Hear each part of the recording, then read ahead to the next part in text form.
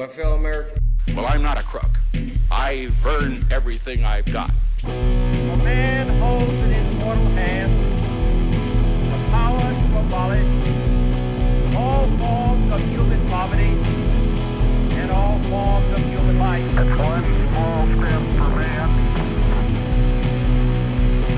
one giant leap for mankind. One day live in a nation where they will not be judged by the color of their skin, but by the content of their character. He says, "Now I am become death, the destroyer of worlds." I suppose we all thought that.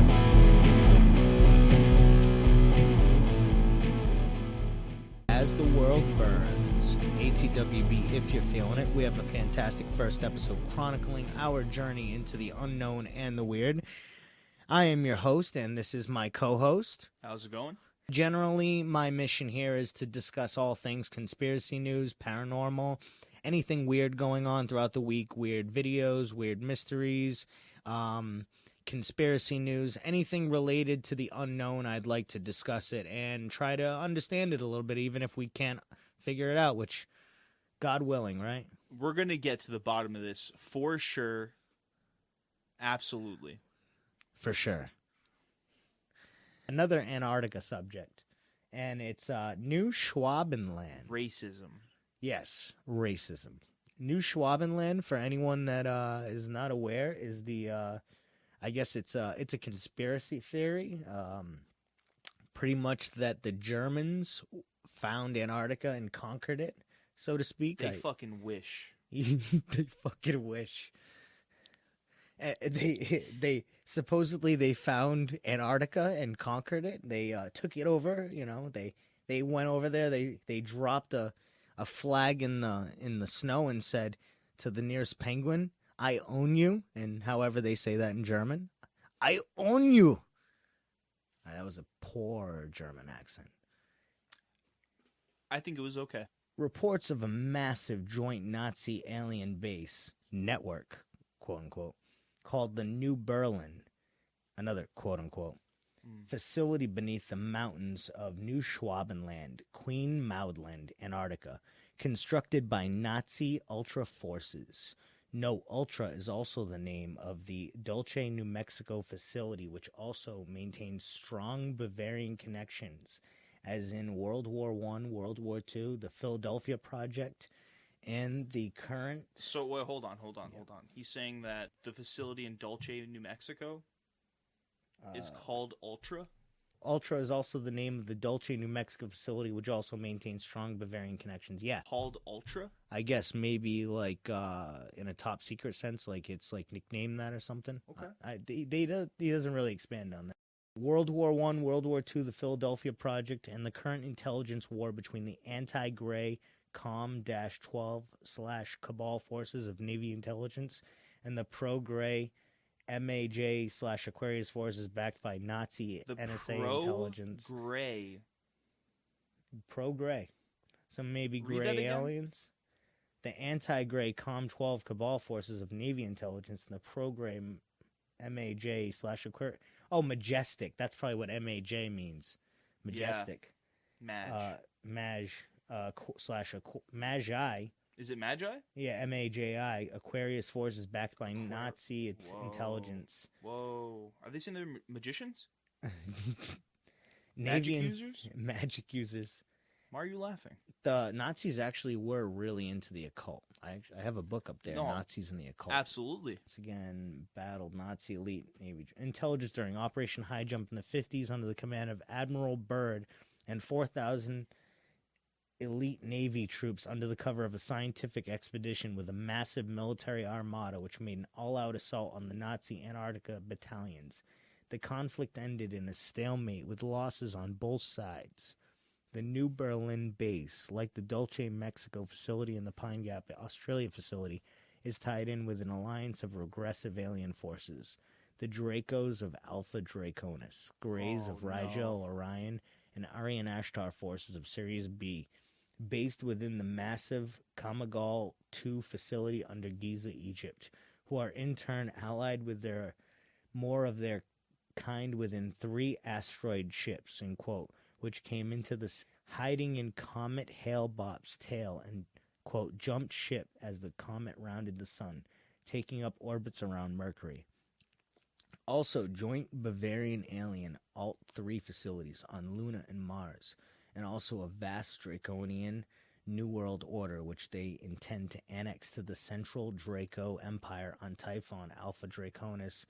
That's a different planet. Yep, in that Alpha Draconis. Fourth Reich, quote, Antarcticans have been told that they will be given 25% of the planet for their part in selling us out. Whoa. The New World Order could only be implemented via human-alien collaboration. I believe that's true. The Fourth Reich... You believe all of this is true? I believe that one line is true. That one. Read it again. The New World Order could only be implemented via human-alien collaboration. Now, I'm not saying there is a New World Order, just for purposes.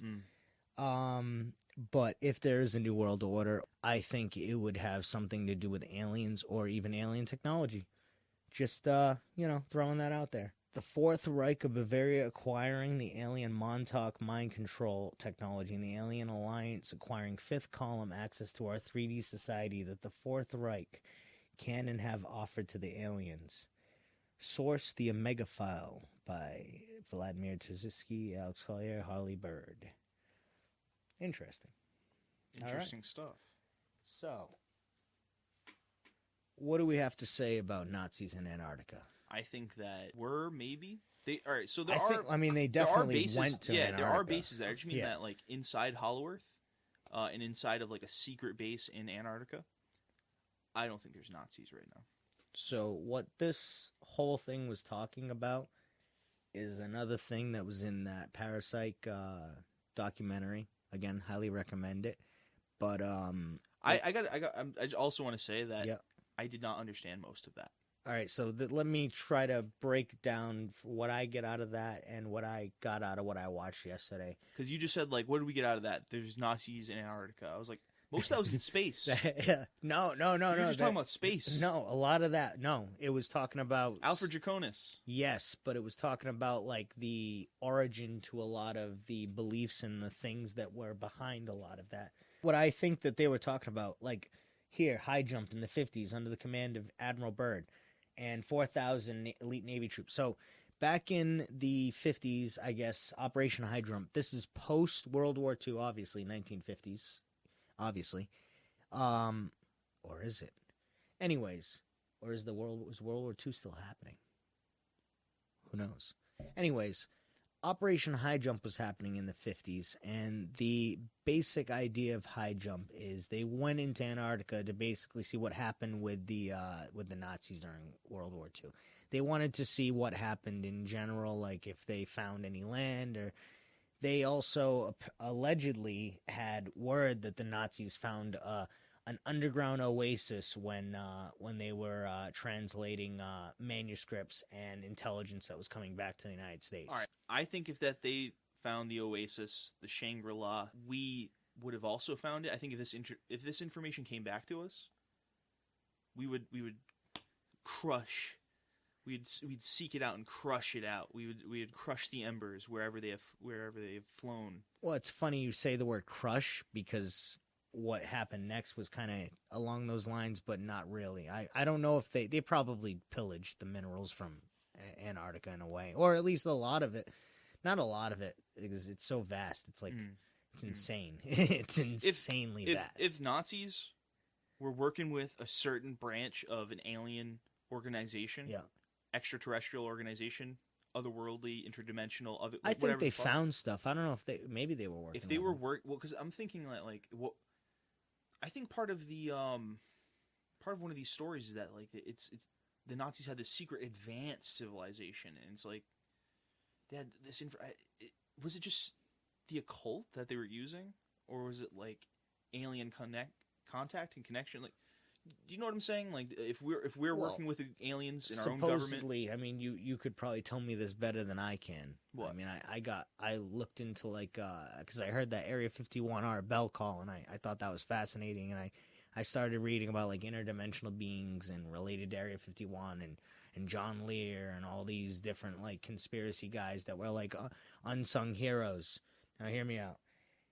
I feel like the entire thing, like, the universe is pretty vast, and yeah, we could traverse it very, very quickly. But why would we if there are parallel, say, realities? Maybe there's just different beings from other realities just popping in and out, just trying to explore our realm, so to speak.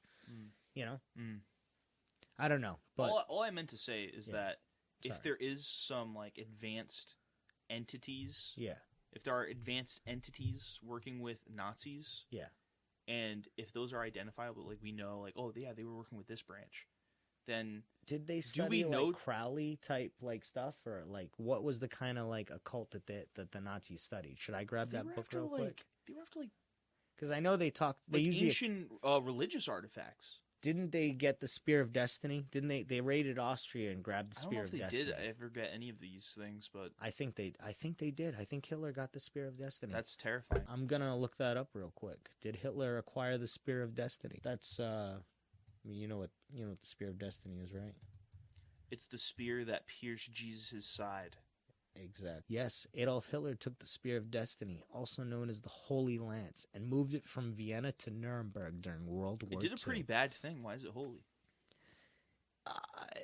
I mean, I don't know. I mean, maybe the They holiness just trickled worship into it. everything around it. They're like, this is the whip that This is the slashed cross. Jesus' back. Look, there's Jesus's dried blood. It's turned to dust now, but look, it's still slightly brown. Mm-hmm.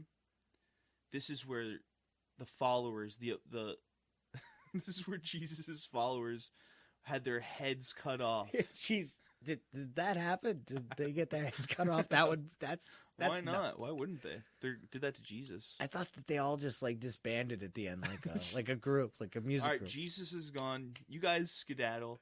It's like John Lennon. Don't worry. Like, all the Beatles skedaddled. I guess no, they skedaddled first, but still, they lost their John Lennon first.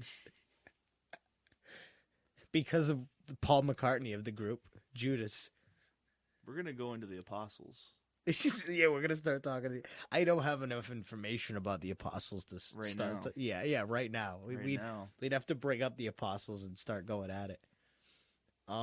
Yeah. So Hitler held the Spear of Destiny. Kind of wild if you think about it. Think about how wild Hitler was, and think about him holding the Spear of Destiny, being like just invading Austria and being like Hitler was so wild. I have that. Yeah. He was like a a- wild guy. He was like a really bad Ryan Reynolds. I would not describe him as a bad Ryan Reynolds. That's a disservice to Ryan Reynolds, I He's think. like, no, it's like He's a bad Ryan Reynolds. he's like an evil Ryan Reynolds. He's like... Come on. Maybe the charm is lost on me, but I don't think he's like an evil Ryan Reynolds, because he's not like charming in a charismatic way. Yeah, he's not like Ryan Reynolds. He's pissed off. Except for is that they were like infatuated by how rage filled he was. Ryan Reynolds isn't rage filled. No, he's a really cool guy. I would say an evil Ryan Reynolds would be like a really charismatic, cool guy that's just really douchey and shitty. No, because then that's just so close to the actual Ryan Reynolds. We're talking about the evil version of him would be like his evil twin, It's just or like so close not to a the twin real though, 'cause Ryan they don't look Reynolds. similar. Like Nice Pool, the evil Ryan Reynolds. Yeah. We're relating Hitler to being the evil Ryan Reynolds. It's an interesting topic. I just picked him. I just picked him. Yeah, you could have picked anybody else. He's not even. He's a rough dude. Hitler he looks like. Oh, you mean like rough as in bad to look at? Yeah, hearing him, he was passionate. You Yeah. can say that about him, but like I wouldn't rather not look at the guy. Yeah. I don't know. Now we're just talking shit about Hitler. Yeah, the ugly fuck. Yeah. A face for podcasting. Hitler? Yeah. Oh, well, yeah, I guess he would. Well, no. We don't want Hitler podcasting. Unless it's from prison. Bitch. What that would be though, like maybe it has something to do with the drones. The drone situation was kind of crazy, like, and we've talked about this like before off air, like the drones and everything like that. You want to talk about like give a little brief discussion about that? Drones is a weapon of a word. They're using that weapon to like snuff out the terms UFO and UAP when it comes to this whole thing that just happened.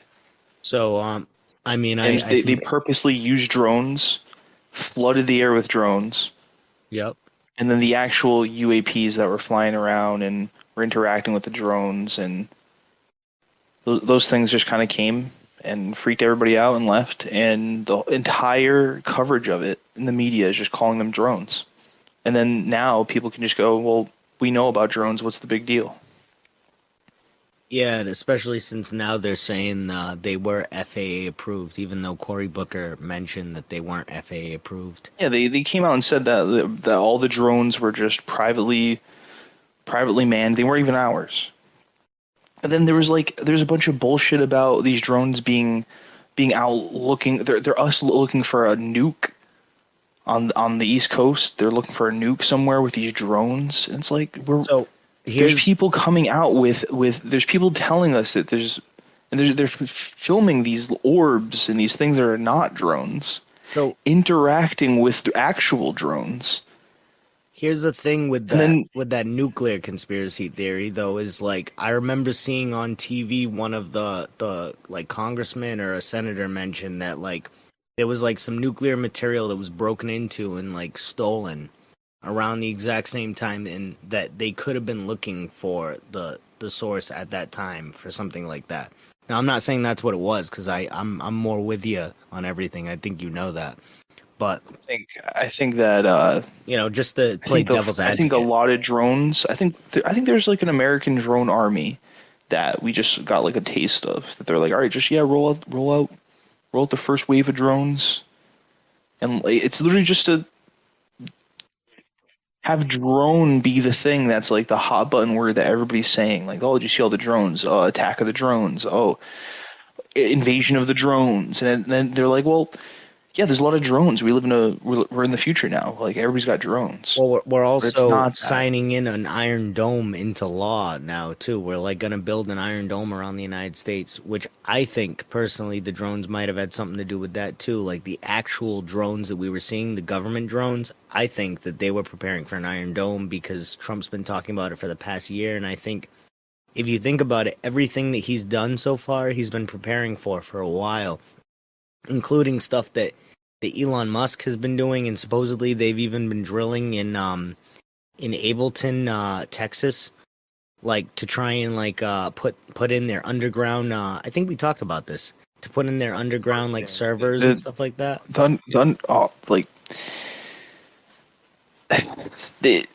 There's already like a whole setup underground.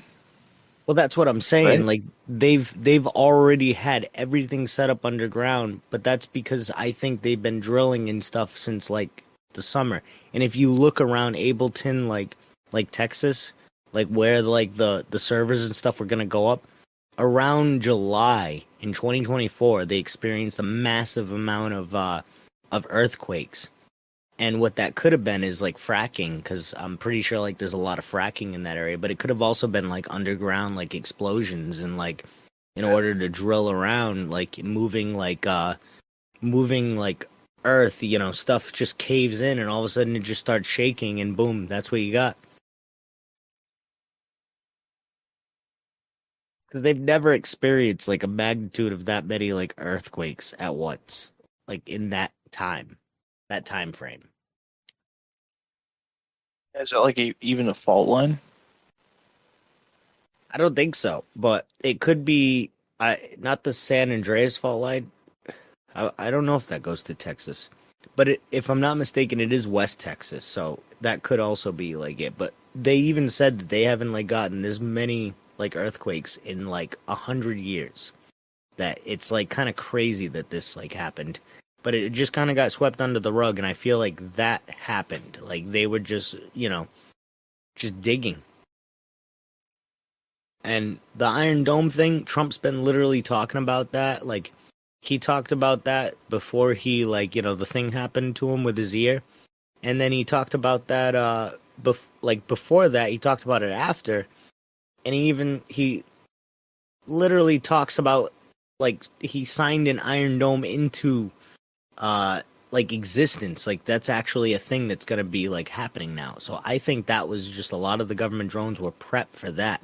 I think it was cover up for a lot of the UAPs, because we've been seeing, I remember in November and even, like, parts of October, but, like, especially in November, towards the middle and beginning even, right before the drone showed up, we were seeing so many like UAP and like UFO and just like different aerial phenomenon that we couldn't explain in like airports and just all around the world. And then all of a sudden the like government drones show up and this happens. Yeah. I don't know. I think Iron Dome though. As the world burns. Brought to you in part by My co-host, the avatar of the horn deity, brought to you in part by gods. Right. You know how Mr. Beast is Mr. Beast? What is it? You know Mr. Beast?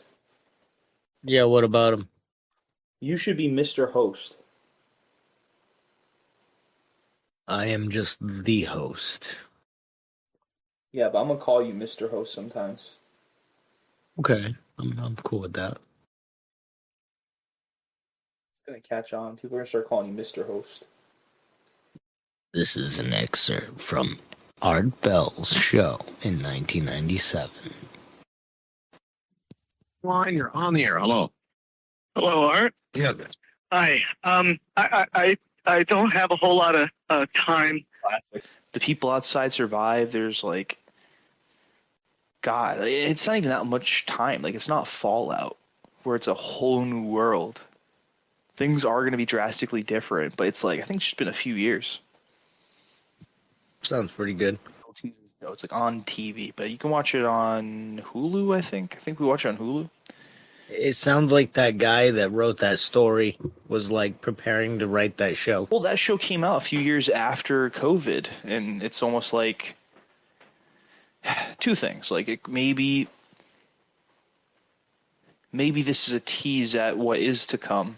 You know, while I'm watching that, I'm constantly feeling like, wow, they're just kind of like revealing this, hinting at it all the time. This is one of the big ones. They're really just like prepping all the people who watch this to be like, yeah, this is normal. Get ready for this. But yeah, it could also just be that whatever that crazy dude was grasping at and saying like this is gonna happen, like he was grasping at something, but it like a prophecy in fiction.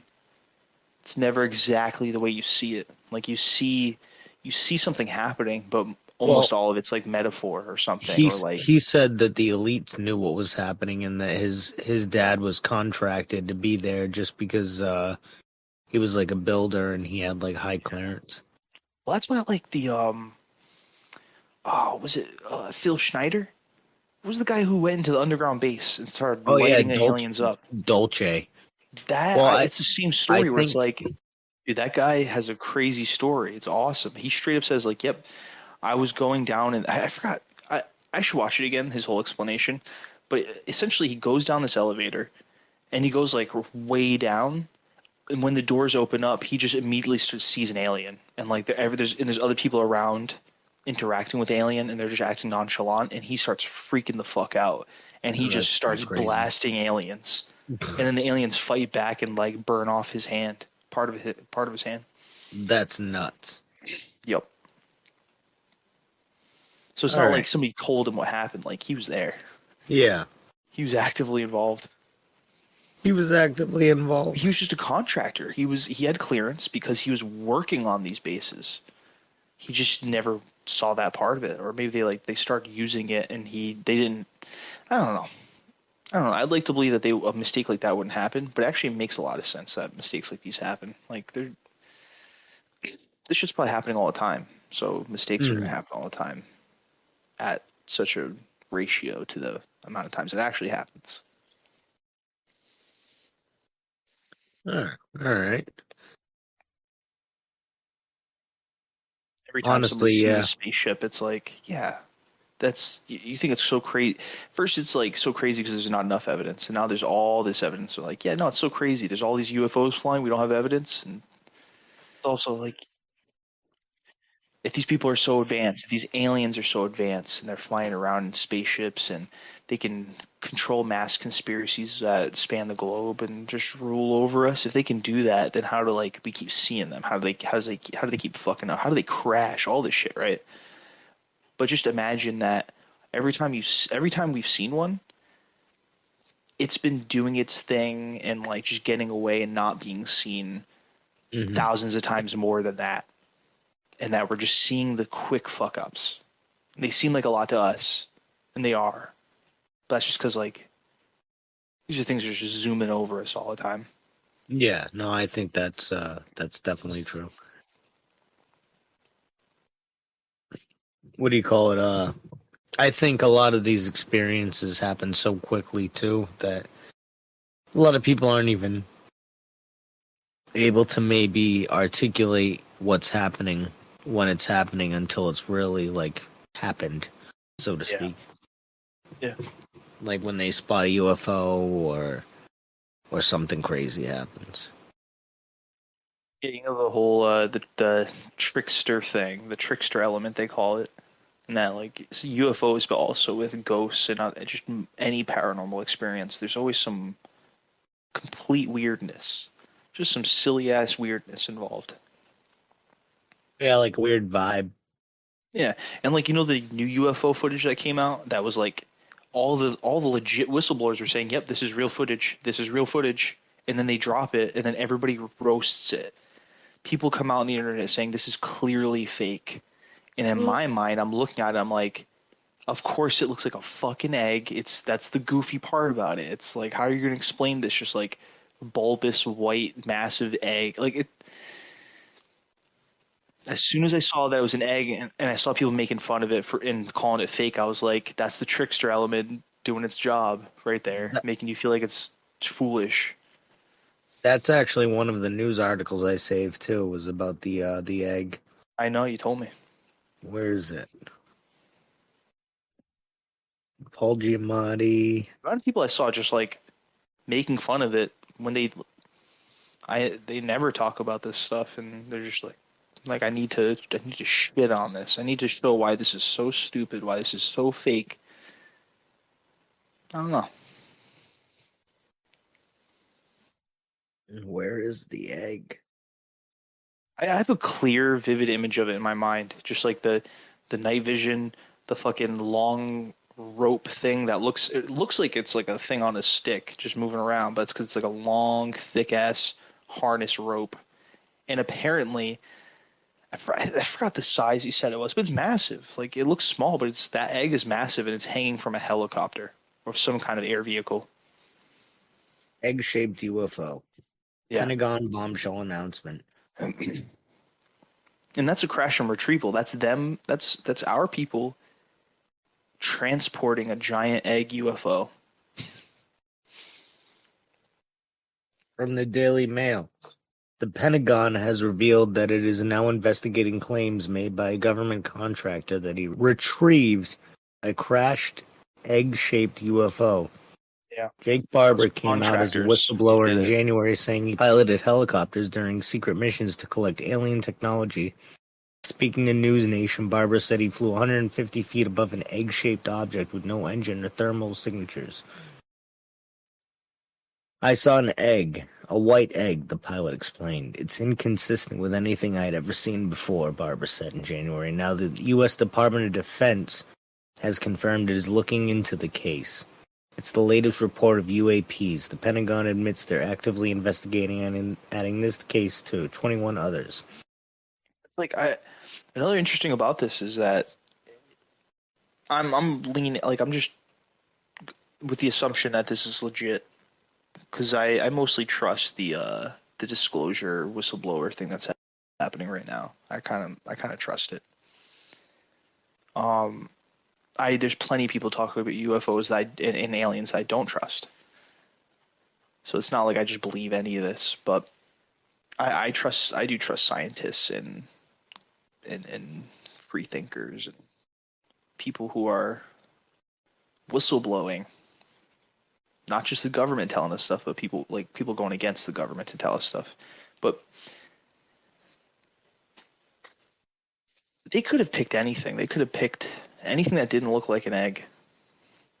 You know? It is pretty funny that the egg was the thing that they decided to like find and report. Why on. would they want it to look like an egg? Why would they want funny it to? Why would it they does want look people massive to not like? too. Obviously, I could imagine. People might think this whole video is fake to make you think it's fake, to make you think the whole thing's fake. But it seems pretty legit. That's helicopter footage, and that's a rope hanging from a helicopter, and it's a giant harness hanging down, wrapping around a big egg-shaped thing. Yeah, it looks pretty legit.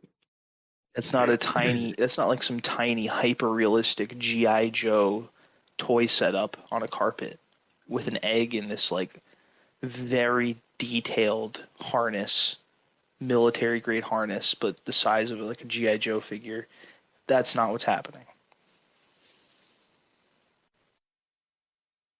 Well, also what's interesting about it is these contractors, right? Like this guy, just remember, he's talking about flying in a helicopter. They get this footage from the helicopter's camera.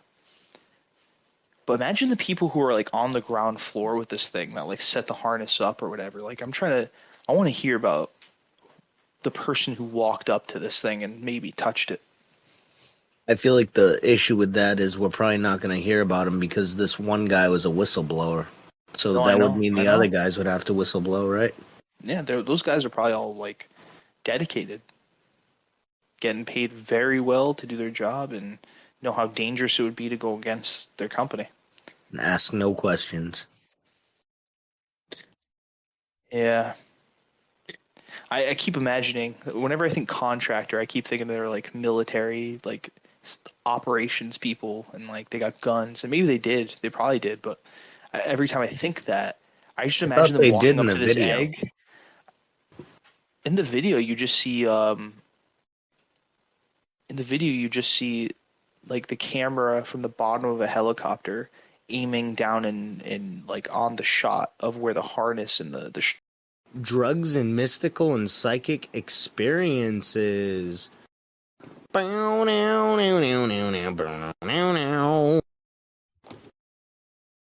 right.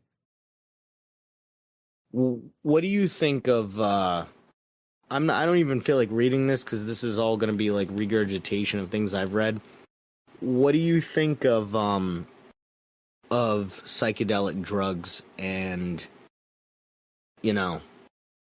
their connection to psychic and mystical experiences? I think that it's a very useful tool. Let me ask you, have you ever like experienced like a genuine like mystical experience on psychedelics? And when I say that, I mean like a genuine like like on paper mystical experience, like you go through and like, okay, checks all the boxes. Most of my experiences with psychedelics have been, I wouldn't say mystical, but they've been enlightening, but not mystical. Were you trying to do anything mystical? No, not at all. I was trying to, if anything, just have a good time. And for the most part, what I end up feeling on psychedelics is more of like a therapeutic experience than anything else. I don't even necessarily have a good time. I just have a therapeutic experience. But there was one time that I genuinely think I had a mystical experience on psychedelics. And it was at the most random, most just minute time, like where I wasn't expecting it, but like I almost like it checks all the boxes, so to speak. I was I was playing the game Dead Rising 4, and I was on mushrooms. I had taken, I think, 5 grams of mushrooms. I think it was like the most mushrooms I've ever taken ever. And I was playing Dead Rising 4, and I started to notice that all the zombies were moving at the same time, like code. And I started to think about, like, I almost had like a deja vu experience all of a sudden. And I'd never had that on mushrooms or any psychedelic, a deja vu experience. I had like major deja vu. And then all of a sudden I like started like saying to myself that I like get it, and that like it just like makes like sense, and that everything just makes like complete sense in that moment. And that it almost felt like life was like coded, and that I was kind of seeing past the code, and I was kind of understanding that it's just all, I guess one could say, a simulation, but I don't know if that's the word I would use. It's just all like, you know, it's a paper thin perception that we go through on a day-to-day basis, and it can all be changed with, you know, the simplest of things. And I guess to break through that barrier with like psychedelics can help. But I would say that's the only time I ever had like a genuine mystical experience. And the only reason why I know that's what it is I was later on, I was reading, it was the book of mystical and religious experiences. Specifically, it was written by W.H. Hinton or something like that from the late 1800s. And he describes a deja vu mystical experience in almost like that exact same way. He said that there was a feeling of like connection to the universe and like all a bunch of stuff. If I looked for the book or that passage in the book, I would describe exactly what I experienced. And that was like the only time in my life that I've ever experienced anything like that.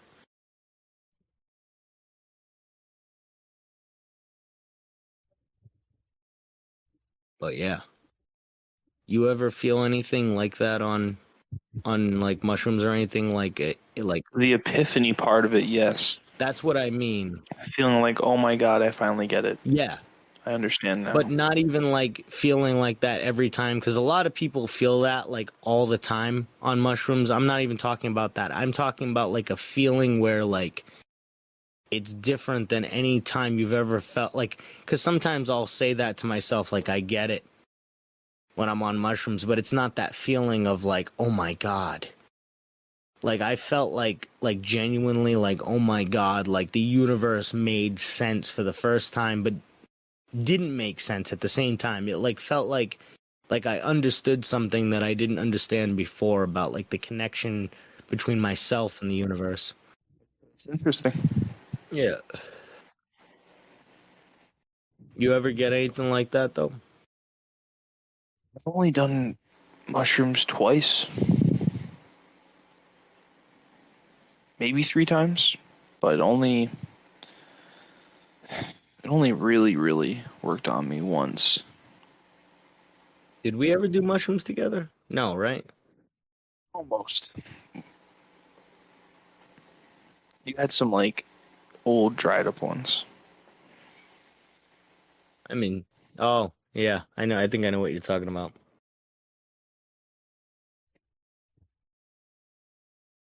But I don't know.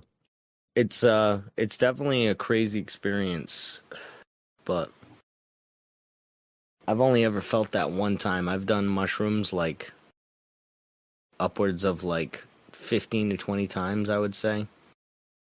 And I've done the seeds probably like 20 times at least. And I would say like that one time on the mushrooms was the only time that I ever felt like anything that I would say was just completely shattered my universe. It was the only time in like my entire life that I ever felt anything like that. It was different. And would you ever like try to do some mystical practice while you're on mushrooms to see if it helps you out? Because that's really what the question is. Not just if like you experience something weird and paranormal or mysterious like that. I mean, it wasn't It wasn't You got to try to make it happen. paranormal. I wouldn't call it paranormal. I would actually say I've experienced more paranormal-ish situations on mushrooms than that situation. That situation to me wasn't paranormal. It wasn't enlightening. It wasn't. I mean, maybe it could be considered enlightening, but to me, what it was is it was like a feeling of like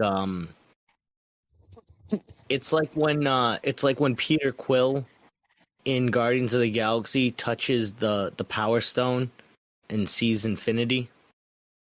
That to me is like how I felt. I don't know how else to describe it. Meowing. What is it? Sorry for my cat. No, you're good. I couldn't even. Oh, now I love the cat. Meow. But I don't know. It was something that just blew my mind. But my favorite psychedelic has been the Seeds, the Morning Glory, and Hawaiian Baby Wood Rose. Those are everybody hates them, but I love them. I know what I get when I take those, whereas with Silo, it's can be either really good or really bad of an experience. But each experience with mushrooms is like is a good experience in that it's something I needed, whereas with the Seeds, it's just always like feels almost like the Morning Glory Seeds almost make you feel like you're like you're sitting by a fire and you're like a shaman who's taken up like the entire like the feeling of the universe. It's weird. It's very euphoric. Oh shit, let's go back. Isn't this what you asked me the last episode? Yes. Is this not the same one? Is this not part 2? Well, this is part 2. I should have prefaced that. Welcome to As the World Burns, part 2 of this episode. This episode. Whatever episode you're listening to right now, this is the part 2. Yeah, that was the intro. That was just the intro. I was watching a video and it was just talking about how there's all these natural disasters that keep happening, and then they start to turn. I think we're not supposed to be driving in cars right now. I think that like I had a weird feeling early on where I was like, wow, we're like when I realized how long we had been driving, I was like, this isn't right. Why are we still doing this? Why haven't we moved on from this? We've only been driving for 100 years. I think it's because. I mean, come on, man. The entirety of human fucking existence has been like what 200,000 years. Yeah, but like I said, our growth has like it's exponential, but we're skyrocketing right now. Like it's. But still, we gotta mentally adjust too. We can't just the future. I'm not saying we should all hop in like. I'm not saying we should all hop in the government in like state-run tubes that shoot us around everywhere. I just mean that like. Futurama style. We should all be flying. We should all be flying around our vehicles, man. Like I really think it would exist. If all those people didn't get assassinated. Flying around in your vehicle? Do you really think we're gonna have flying actual like cars, bro? Well, we do. We just actually we already have flying like you're vehicles. Living in we already have 1970s. I was gonna say 1990s, but that's okay. We have flying vehicles, and they're called helicopters and planes. No, there's a new one. There's one that just came out. Look, a plane. This was a week ago. A plane. No, you're talking to two people that believe that UAPs are real and that the government has access to some of this technology, and that they're not cars. You're talking to somebody that the technological industry has been like skyrocketing. They're UFOs. They're UFOs. They're not flying cars, dude. They're UFOs. I'm somebody that believes Boeing, the shittiest plane company in existence, had access to flying saucers. Yes, dude, those exist, but they're not what you would call a flying car. A car that will drive on the road and have all that shit, and then be able to just blast off into the sky. That's not a thing, dude. I know. They're Just UFOs. It's a whole different chemistry and science to the flight pattern. I mean, that's That's a very specific vision, but like I see that being entirely possible. Back to the Future type shit. It's not a thing. It's not a thing, bro. There are tons of different types of vehicles that can fly and do things, but it'll never be a flying car, dude. It'll never be. Why do you think that so harshly? Like everything that exists now is all that will ever exist. It's not a thing. It'll never be a thing, bro. What about this right here? No one's, dude. Think about the science of what they would have to make a highway if we could just blast off of a road and fly into the sky and have to weave in and out of each other. That's not a thing. Let me ask you It will something. never be a thing. It would be less. It'll never. It'd be less projectile than that. You wouldn't have to like go speeding You know what off. we'll have, and then we'll never fucking evolve from that. Hover cars, and people will fucking jizz their pants over these hover cars. We're gonna get flying cars before hover cars, I think. Oh no, We're definitely getting flying cars. You're crazy to think that we're It will not. never happen. There's flying cars right here. This like whole story's about it. I don't care whatever you're showing me, dog. This is. What is up with you, Nick? What is up with you and flying cars? Why is this one thing? Because it's not real, bro. It's not Like, real. look at that slick-looking car. First of all, that's not slick. That looks like a shoe. It does look like a shoe. It looks It's like ugly. a It's Yeezy. ugly, dude. That sure looks like something I would hop into as a kid and want to crash it into stuff. It looks like not something you would cool. draw as a kid and say, "This is a car," and your parent would dude, be like, "Yeah, that is okay," and put it on the board. hideous. It's a hideous creature of a fucking vehicle. I hate it. I don't. I mean, like we're it. not talking about the look though. We're talking about the practicality of a flying car. We'll never have that, dude. There is no I'm world. telling you right now that we are going to live in a cyberpunk future, and that includes flying vehicles. It includes cybernetic people with cybernetic limbs that can do whatever they want with their bodies. We'll all be dead before that happens, dude. All right, if you think that's fair. Hey, I you know don't what? think if you just that. think we're all going to die before that, then fair. We're gonna be no. We'll all be dead before. If you think anything this will even be a thing, we'll all be on another planet and have higher technology, and then it'll probably be like 2,000, 5,000. We'll have flying cars on Mars it's not then. a thing that we'll ever see. We'll never have flying cars in our lifetime, dude. I promise. On Mars, we will. I don't want you guys to hate. No, I don't want you guys to be so sad and disappointed when we never have a flying car. Listen, it's fair if you think that we're going to die before that happens. But what I was saying before is that if those guys had never been assassinated with these crazy revolutionary advancements, then we would be somewhere like around flying cars. We'd at least be driving around on water. Yeah, we can do that right now. That's nothing. Nobody wants to do that. I don't know why they don't. I want you guys to jump in your flying cars and land on the ground right now and listen to Big Papa. Yo. Flying with Ollie in your flying car. think about this. That was a great brother. metaphor. Yeah, think about it. There are planes and helicopters that have to activate, or not activate. They have to operate. Sorry, words are stupid. They have to operate within like the air, and they have their own airspace, and they have trajectories and all their fucking bullshit that they have to go through. They have their own highway within the air, and they have to all abide by these rules, bro, and fucking coincide with the way that they fucking go by each other. We already have all these issues with fucking planes crashing into each other shit lately. It's been kind of messy. Well, it'll be so much easier with flying cars. I think that we're going to start seeing some new flying vehicles that are not going to be giant jets anymore. You see how you override the whole idea of the fact that with all of these other fucking things, you have to fucking incorporate flying cars into the highway of the sky, bro, of all these other things that already fly. You are creating one of the most fucking unsafe air zones in all time now, bro. And now there's going to be things crashing into each other all the time. There's no way that I can never believe that. That is the most dangerous nonsense I've ever fucking heard. Flying cars, dude. Flying cars. I think that you sound like that's go off. I love it. You sound like somebody who lives next to the first highway that was built with 3 lanes, and you're like, this is insane. There's gonna be. I think we're gonna have flying cars, and they're gonna crash into each other. I think there's definitely gonna be crashes. I think there's gonna be a lot of like. No, I sound like a person that exactly knows how it would work, bro. That's how that sounds, bro. The There's already airspaces for flying. The horrifying, terrifying moment that you'll have in your flying car as you crash into a helicopter and your family of 5 plummets to the ground and you're all screaming, "Oh, I love you, we're going to die!" And then you fucking burst into fucking flames, man. That's gonna be gnarly. Yeah, dude, good luck with your fucking flying car, guys. Yo, I don't even want to fly in a plane, so I love luck, this whole thing. Good luck with your fucking flying car, dude.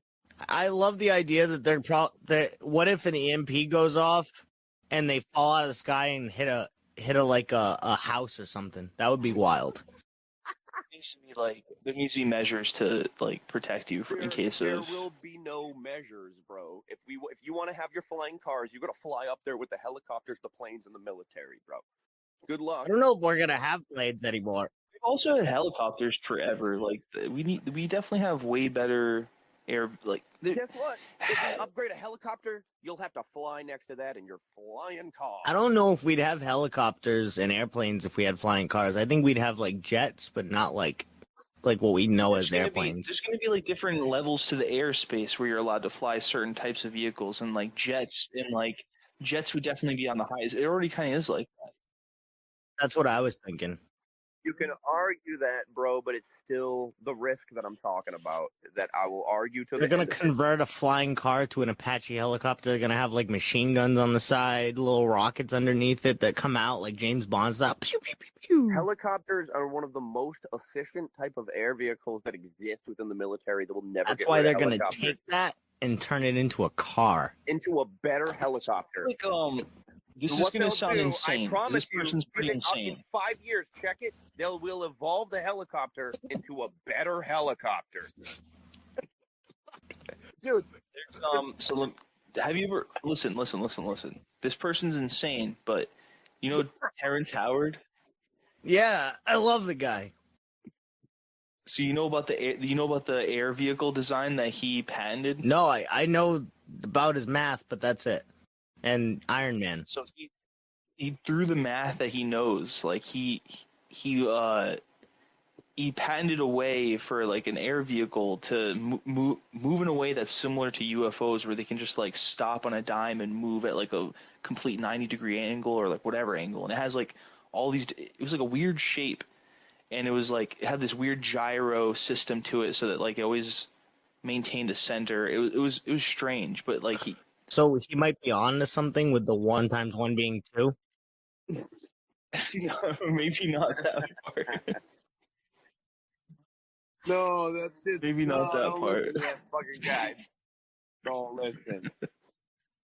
I mean, I could draw up a pretty, I think, decent blueprint right now for UFO. This has turned into the Trigger JoJo cast. I was confused as soon as I said that there's UAPs out there, and you said that's not what flying cars are. But in my mind, I'm thinking that is what flying cars are. If we but ever just get different. flying cars, they'll be hover cars, and that's all we're gonna get because nobody's. No, we're gonna get straight up flying cars before hover cars, dude. Oh, dude, you guys, the military will fight. Hover cars are gonna be just like a floaty thing. They're gonna be like the ferry of cars. The military will argue any type of car or vehicle that has to fly off the ground and go fly with anything that has to be in the airspace of anything like that. No one will ever have flying cars. We already have We already have helicopters and planes, and those are your flying cars, bro. I promise you, all AI powered, guys. The smartest fucking people within technology and philosophy have it literally said. Planes, helicopters. Those are your flying cars. Goodbye. The smartest people in technology have also been on Epstein Island. Hold on. Wait. The smartest people in technology have also been on Epstein Island. Oh, man. And look what happened. Exactly. Oh, exactly. Yeah. Checkmate. Okay, man. Well, at least we're all on his side. We're all on the same page with that one. We were actually talking about last time about how Epstein wanted to make a baby farm. Did you hear about that? Guarantee there is one. A baby farm or an Epstein baby farm? Both. Oh shit. Guarantee both exist. Guarantee, man. There's too much money in that shit. Guarantee. You think that But he also wanted. He said he wanted to spread his seed across the globe. Yeah, we've talked about this too. Yeah, 100%. I guarantee. That makes sense. That dude was sick. You know what? Actually. Oh man, I probably shouldn't be saying this. No, go off. That was rough. Shit. Yeah, it was rough points. We're really going off the rails though. What were we talking about originally? Flying cars. Okay, flying cars, dude. How for some reason you don't think they're real or They're possible. possible, but it's not going to happen. This is going to be Westworld. No, it's not going to happen. Yeah, dude. I just personally think, yes, do we have the technology to make a flying car? 100%, bro. I've seen things. I've seen people make vehicles that look like cars that can fly off the ground and blah blah blah. It's just, I don't think especially our lifetime that we're going to see it, and I just don't think it's logical. I was comically trying to be like, I guess it sounded like I was being defensive, but I promise that it's just like, bro, in all reality, in all like logical sense in my head, and in everything I've looked up, because I used to be obsessed with flying cars. Maybe that's why I'm like so passionate when talking about it. It's going to be an Apple car. I don't think it's a logical thing that will ever happen ever on Earth. I don't think it's. That's personal. That's like a strong opinion I have. I'm sorry. All right. On the subject of Michael Crichton, can I go left field a little bit on this? Yeah. Even though we're in. All right. What are your thoughts on cloning, and maybe even cloning dinosaurs, but just cloning in general? Okay, I like this. Just in general. Just in general. So if it's like a good thing or bad thing. Both. What do you think's going on? What is your theory? Do you think cloning is going to be like? We're heading with? Yeah. Do you think cloning is going to be like flying cars or not? It definitely won't be like flying cars, because it's definitely already being used, and it's always going to be cloning. I think is like something that is probably like a strong government funded secret thing that we do to clone people that make money so that the government can make more money. It's pretty much as simple as I could put it. Like it's a way to keep people alive. Just born to make money. Yeah, it's paycheck shit, bro. It's like if they're, I mean, I guess you could use it for other shit. I mean, and you could market it towards the people, but they'll never. That's something that I don't think will ever happen in the sense of flying cars. Like if I could compare them, it's nothing that'll ever be marketed to us. Do you think there's cloning organ farms for the rich and elite? Yeah, 100%, bro. Yeah, dude. They have everything, bro. Rich people. I just want to say how awesome it is that you are totally in line with the organ farms, but you're like, flying cars, no way. Yeah, no way. I'm not disagreeing. I think that's an amazing perspective. Because I just want to make it a point, though. Like, just to make it a point, 100%. We have the technology, like I said, man. We can make a flying car tomorrow. We have flying cars. They probably already exist. People have made that shoe car. They made it. Shoe car. I still got it there. They made it, dude. 100%. You sent me the website. They built the car. They spent whatever rich person spent their life savings on inventing that car, and it flies. 100%. It's probably a thing. Nobody's gonna let that shit in the sky, dude. It's not. Oh, most definitely. It's already thousands of drones over every city. And to look what the media does, bro. They make it a bad thing because guess what? They're never going to let anything else. Making us accept it. They're never going to let anything else in the sky. They're trying to get us to accept drones in the sky. Dude, come on, man. It's on the news. It's in the news. If it hits the news, this is like a quick way to learn when you're trying to be when the media or the government or whoever the fuck they are trying to dupe you. If they're pushing it through your local news, bro. With all respect, bro, don't be a sap, man. Don't eat that shit up. That's fake. That's fake, dude. 11 didn't happen. Fake. Didn't happen. No, come on, man. Not the actual, not actual like fucking events in the world. I'm talking about something like this, like fucking little lights in the sky, bro. They're drone. That's not events happening across the world. Yes, it is. Man. All this shit is happening across the world, but it's not. No, the drone thing was happening like across the world. Yeah, like there were orbs like everywhere. Yes, Because UFOs and shit exist, and on top of that, I also No. At that time, it was like a big thing, like everywhere, like not just like in New Jersey, but it was like in China, in like South America, like all along like borders, like orbs and like weird stuff was like popping up. Mm-hmm. It was like a wave. Yeah. Right? Yeah. I'm asking Rada. Yes. Yes, it was like the ultimate UFO flap to ever happen. It was just everything. There's UFOs everywhere, and the whole every news outlet was like, "Hey, look at all these drones," and there were a bunch of drones because the drones are interacting with UFOs on the video. Okay. It's the only. And they're like, "Look at all these drones, guys. They're all drones. Don't say UFO. Don't say UAP. They're drones." Nothing to see here. That's what all local news spots do. They all cover the same thing, and they make it sound like the same. It's not. There were drones everywhere. The drones were a cover. Okay.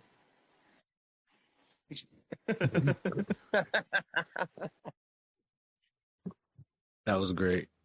The same, man. Well, that was like his big thing, because I keep coming at him about this, and he keeps saying to me, "News, dude. Like, I'll never." I respect your opinion, bro. Humbly, like I love this shit. I love talking about this shit. It's fucking cool as hell. I just think there are easy things to kind of debunk. I'm not saying that it's not true. I think that there are all sorts of shit that's happening all the time, and it's all of it's sketchy. But I think I still want to stay on cloning. Also, let's get that also out there. But yeah, cloning's all of this shit is valid. As much as I try to debunk things, I still think things are valid. So I know I come off like sometimes like I'm trying. What would it take for you to think that we would be getting flying cars soon? Tomorrow, I'd have to see you park. I'd have to see you pull up. You'd be like, "Jojo, you got to come to work," and I would drive there, and you'd have to pull up in a flying car, and it would have to fly above 5 buildings and park. 5 buildings on top of another car, dude. That's what would make me believe it tomorrow. It'd have to be. It would absolutely have to be tomorrow. And if it doesn't happen tomorrow, I'll never fucking believe in flying cars again. I'll never believe it. Happen the day after tomorrow. I'll give you 5 days, bro. I'll give you 5, the equivalent to the houses. 5 cars. Wait, no, sorry. 5 houses, 5 days. Yeah. You gotta jump 5 houses, and it's gotta be in 5 days. I mean, theoretically, he could do that, but fuck up, dude. He could jump from 5 houses and land on another car. No, I would have to find somebody who does have a flying car and steal it from them. But I'm not gonna do that. But hey, let me ask you something. Yeah. Do you think anybody has a flying car? Like any rich dude has one as just like a gaff, like a experimental one that he was like, "Oh, that's cool. Let me buy that from the company." Have you seen the Elon Musk flying saucer?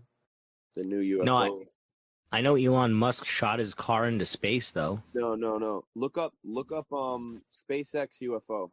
SpaceX UFO. Type that bitch in right now. That's just kind of crazy. It's a real thing. So like to me, that's the closest thing we'll probably have, and it's gonna be military used. And that shit has the most insane technology you're gonna ever fucking see on a flying vehicle as of right now. It's fucking crazy, bro. Oh, that's wild looking. Yeah, dude, it's fucking crazy, bro. That's still not what UFOs are. No, well, that's still just a jet. I know. It's not an actual, but it's SpaceX's version of their own UFO. And it's probably. I don't know. That looks pretty crazy. It's going to get implemented into the fucking military within the next probably like 10 years, bro. So get ready. That's literally what like a triangle like UFO looks like. It's going to be crazy, bro. It literally has radiation technology that can blast other fucking spaceships out of the sky by shutting their whole electronics down in their fucking in their plane, and then they fucking crash to the ground just by hitting them with an invisible beam, bro. That's intense radiation. How do you think flying cars are not possible? I just told you 100 times they are possible. Also, dude. I just want to say real quick, that invisible beam thing you just said, that's what was happening to a lot of the hobby drones that were approaching the drones up in the air. Yep. Is they were saying that they were falling out of the sky, getting zapped out. So maybe all that, the drone tech, like a lot of those drones were that. Yeah. I want to answer him, though, because he asked me why I don't believe that flying cars are possible, which is exactly not what I said, bro. They are possible. We're going to die before we get to them. No, it's not just, no. I think we'll die before it gets implemented into any type of air, like actual air activity, 100%. But to me, right now, the most logical thing, bro, because of everything that's going on and there's no way they're going to implement another aircraft into an airspace that is occupied by military vehicles, commercial aircraft, and literal fucking non-commercial aircraft. Bro, all that shit is reserved for people not only that have to deal with that shit, but military that are testing the air, and they do it above cities, they do it above all these. Dude, there's no way they're allowing cars to create a highway within the sky that's going to ever make sense in our lifetime, bro. That's going to get implemented into that. I just don't think that ever is a thing that's. I never said in our lifetime. I was just saying in general. And I hate to sound so intense. It's just like, it's a lot to explain, so I get intense talking about it. I'm very passionate in my head about that being sensical. You're know good. What I mean? Yeah. We get it. You're passionate about the impracticality of flying cars. Yes, exactly. That's the most simple way I could ever put it. Thank you. But I understand the whimsy and the magic and the want of of being able to fly around in your car. Like, I get it. I think that, like, with all the drones that they're going to be allowing flying everywhere all the time, people are starting to shoot them out of the sky. They've been shooting them out of the sky since they showed up, but they're starting to normalize them. It's not The government literally said that, like, oh yeah, that huge drone invasion that just happened, they're all privately owned drones, and they're all just using them. Don't worry. I dare you to fly a drone over the right now and see what happens. Well, that's different. No, they weren't flying over the White House. No, it's not. They were flying over Trump's house, though. Do that. I think, honestly, after this whole thing, I didn't know about this Elon thing. I think a lot of those drones were this Elon program, and I think I made that argument to like 2 months ago. Let me just say that it makes sense, because if they went to places where Trump was and like had access to, like his Bedminster home, it seems like, hey, that's probably Elon being like testing out his shit. And he was just playing dumb. Yes, that's what I said. I was like, bro, I have a feeling all of this is either government or some bullshit that's authorized that they're making seem stupid. Like, I still think it has to do with the Iron Dome also, though. That makes sense. Anything that has to do with anything being fucking tested or government or anything that's remotely related, that's what I've thought since the beginning. But that's close. I want to say, though, I think at the same time there were a lot of UAPs popping up, and we were in like 100%. A golden age of like UFOs and UAPs just popping out of nowhere. And maybe that's because of the testing. UFOs exist; they're real. I believe that as well. So, like, well, I'm even saying at the time of the drones, there were a lot of UAPs in the sky. No, I heard you, bro. I heard you. It was more active when all that shit was going on. I get, because it would make sense. 100%, bro. Does that mean if we did have flying cars, there would be more like UFOs in the sky too? It would be the most logical thing to do, because it wouldn't be something. They're never going to make anything specifically that you can drive on the ground on the streets and then just decide, you know what, man? I'm calling it 2020, 2030. 2020. Dude, 2030. I love you, man. I hope for your sake that is a thing. I'll fucking hit you up and I'll say, I love you. You were right. You were right, man. Hold on. Listen. I hope it's real. All I'm saying is that by 2030, I think we're going to get a personal aircraft that's essentially a drone you can ride. That could be a thing. That's a flying vehicle. like a We blimp already that's have drone. that. Yeah, I was Dude, about to that's say, what I'm saying. Where that's gonna be normalized, and people are gonna be riding those to work every day, and that's gonna be like everything you see in the sky is just people flying around. That's gonna happen. that could be a thing. Yeah, like almost like how That's blimps. a Well, baby step away from a flying car. That's what blimps used to be. You know, They're already talking about installing a program from Manhattan to New Jersey, in which they take shuttles, like little buses in the sky that are like drones. These are flying cars. These are flying cars. that's a slow plane, bro. There's wheels attached No, to these the are bottom flying of it. cars. I will say, to point, it's a bus with wheels attached to the bottom of it and propellers on top of it. When you say a flying car, like when I say flying car, I just mean the vehicle we use for our daily lives to fly around in, to get to work, to get to wherever the fuck we need to go from now on. Those are our flying cars. Bus. Not a flying car, dude. Now we're splitting hairs. It's a flying bus, not a flying car. If it's a piece of public transportation, it's not a flying car, dude. A bus isn't a car. A bus is public transportation. I'm sorry, I should have said that.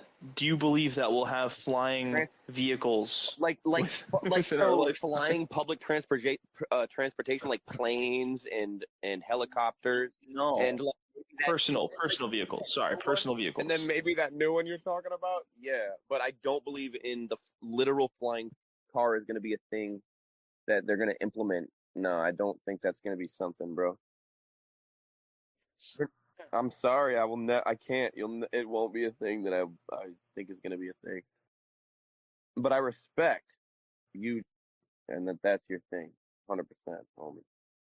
That's not my thing. That's just like a passing fancy. Well, I don't know, man. If you're passionate about it, I just felt bad because I'm not trying to make anybody feel bad.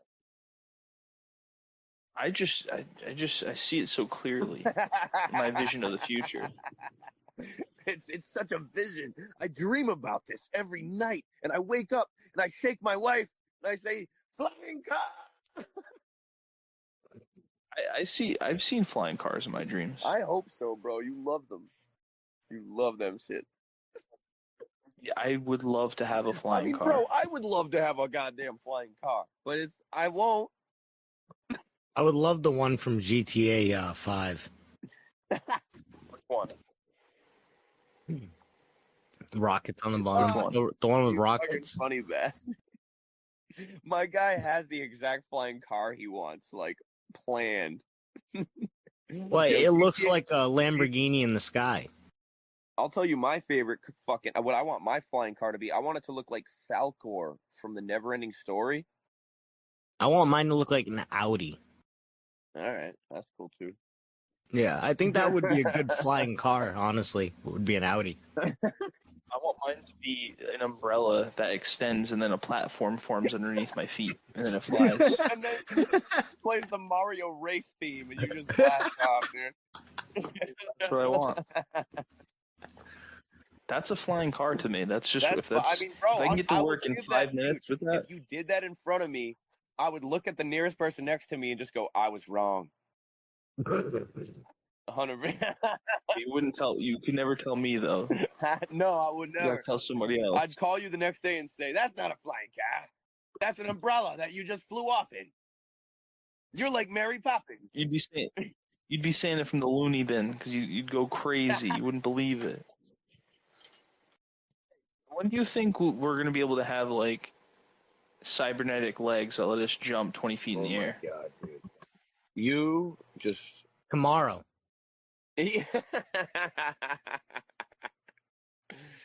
And you know what? We're going to be able to jump 5 buildings. This is the crazy thing. We have them.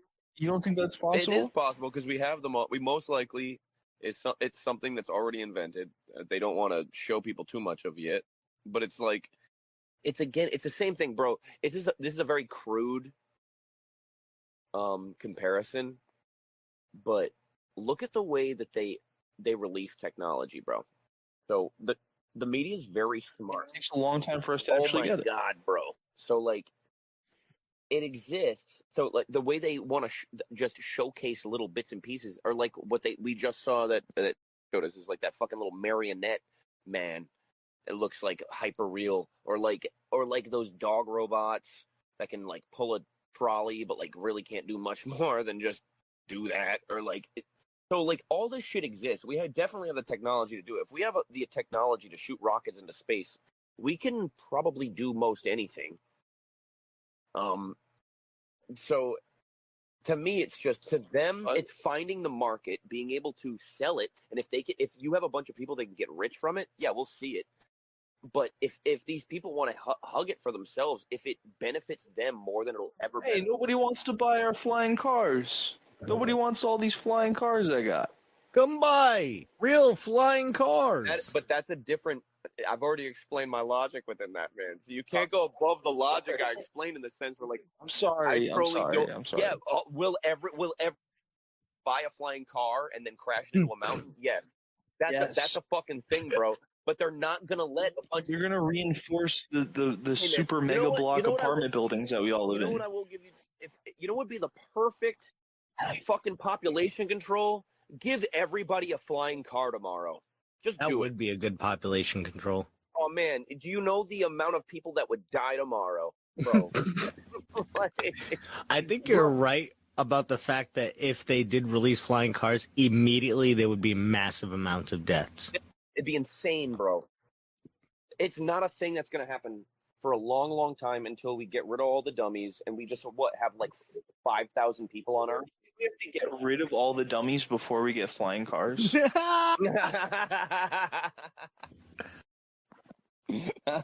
He really got you on that one.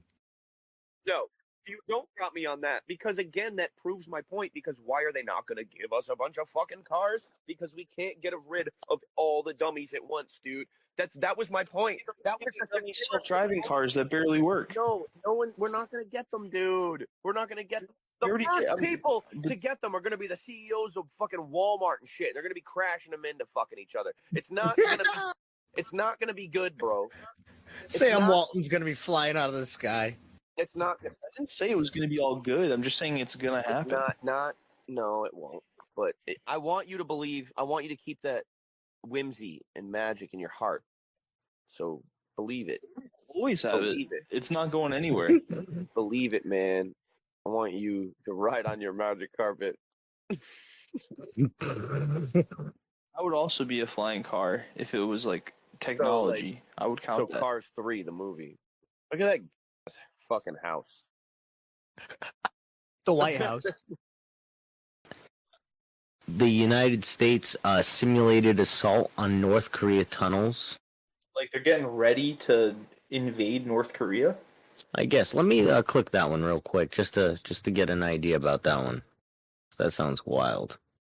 You know, about goddamn time. They could probably take over North Korea with, like, rubber bullets. They could just roll in there, play paintball, and just fucking get them out of there. And give it to South Korea. Let the people become South Koreans. If they're getting ready to storm North Korea and take over North Korea, if we're going to finally get them out of there, then let's just do it. Let's do it. It's going to be so easy. We can do it with, like, rubber bullets. We can do it with fucking paintball guns. We can do it and, with like, walkie-talkies. We just take North Korea over already. I don't know, maybe they've been hesitant. They're like, yeah, but that's still their country. It's like... You'll, like, give the South Koreans some airsoft guns and have them go crazy. No. South Koreans can sit back and just watch it happen. We roll in with paintball guns. We just start shooting people right in the forehead with paintball guns. And I'm not doing like a TikTok thing where I'm saying another thing, but I mean guns. I mean, like, literally bring in CO2 tanks and paintballs.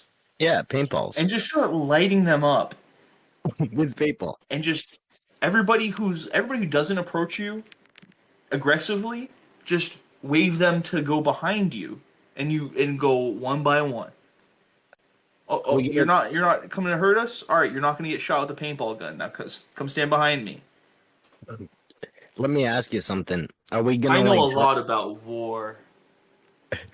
Let me ask you something. Are we going to drop paint on them like in Vietnam when they used to drop like the napalm stuff? Are we going to drop paint? That's All right, now you're starting to remind me of the American Dad episode. I have no idea what you're talking about. So there's a great episode of American Dad, the only Seth MacFarlane show that I watch, I love American Dad too. and it's the paintball episode. They reenact the Vietnam War with paintball guns and markers. Oh and shit. yeah, with the Sharpies and stuff. Yeah, yeah. It was great. I know exactly. That was a great. That's kind of what I was thinking of too. That's true. That, but they're actually taking over North Korea doing that. How cool would that be? Oh, that would be awesome. And then when it's all done, we just like go back to South Korea, like, hey guys, we wanted to give this to you. Thanks for always being there. And it's just a painted up mess, like it looks like a Jackson Pollock painting, but an entire country. Yeah. All right. Stolen gold toilet. Man found guilty over 4.8 million Oxfordshire Wait, gold. you don't want to know what happens to the people that fight back? Yeah, sure. What happens to the people that fight back? So, as they gain territory in North Korea, we build a big bounce palace place, like a big like a trampoline park bounce palace place, and that's their prison. So we just light them up with paintballs, right, until they give up, and we arrest them, and then that's where they're locked away, and they're just stuck in a bouncy prison. That's the best. And everybody on the outside can kind of like see through, like they can kind of see them bouncing around in there. But they're zippered up. They're zippered up so they can't get out. They're zippered up from the outside. Yeah, I mean, like it's think more like a big building. It can be a normal building, right? But inside is a lot of bouncy rooms and like big open bounce areas. That sounds almost like a mental asylum, honestly. Yeah, but they're just treated normally. They're just like given good food and treated well until they're like, you know what, bouncing is pretty fun, but I kind of want to get out of here and just, live my life better. And that's how you get rid of North Korea. So you're saying it's like a rehabilitation camp? Yeah. That we would just like put them to, All right. I get what you're saying. Yeah, there's no way they could ever fathom that this would happen to their country. So like they don't know what to think about. They wouldn't know how to react to this. You know what I mean? All the propaganda they've been fed, they'd be like, they'd never consider that we would do something so kind, so cartoonish, so aggressively kind. So aggressively kind. This is like how a group of hippies would go. Yeah, I mean, it'd be scary at first, but then like word would get around that like they've taken. There's no casualties. They've taken 5,000 prisoners. We've heard back from all of them. They're all allowed to use phones. There would be some casualties. I guarantee you somebody would slip on the paint and like hit their head or something. Honestly, we might lose some people. They got guns. But we're still going to roll in with paintball guns. They got guns. We're still going to roll in with paintball guns. I love that. All right. So we mentioned the stolen gold toilet. Great. Trump envoy says that Putin's not planning to invade all of Europe, so that's good.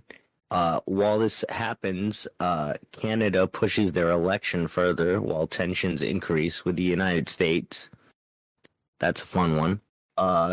North Korean dictator says he strongly supports Russia's invasion of Ukraine. Fun.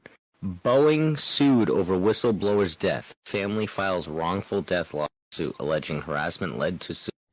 I think that one of my favorite things to do is to just like think about things in the way that like nobody thinks about things, like purposely. You ever Randonautica? Yeah. So you know how there's two settings where like you just get like a random coordinate? Mm-hmm. But then there's another setting where it calculates all like the most common points and then only gives you the most uncommon points. So it like goes to the void areas, the places that usually don't get picked or have never been picked. Yeah, they found some weird stuff there. There was like somebody that found like a dead body at one spot. There was somebody that found How they like, were, I don't know which setting they were lot of weird- using, but yes, that did happen. Well, exactly. I like to just think about like the void chaos aspect of like a lot of things, and just have fun with that. You know, just think about things that you, like in ways you're not supposed to, or people just don't ever like. Just think like, why don't people ever? Why have people never thought about this? Why hasn't this been done yet? Yeah. The thing I was talking about earlier is not one of them. It's pretty crazy, and I think it's possible, but that's not like a great idea. What do you mean? Taking over North Korea with paintballs. It's something I think is possible, but again, not a great idea. That's not a great. That was a chaotic thought that I had, and I really was having fun with, and it makes sense, but it's not probably a good choice. I think you're right about that. All right, but it's like powerful thought though. Taking over North Korea with paintballs, everybody. That seems like a powerful thought. It does seem like it would be a very peaceful way to end this whole conflict. We got a VR prison coming up. That's gonna come, in the future. That's pretty relevant to what I was just talking about. Instead of like a bouncy house prison, you got VR prisons now, and they can like play fishing games and do shit like that. Fishing games. They can play Roblox. Yo, that's actually a fantastic idea. Instead of it being like people locked away in like certain areas so they don't have to be in a real prison, they're in a real prison, but they're always in VR, and they just can have fun in VR. But like, nope, you guys stay locked up.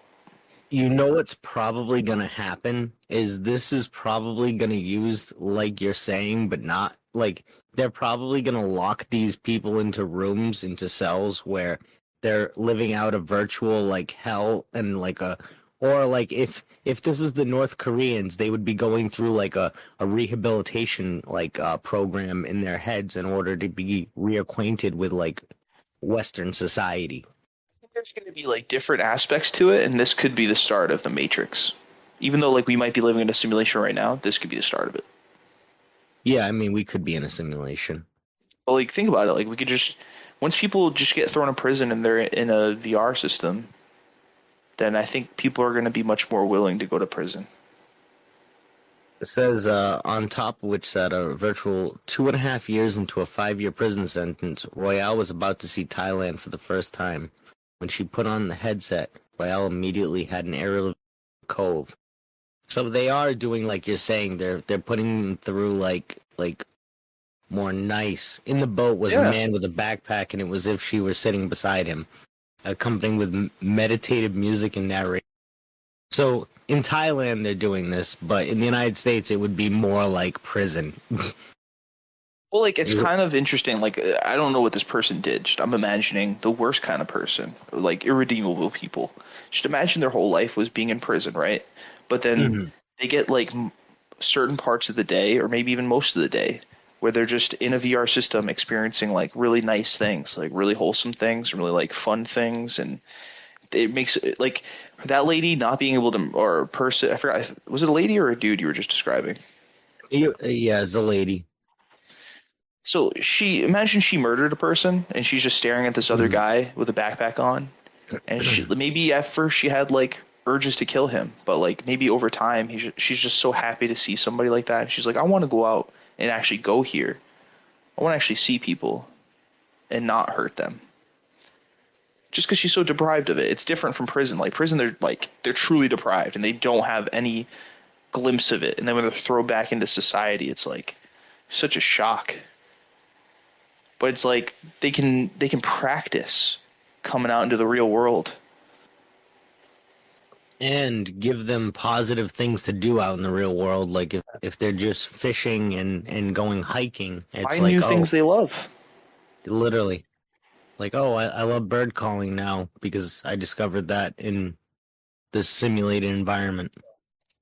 Murdered people and they've like done really awful, god awful things, objectively evil things.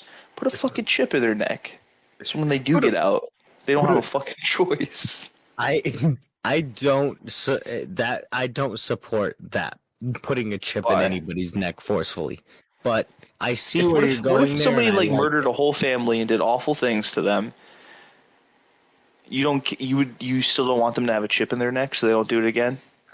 Shit. This is a moral dilemma, and I guess I'm so free bodily autonomy that I believe you should lock this person up, but you shouldn't put a chip in anybody. I don't think anybody's will, no What matter if the who it chip? What is, if the chip's for parole?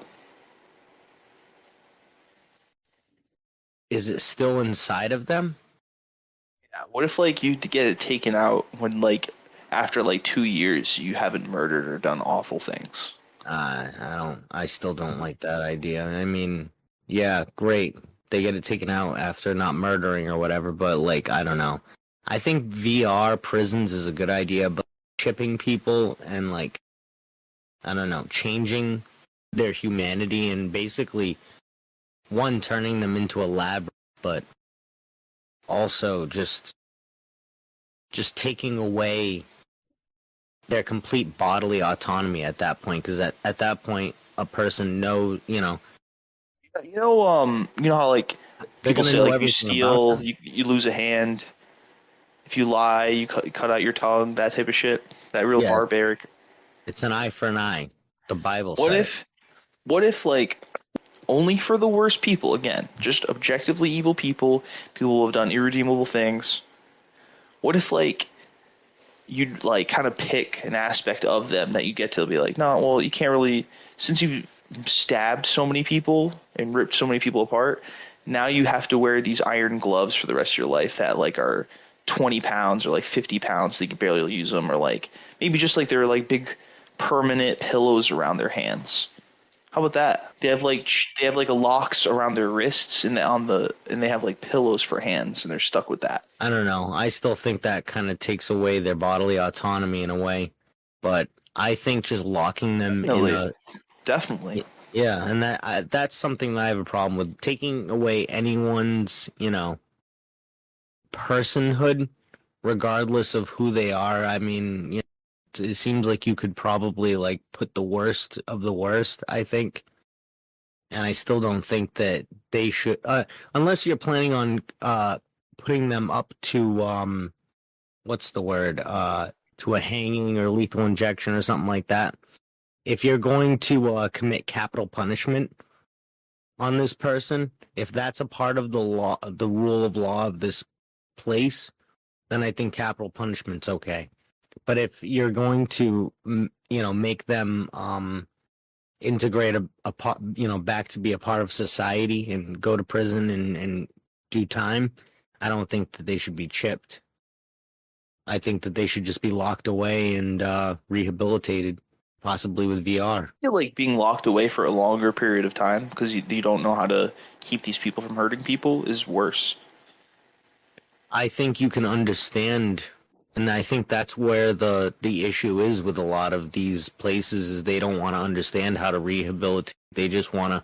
That's a part of the private prison problem. Like, all these prisons are for profit, and what they end up doing is wanting to be in the increase the rules and not regulations, but increase like the rule of law, make things more illegal so that they can stack up the prison so that they get more profit from the prison. It's just like it's an endless cycle, and people end up in prison for stupid shit, and you end up with things like even with Democrats, you end up with like the three strikes laws in the 90s with Bill Clinton, and a lot of people got locked up because of that, and a lot of people got locked up for life because 3 strikes and you're out. Like that to me, that's a travesty. I think,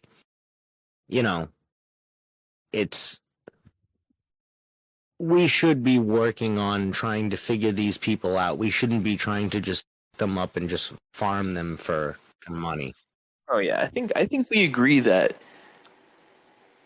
not to sound too cheesy, Not to be too much of like a Boy Scout about this, but I think positivity is kind of what you need to help people that are bad. Like they need. Exactly. It's what sucks. It's like you want to punish them. You want to like. Exactly. You want them to get theirs, but that's not going to help them. Well, exactly, and it's not It helps going them to to help get them. society. It helps them to keep them away from people, so they can't hurt them. It does, but But it you doesn't need to help help them, too. society when they get out, because once they get out, they're just going to either go back to like some rough ways, or they're going to just not understand how to integrate into society, or they're going to be all right. But those are the ones that make it through and do all right. They're not every case is not like that. So, what do you think is a better idea, VR prison or bouncy house prison? I think a combination of the two. I think you hit the nail on the head when you said like a VR prison, but like maybe you have the option to like go into like a bouncy house like simulation, or you have the option to do all this other stuff. Or How do you simulate a bouncy house without being on an actual bouncy platform? You know what's funny is I thought about that while I was saying it. I'm like, wow, that I have no idea how I'm gonna answer this. Comes back at me. I'm sure down the line they'll figure it out, but like we need these problems to be fixed now. I mean, they probably We need have fast solutions. They probably have some kind of VR where like you can walk or like jump on the moon. That would be close to like a bouncy house experience, Yeah. It would probably just be like some kind of like 0G kind of experience or something like that. But yeah, I don't know. I think virtual prisons is a good idea, but I also like think that kind of sounds terrifying and dystopic. If you use VR, you can't punish them with VR. You can't make them just go to 8 hours of school with VR. You need to let them have fun with very safe things. Well, exactly. You let them just like look at Google Earth or whatever, so they can go wherever they want, look at stuff. That's why I think it's a good idea, but I also think it's a slippery slope because this kind of thing can lead to brainwashing and just like crazy levels. Topic, like it just turns into they're just being like fed 100 images per second in their eyes. Well, literally, it could happen. Like that. Like Danny starting a Phantom VR program. Literally, it's just the flashing images, and they got their eyes like. We got cameras in there when it's people on beds just looking calm and like they're just normal, but we don't see what they're seeing, and they just see like a Cthulhu eye and just a bunch of images flashing. Yeah, that sounds very lovely, and that sounds like a great future environment for prisons. You only Jesus. if we had a prison like that, you'd only have to go into prison for like a week. I just want to say something real quick and almost not breaking the fourth wall, but just like coming to terms with like society. Like we're heading in such a crazy technocratic, like cyberpunk dystopic direction. For real. For sure, cyberpunk. Dystopic though, also we're heading in such a crazy dangerous direction in all directions, not even just one direction. Like VR prisons is just one idea, but it's a part of like a grander thing that just sounds like just so like oh, the old ways are done. We're done with everything that you've experienced, all your comforts that you've ever had. Like it's this is the future. The future is now. Like we've entered the new. Nah, dude. At the same time, like as I'm seeing this like harsh, futuristic world coming our way, I still think there's still stuff on our side. I think there's still things we're gonna use to thrive, and I think that once our problem is technology, I think we're gonna find some other ways to thrive. Yeah, no, I agree with you. I don't know. I'm not even thinking either about like the AI aspect of it. I'm just thinking too, like just the level of like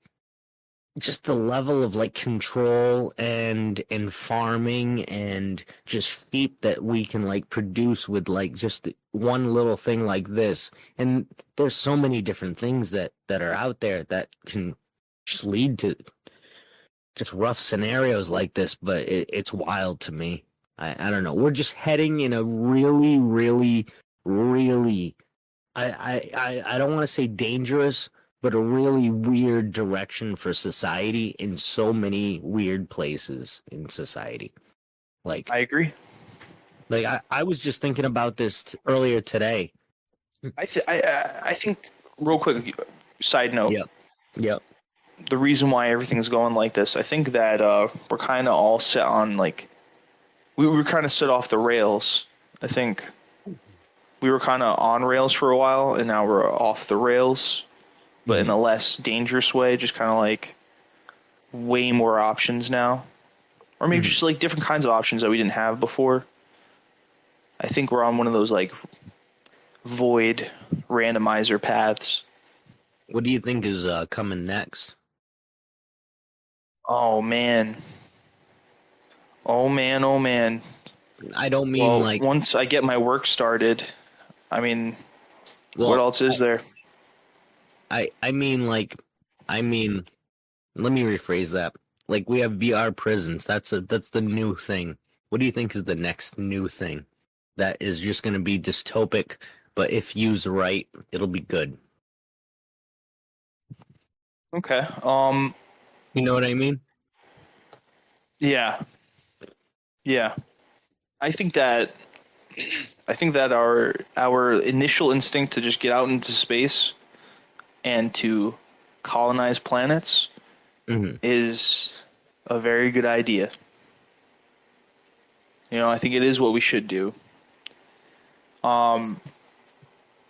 And some people might think that's leading toward a pretty dark future where we're just kind of like a galactic empire, or maybe even just we're living in a weird, dark dystopian future where we're on multiple planets, but life still sucks everywhere. I just think that going out there's nothing wrong with that at all. And it gives us more room to grow as long as we're not harming other things that we meet along the way.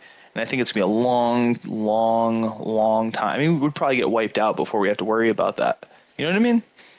Yeah, no, I agree with you, actually, completely. But at the same time, I also think that, like, they're trying to push us off the planet. They're just trying to make us sound like there's no room for us and we'll have to die.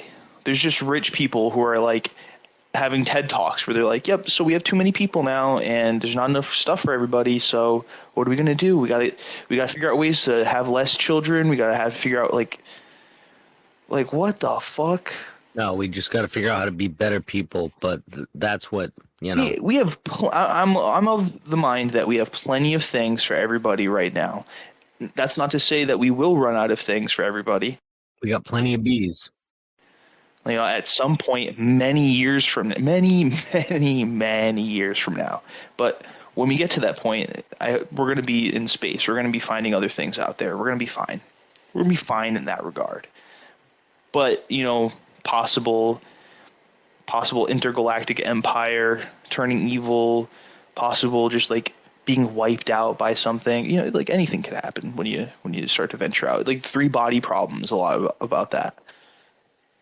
I agree with you, and I've always thought that that's just a natural progression of humanity, and I thought that's just a natural progression of an intelligent species is that we venture out. Exactly. But I agree with you in the fact that it can be flipped into being a darker thing, because we could grow into, like you said, like a galactic empire and just like start pillaging and being the worst of the worst. Think about how some people feel left out by their government or like just forgotten by, and like they really like people who have a lot of hardships and feel like they're really being ignored by everybody else in the world or society, right? Now imagine that times 1,000, because the people who run the world are on a planet that's like light years away from you. Think about how shitty that would be, right?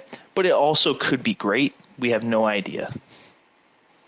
I think at that point it would be like Rome, right? Because Rome split into like different parts, and eventually it just kind of fell apart, and they all became their own things. Yeah, it's Star Wars right there. You know, we just exactly constantly just like that's just war amongst the stars. You know. What would eventually happen is like whatever empire that like took over like the different planets, they would eventually develop into warring factions with each other. Well, there'd be like a few of the factions agreeing like we need to change things, and then they start to like become a rebellion, and then once they topple the empire, now we have the rebellion being like, all right, now you get this, you get this, you get this, but we need to work together to make sure things work out, and then they all start to drift apart. Well, they don't even like rebel in that kind of way. Like they just split off into like their own like subgroup, and eventually you just have like different subgroups of like what was once like humanity is now just like a scattered different like empires that are ruled by different like leaders that wanted to do things different ways. Yeah. Shoguns, a bunch of space shoguns. A bunch of space shoguns, just a bunch of clans. Incarnated. And what are your thoughts on this theory about like the cult of Saturn? I actually have, I like lean heavy into reincarnation, actually. Like So, are you pro or against? I'm pro it. I think there has to be like, first, this is just like personal like belief, because like to me, like I feel like when you die, like having like eternal blackness is just like, I feel like that's just like unrealistic. I feel like there has to be like something else more. That's just like wishful, like that's the ego of like the human mind, and I'm just like thinking about that. Threw it in the chat GPT, and I basically asked it, I'm like, can you give me like an overarching conspiracy that connects every one of these conspiracies on this list? Like they were all different things that I just got from all kinds of different sources. And it basically described like that there's an overarching conspiracy related to like aliens controlling humanity and controlling the afterlife, and saying that the white light that you see at the end of the afterlife is supposedly like a trap, and what they want is you to go into the white light. This is all crazy, but supposedly like the aliens using reincarnation to keep farming our souls and our energy and the trauma and the things that we in emotion that we output on like a psychic level. They're basically farming that and using that energy. And I read that Saturn supposedly is like the satellite for this drawing in of energy, and that there's all these cults across like the world that worship, or religions that worship the idea that Saturn draws in this energy, and that it like connected like all these different things. It said that Anunnaki was basically use alien DNA to sew different slaves on planet Earth so that like the Anunnaki could mine gold and like all of this other shit. And supposedly like later on, they came and made a deal with Eisenhower to be able to use their own alien slaves that are called the Gigi to basically abduct humans and experiment on them. And that's why there were like a lot of, in the 50s and 60s, like alien abduction cases and stuff like that. And supposedly a lot of the music and like a lot of black magic and like cult at like the highest levels of society, like the Vatican and like all these are trying to push like you to like go into the light and to draw out that emotional energy from movies and music and all these different things in order to basically further harvest the energy, you know what I mean, from people, and basically like keep reincarnating people so that we can keep harvesting that, or not us, but the Anunnaki, I guess, or like whatever like intelligent being is like the evil like dark deity that they're talking about that controls Saturn. I know that was a lot. This is what ChatGPT gave you. I swear to God, I swear to God, this is what it gave me, but it turns out this is actually like a real conspiracy that a lot of people like actually believe. That's crazy. That's fucking wild. It is. Most occult worship like is involved in like this conspiracy. So there's the idea that the Freemasons worship this black cube or something like that, and worship Saturn specifically. A lot of these death cults that like kill off their members or like just do crazy bad shit, end up being like related to Saturn specifically. It's wild.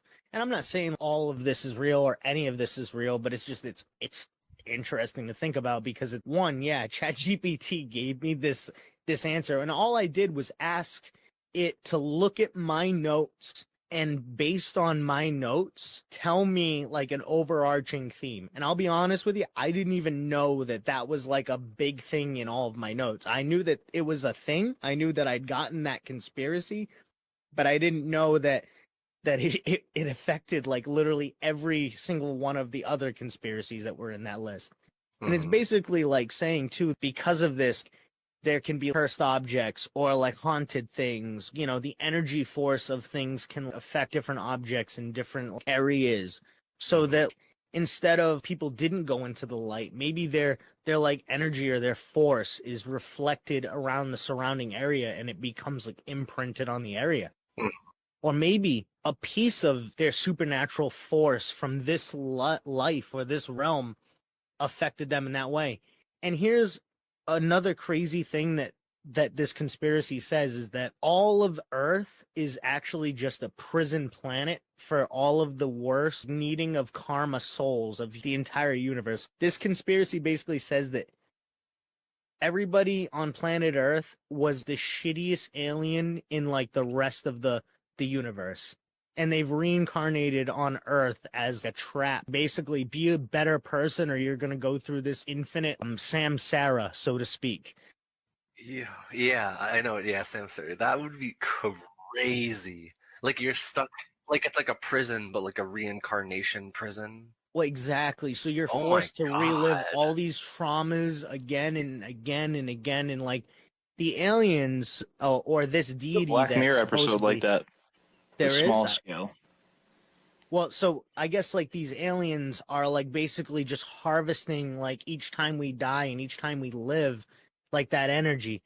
So it's just fucking crazy. It to me was like one of the craziest conspiracies I ever read because it had so much involved, but like made so much sense.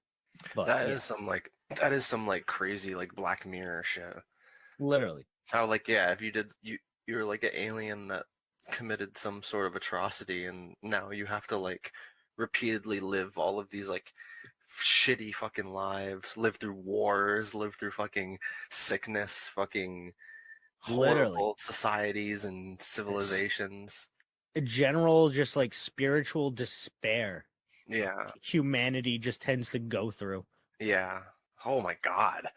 That would be terrifying. It would, but it would explain why so many people are like so different too, but we also like a lot of people fit a mold or like a caricature, so to speak. Like you know what I mean? Like we all kind of fit into like a group, so to speak. So it's like, what if that group was just like an alien, like, and I'm not saying like racially, I'm saying like as like a personality, you know what I mean? Yeah. Like I've met people who like have like just the like such similar personalities to other people that I've met that like you could almost fit them into like their own little subcategory. It's like almost like the MBTI kind of thing, like the Myers-Briggs personality test and all that. Like a lot of people like they fit into their own little world. So I'm wondering if like maybe, you know, they say that we knew each other in a past life. Well, maybe that was true. Maybe they're souls that knew each other on planet Xenon or fucking whatever. And they're like, you know, everything was good until Galactus showed up and fucking ate our planet. And now we wound up here on Earth because we were kind of shitbags of the Xenonians. Yeah.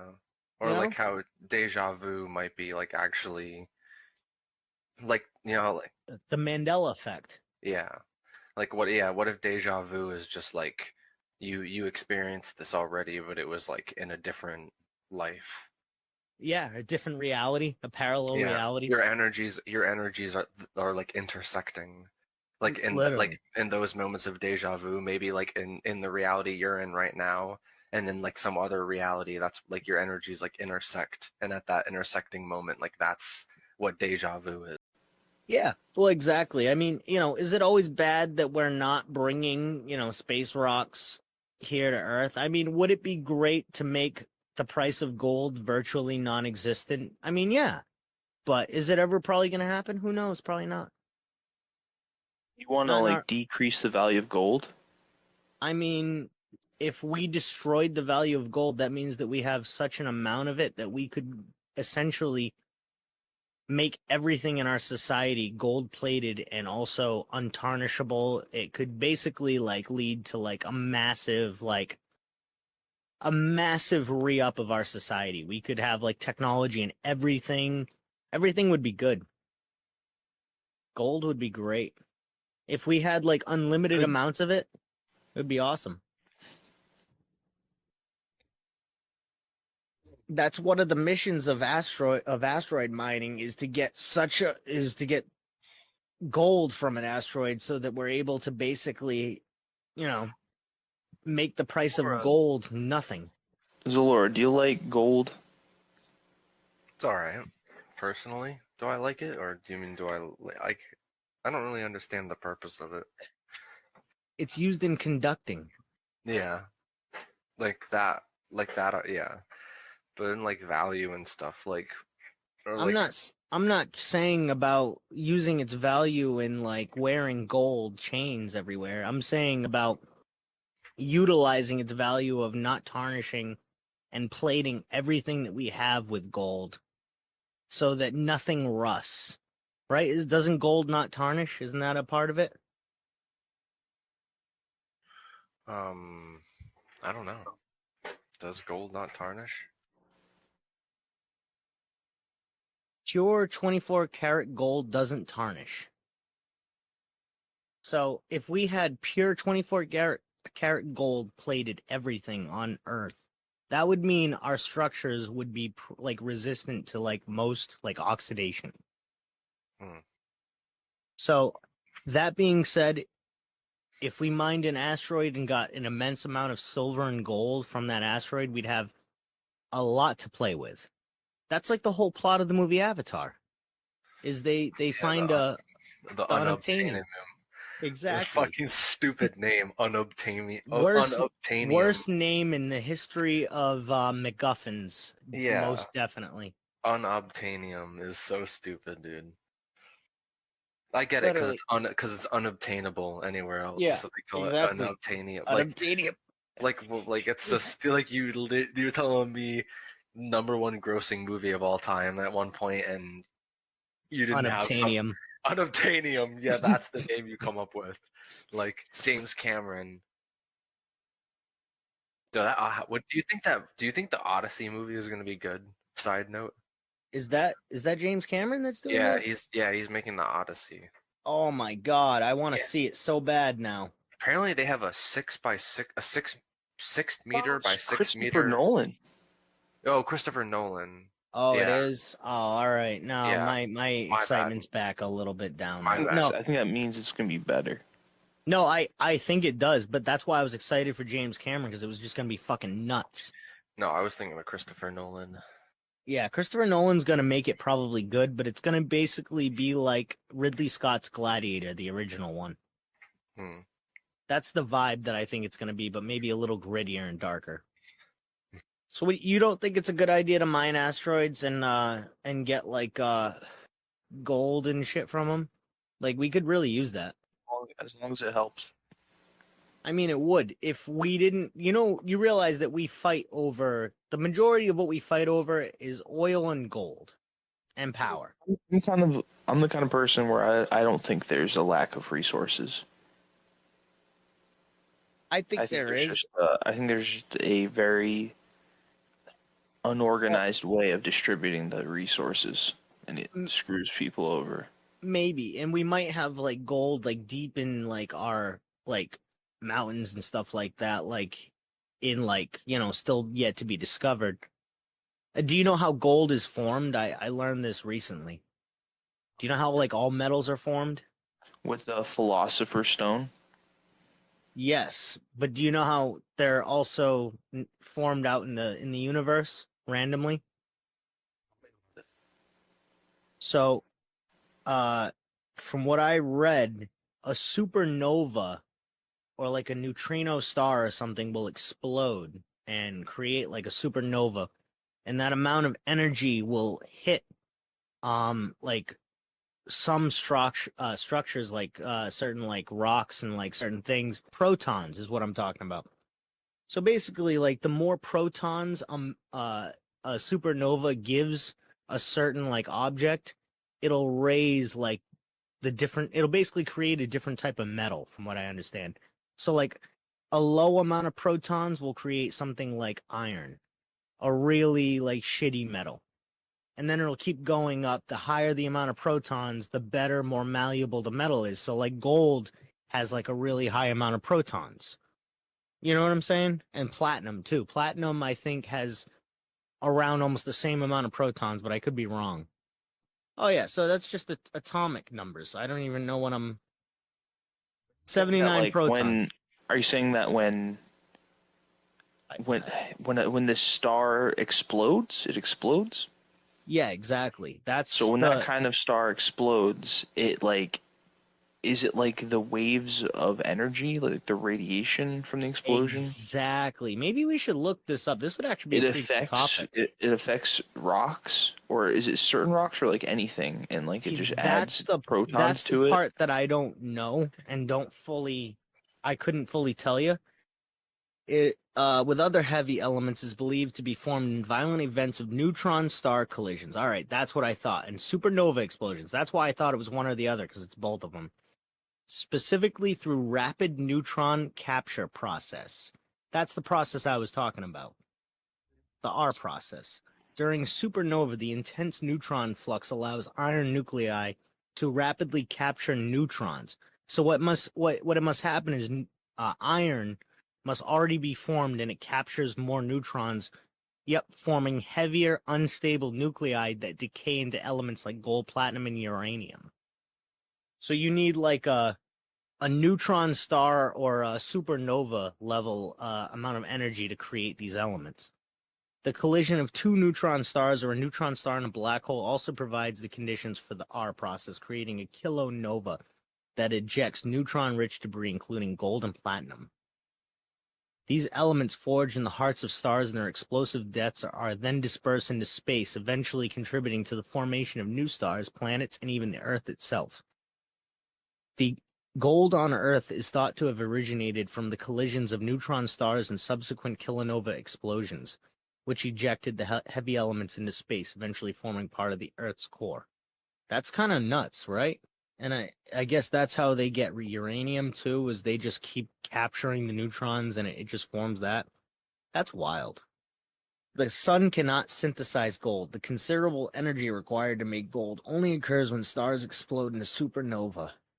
So that means in order to create gold naturally, or like to synthesize gold naturally, we'd need to like channel like an energy that basically is the same energy of a supernova.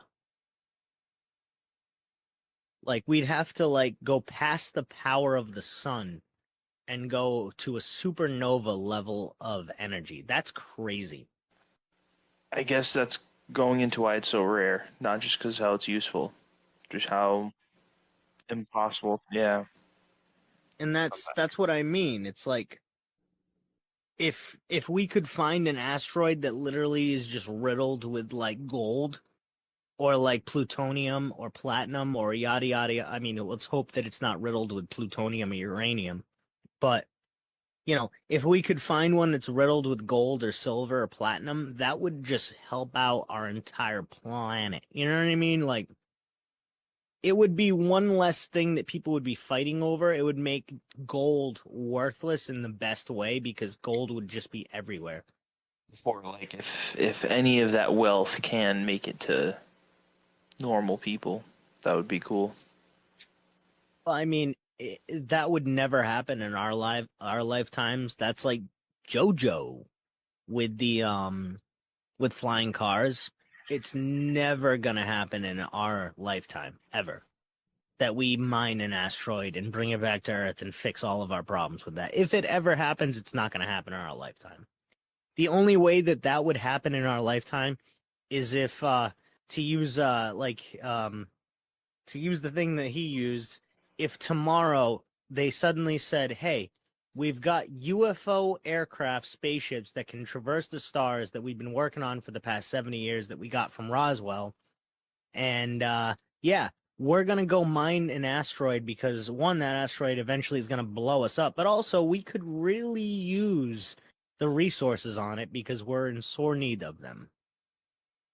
I don't know. I think mining an asteroid's a great idea, but it's like one of those sci-fi ideas that it's so possible, but it's so not possible right now.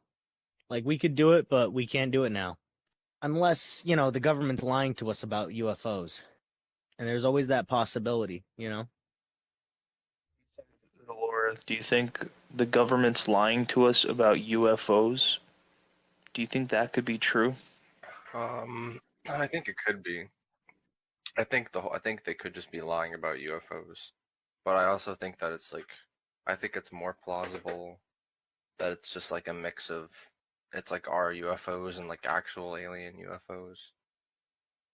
But the whole UFO thing could just be a whole elaborate government psyop. Well, that's what I mean, though, that they're lying, is that they already have UFOs and that they can, like, theoretically even go into space or, like, go to Mars at a whim if they wanted to. Oh, yeah, probably. They probably have UFOs that have, like, advanced propulsion systems where they can just, like, fucking go. Like that, what's that dude's name that talked about the fucking anti-gravity thing? The Cybertruck guy? The Cybertruck guy? Oh, no, I don't want to go there if that's not what you're talking about. No, I'm talking about the scientist who worked in Area 51. Oh, Bob Lazar. Yeah, that guy, yeah, Bob Lazar. Yeah. He was talking about like how he worked with like an element that could cause like an anti-gravity field. Element 115, Moscovium. Apparently it's a real element too. It is real, but Moscovium, let's see. I think it's got its own Wikipedia page. Synthetic super heavy and highly radioactive element with atomic number 115 is named after the Moscow region in Russia, where the Joint Institute for Nuclear Research is located. It was first synthesized in 2003 by a joint team of Russian American scientists. That's crazy. I didn't know that it was synthesized by a joint Russian American team. That's wild. yeah. It just has that form of it has no use, but the form of it that he was working with supposedly, like, it created like a anti-gravity field. Yeah, I think we've got like a shitty version of it. It has a half-life of only 0.65 seconds. That's crazy. Yeah, it doesn't last long. It lasts like 2 seconds and then it's like gone. That's nuts. Like, to give like I guess a comparison, LSD has a half-life of 24 hours in your system. Mm-hmm. So after 24 hours, it degrades by half of what it was in your system in potency. And then that's how half-life works. It just keeps cutting in half the amount of potency until it's next to nothing is in your system. So if this thing takes 0.65 seconds of a half-life, that means that its potency is almost destroyed within literally seconds. Like under 5 seconds, it's like probably unusable. Probably under 2 seconds, it's unusable. It's an unstable element, it sounds like. Well, yeah, exactly. Its most stable known isotope has a half-life of 0.65 seconds. So that's the most stable version of it, has that half-life. I'm trying to level up like you. I'm trying to get like you, dude. Yeah, no, I mean, you're good. You're chilling. You have a good thing going. I am chilling. Yeah. I'm just sitting down right now. Thank you. Yeah, I'm sitting down too. There's still nobody in here. I just talking shit about the bar. Like, yeah, man, this place is empty. Yeah, no one's out here. Where is everybody? Hey, where's the party? It's because it's fucking freezing out. But it's not that cold. I'm layered up. and this is like a tent. But you got a fireplace next to you, right? No, actually, I was trying to turn it on, but I don't really know how to turn them on, and I don't want to blow myself up. Mm. You know. Well, hey, just keep laughing and it'll warm you up. Yeah, that's what I'm doing. Chatting with my buddy. I got a good idea for a new topic.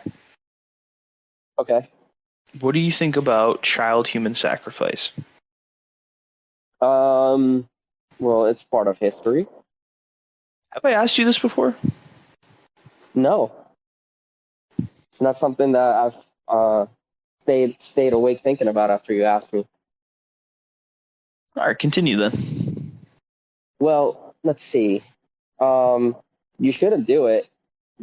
You know, I don't think that's how it works. You should not do it. I wouldn't do it. I think maybe that's why people switch to animals. I wouldn't even do that. I would not sacrifice something. There's child human sacrifice in the Bible. I know. It's fucking crazy. Yeah. It's kind of everywhere. You think so? Yeah.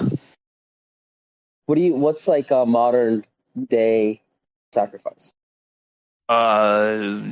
Epstein's whole empire. Oh. His machine. Oh yeah. I mean, you could look at it. You could look at the parts. You could look at the parts where it's just like, trafficking and horrible abuses. But you can also kind of like see where it might get a little woo woo, a little spooky with the temple, and I just wouldn't put it past people living a bunch of like crazy powerful people in a sadistic playground where they can do whatever they want to these poor kids. I just wouldn't put it past them that they might want to sacrifice one of them. Well, I wouldn't put it past them either. But suck the adrenochrome straight from them. I mean, I think it's kind of a different thing though, because there's not really a sacrifice. It's more like a taking out the trash. I bet that happens way more than actual sacrificing. Well, when you think about a sacrifice, it's like you're sacrificing something. So people were like, you gotta sacrifice a baby to get food.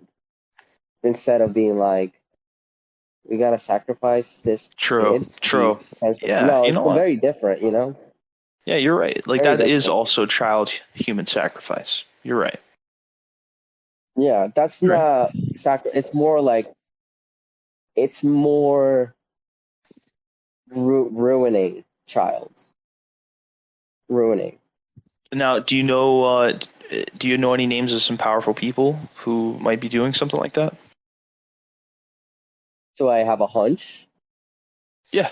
Throw just a hunch. No allegations, just a hunch.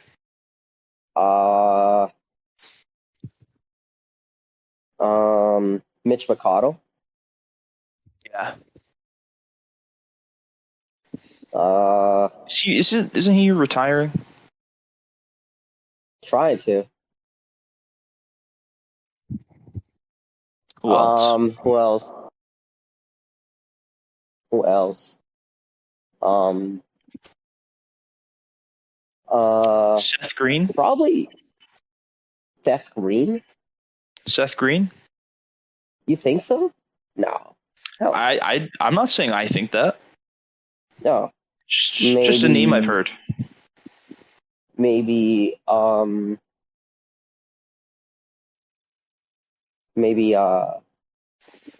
don't know. James Cameron? Neil deGrasse Tyson? Neil deGrasse Tyson? Yeah. Maybe Raven Simone. Maybe. But you think... Look what happened to her co-host. Wait, what? Her co-star. What happened to her co-star? He just turned into like a psycho. Raven who? Maybe she sacrificed his soul. Damn. No, I don't think so. What's her last name again? Oh, Raven Simone. Simone, yeah. You know what? I think you're onto something. She looks freaky. Well, she's like she has no hair. Oh yeah, that's her new look, I think. Yeah, like bald. She looks freaky, dude. Well, hopefully she's not, doing any more sacrificing. Rachel Ray? I'm just throwing them names out there. I mean, that's all we can do, We just gotta name names, think about it, see what sticks. That's all we can do.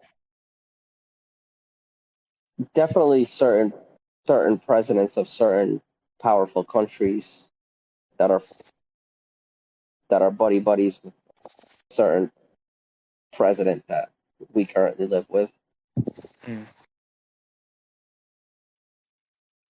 Zelensky, right?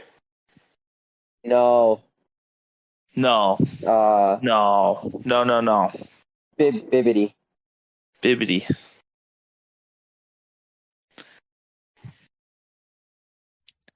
Zelensky's a good guy, right? Zelensky, it's so they say. So they say. But so far, he seems to be a better leader than certain leaders. Yeah, he seems, from what I've seen, he seems pretty all right. He seems pretty cool. And I wouldn't just say that about anybody.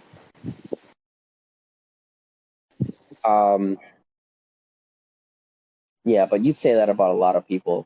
So that's why no, you I don't. Be careful. You don't? No. Sometimes you do.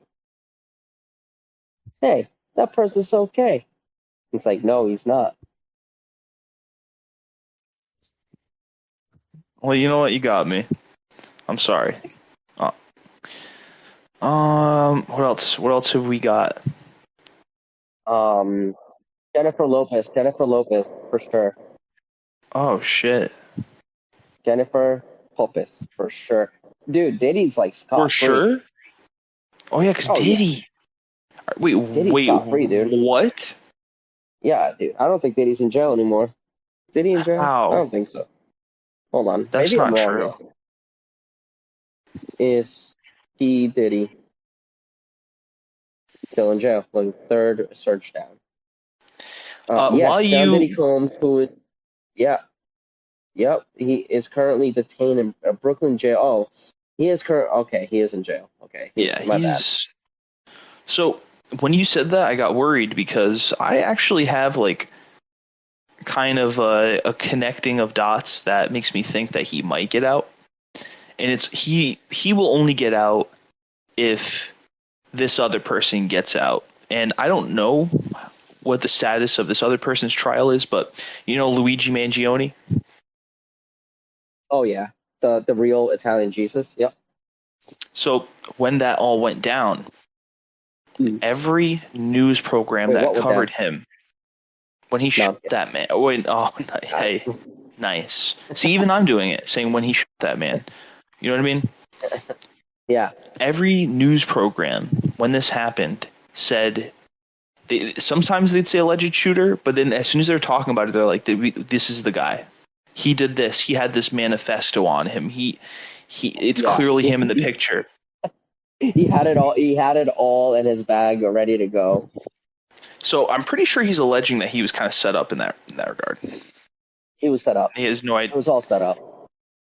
So I just think that if something this big was going to be coming out and there's a lot of important people who need to be able to get off for something, if Luigi Mangione is immediately told is immediately described as the person who did this crime before his actual sentencing, then he might be able to get away with it by saying that this is not a fair trial. I won't be able to get my fair trial because the entire world decided that was guilty. Well, that's the big defense with his defense attorney. It's the way All these people weren't saying allegedly. All these people were saying I did it, and like they were reporting that to the world on the news. So he might be able to. Maybe there's something they can work with that, but at the same time, they could do the same thing with Diddy. So I was only thinking that if Luigi Mangione gets off for this, that's a road for Diddy to get off too. Oh yeah. Because he could be like, yeah, everybody just said I was a pedophile immediately. Like, he could just say that. Like, yeah, all this shit happened and my life was over, and they demonized me in the media immediately. Well, that's going to be a natural, like, public opinion is going to spread like wildfire no matter what. Absolutely. But if they can use that in Luigi's case, that's precedent for them to do it in Diddy's case. And that'll just help Diddy's case. But there's more proof with Diddy. Oh, absolutely. Absolutely. I'm not a lawyer. I'm not a lawyer at all. I have no idea what I'm talking about. Yeah, me either. So I should probably, say that also. Oh, yeah. You're not a lawyer. Yeah. I am not a lawyer. Nor a doctor. Yeah. But I just think, like, Diddy's going to get scot-free, not because of technicalities, just because of how powerful he is. Or he's not, or maybe it's going to be an Epstein thing where he just dies in a cell. So I don't think Epstein's dead. I don't think he's dead either. 100%. I think it was a body double. I think that he's rich enough to get out of it. Oh yeah, absolutely. And I think that P. Diddy might be close enough to be able to get away with it too. I don't know about it though. He's pretty close, but I don't know. There's so many. The people that Diddy was with, like, they're sloppy, I feel like Diddy's gonna go down. Yeah. Well, I hope so. I'm pretty sure he's guilty of those things, and I hope he does get in trouble for those things. If he doesn't go down, then that means that there's gonna be a third term of who. Oh man. I think that's like the scope of where our world and our laws are. There's no accountability for these people. I remember when he talked about that, I think, in his first term, saying that, like, hey, if necessary, we might need to stay on for a third term, and people people freaked the fuck out positively when he was saying it to them. His crowd, obviously. Scary. Well, what's scary too is that you can't, like, if they're trying to crack down on people talking shit about Tesla, calling it like it's a terrorist act to, like, call violence upon the Tesla. I wouldn't go around attacking other people's vehicles. I don't think they should be doing that. That is fucked up. I was telling our mutual friend that I think that if a lot of this stuff doesn't go our way, if we don't get the convictions we need, if we don't get the answers we need, Diddy, Epstein, and all that shit, that people are gonna, like, have to rise up in a crazy way. They're gonna have to just storm the castle, rip the heads off the lords, but metaphorically. Honestly, I think the time is probably now for that to happen. Rich people can't get away with just playing with us like they're things. Unfortunately, dude, we signed our life away when we joined Facebook and all these apps and digital age shit. We signed agreements for them to take all our shit. I don't touch the stuff. I wish I didn't. Wish I never have. You wish you could go back? Oh yeah, I wish I could go back and be like, no, don't make a Facebook account. If you could go back in time, but you could not change anything about what you're seeing or witnessing, where would you go? And you have 10 minutes. The dinosaur era. You just want to see dinosaurs for 10 minutes. Yeah. Okay. That's pretty. I mean, yeah, hell yeah. That's not a wrong answer. I I was wanna looking for see- something more. I was thinking that is exciting, but I was thinking of something more like, I don't know, like hidden or like. I want to see two dinosaurs fucking. Two T-Rexes like mating. That's a good answer, actually. Yeah, I want to see them like. Nobody's ever seen that. You want to be the one person. That's pretty cool. I want to be the one just like a awesome view from like a thick cliff, and just see these two T-Rex go like. Anytime anybody's bragging about like if you ever hang out with somebody and they're bragging about like a hookup that they had, you could just be like, yeah, well, I saw two T-Rex fucking. You're like, yeah, you think you go at it? Nobody goes at it like a T-Rex. Dude, and I want to see if they actually have feathers, because that makes dinosaurs more terrifying. True. If they have feathers. True. This is true. Because they say a T-Rex is like a chicken, right? The chicken's the closest thing to a T-Rex. Is that true? Yeah. That's incredible. Mm-hmm. That's pretty cool. So I'm imagining like a T-Rex like charging at you from like a giant mountain, but it's like gliding down also. Oh, but they had the tiny little arms, so like there's no way they had wings. Well, with wings, it would be even more terrifying. But they didn't. There's no way they had wings. Well, do birds have big arms? No, if you see a skeleton of a bird, they have little arms. You know what? I'm not looking at a bird skeleton compared to a dinosaur T-Rex skeleton. I can't talk right now.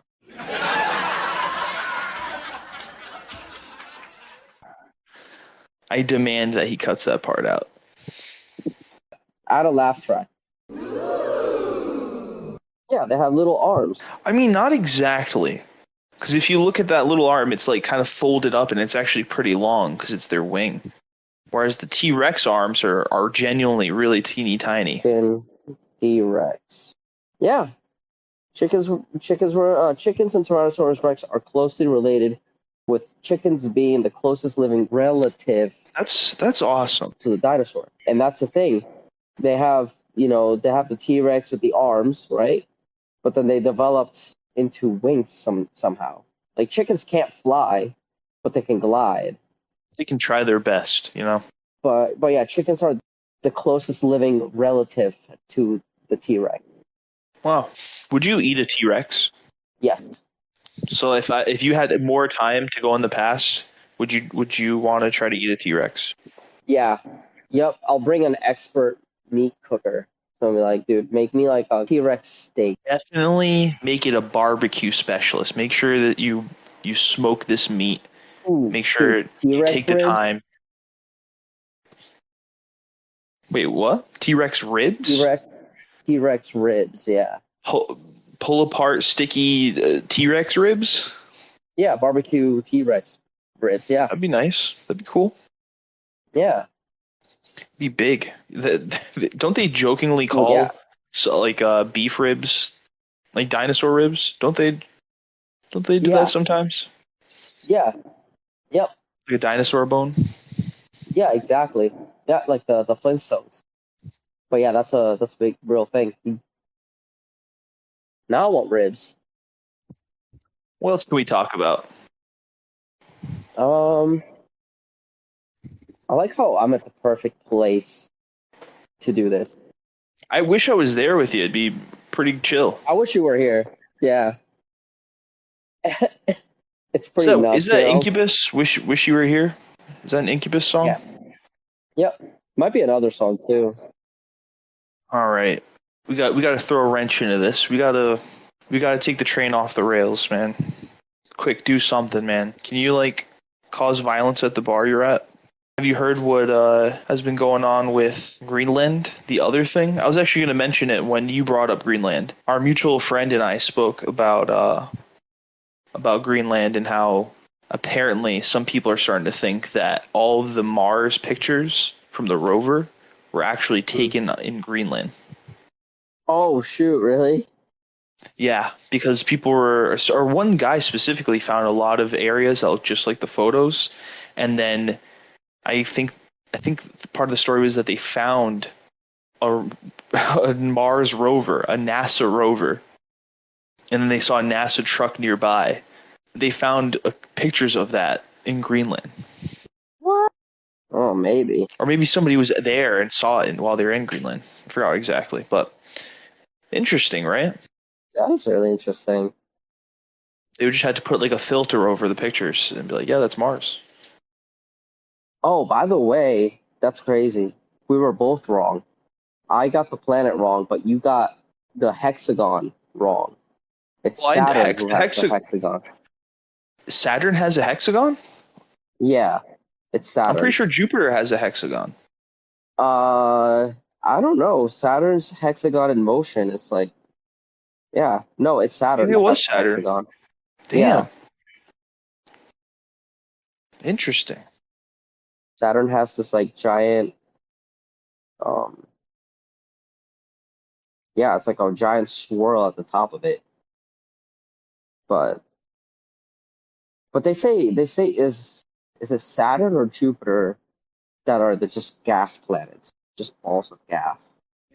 If Saturn has a hexagon, so does Jupiter. I just looked it up. If Saturn does, they both do. Oh, okay. Isn't that interesting? That is interesting. It's all about the bees. I got I think only one more thing I want to ask you.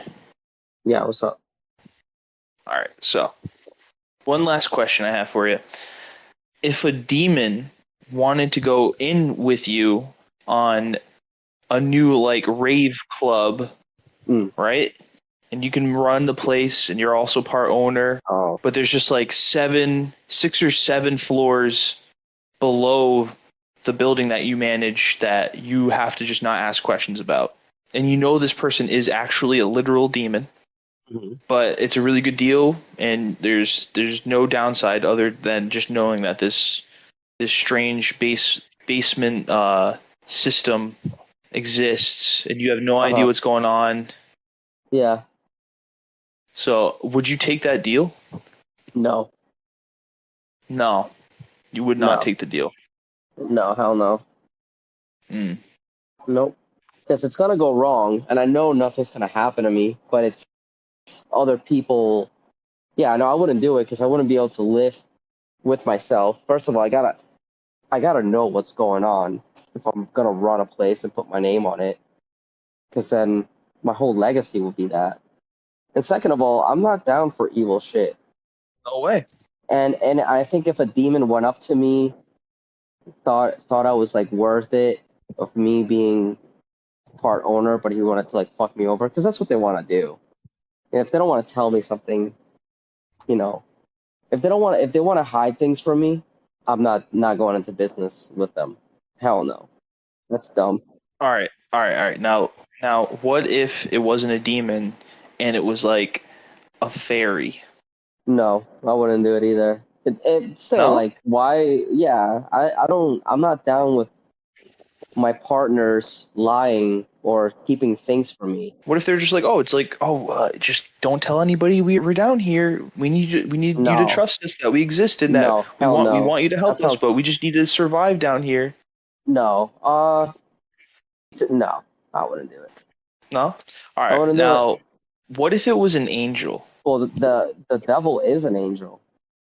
No, but like, what if this is like very clearly an angel, and they want to do good. They're telling you like, oh, like we love you and we want to help you. And we know that you have a good idea here, and we would really love to work with you on this. But we just need this area of the building, these basement levels.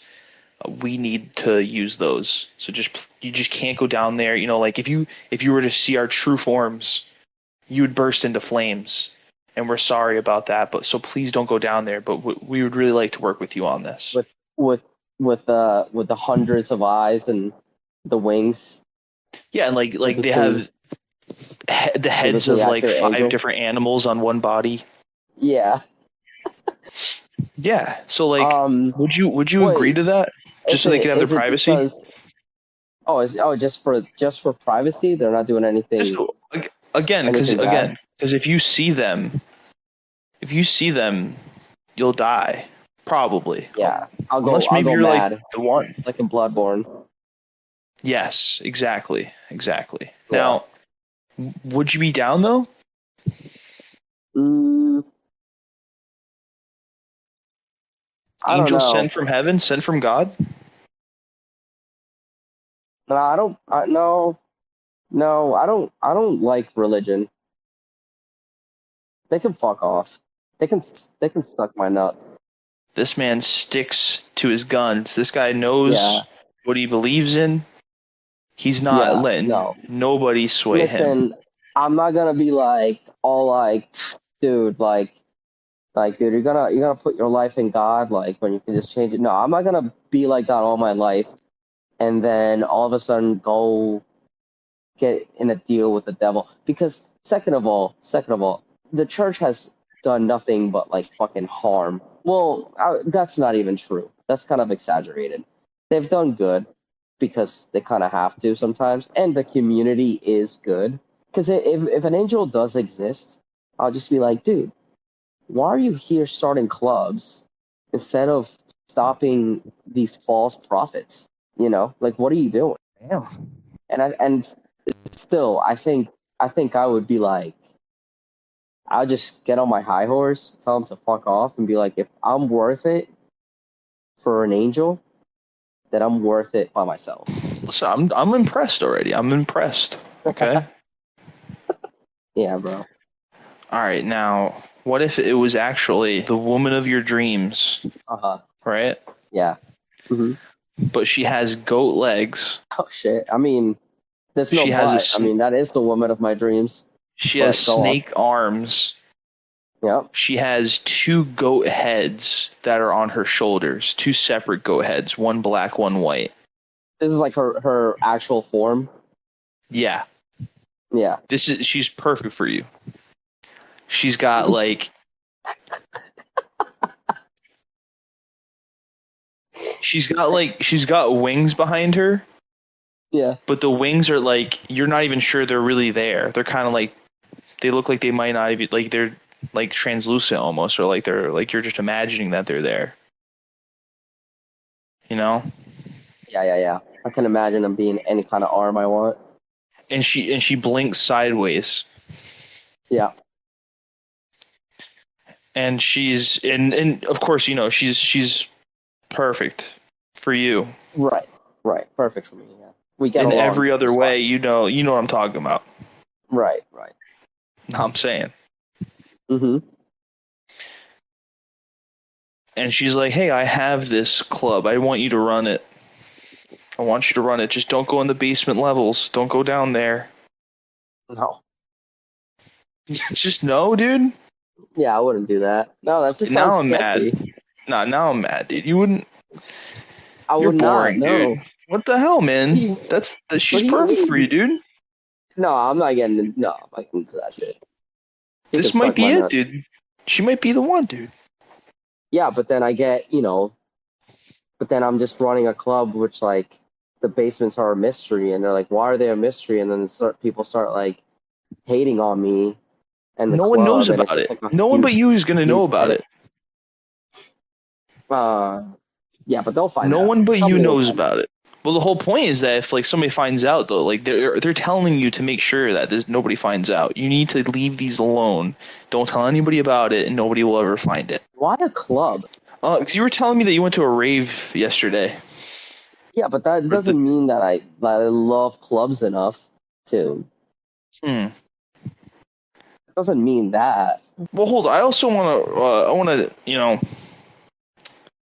I want to circle back a little bit to another part of this. Do you assume this woman's evil because of her appearance? No, no. What? Not because of her appearance. And I don't assume somebody's evil. It's the basement levels? Because the basement is like, hey, just don't tell anybody about the basement levels. Yeah, but that's like her property. She's just asking you to work for her for like a really good deal. But I would honestly, first and she's of all, eyeing you, not, and her snake arms are writhing all over you. No, I wouldn't do it. No, I wouldn't do it. Her snake arms are winking at you. No, because she just wants to use me to run a club and slave on a club, and I don't want to be at a club that much. I don't want. How are you going to jump to a conclusion like that about this woman you just met? Because if I run a club, I'm gonna have to be at the club, and I just met her. Why is she using me? She's no. None of this is a good deal. None of this is a good deal at all. I think you could have had it all, man. But that's all right. Yeah, well, I have myself. That's true. No, that's true. I can go. Listen, I can go to any bar I want, anytime I want. I don't have to be at a club. I don't have to run a club. First of all, but now you know that she's out there, and you know you miss your chance with a woman with snake arms and goat legs. No, then it's like if I'm worth it for a celestial, like biblical being like that, then I'm fucking good enough for any other bitch. All right, I think I got what I need. Thank you. Perfect. All right. What the hell? That was good. So this has been As the World Burns. I'm the anti-host. This is my guest, Los. What's up? He's a really cool guy, and he's got really strong convictions. And, you know... I really got to pee, too. That's really respectable, and he's got to go pee. We're going to let him go, and we'll hear back from him soon. Again, this has been As the World Burns. Goodbye. Right. Trust no one. Do you think we're heading in that direction? In a Total Recall direction, or like all of these cyberpunk futures? Oh yeah, most definitely. I think you hit the nail on the head when you whenever you say that we're heading into a cyberpunk like kind of like future. We're definitely heading into like a dystopic, like connect your brain into the cybernetics kind of future. And whether good or bad, like there's certainly a lot of good things with that, but there's going to be a lot of bad things with that. Something that I've always felt strongly about, that I've talked about over the years, and I've mentioned to you earlier, is coronal mass ejections. But there's a specific scenario that I have in my head that if a coronal mass ejection were to happen on a cyberpunk dystopic society, it would go way worse than I think what even we think is possible. So like given like if hundreds or millions of people decide to put like chips in their head, what could potentially happen is if a coronal mass ejection fires out and hits Earth, all those people with chips in their heads could immediately fry. Same thing with pacemakers. No offense to anybody that has a pacemaker. That sucks. You need it to survive. But if there was a coronal mass ejection, that pacemaker could literally fry inside of you. It'll happen to anybody with any kind of cybernetics or anything inside of them. Their entire left or right half of their body could just stop working. All of a sudden, just they could fall down and not be able to use half their body. And at that point, I think they would just shut down. No pun intended. But what if by this time in the future, the planet is covered in an array of satellites that form some sort of field that can protect us from these? I don't know if there's enough satellites that you can form as an array or a field that would protect us from a coronal mass ejection, especially one that's big enough to touch our atmosphere like that. It would literally fry everything. There was something in the 1800s called the Carrington event, and from what I remember reading about, it was this event where there was a coronal mass ejection, a solar flare, a really big solar flare from the sun. And what it did is we had all these telegram wires around the United States. We had almost no electronics at all. But from what I was reading about, it completely fried all the telegraph wires around like the world. Literally any slight little tiny little bit of electronic thing that we had at this time, which was not much, got fried, and if I'm not mistaken, even potentially caught on fire. So imagine the level of energy it takes to do that, to set something on fire. And yeah, sure, maybe we'll have satellites around there, but what I think will happen is those satellites will just get hit with a wave of radiation and just fall out of the sky. And by this time, what we'll have to worry about is coronal mass ejections or solar flares happening, causing satellites to just right out of the sky. I think that's going to be a major issue one day. And I saw a number, I think it was today or yesterday, and it was the number of satellites in the sky just in the past 20 years has risen so much. And we have thousands of satellites in the sky. So many. It's crazy. But imagine all those just coming down at once. Imagine planes falling from the sky because of a solar flare that just happens out of nowhere. It's scary. Do you think we should just go underground?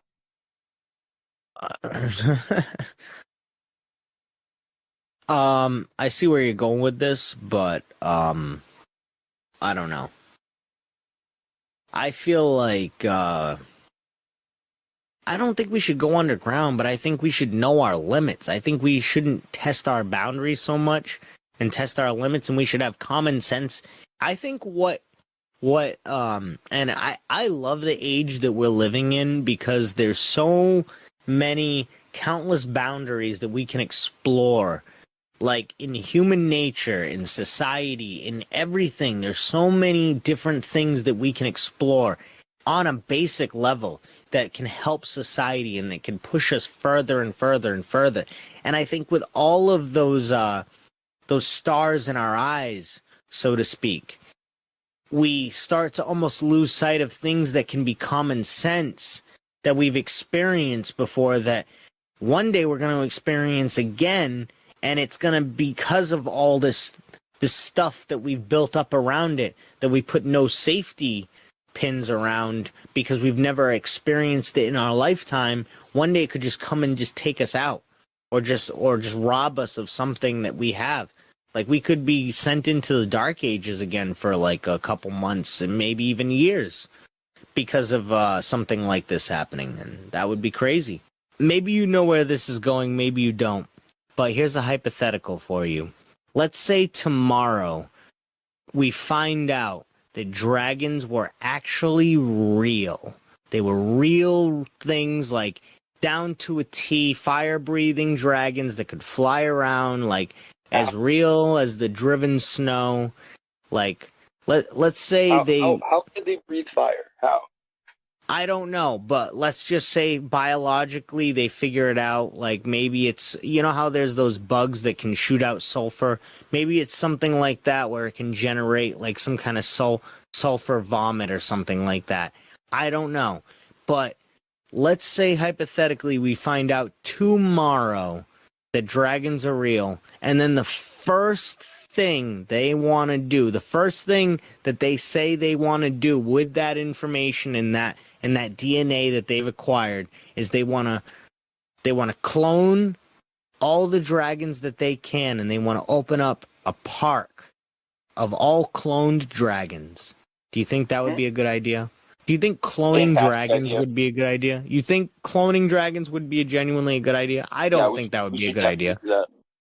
I think we should clone dinosaurs before we clone dragons. And that being said, a dragon would just be a dinosaur, but I think we'd have a better chance cloning most other dinosaurs than cloning a dragon.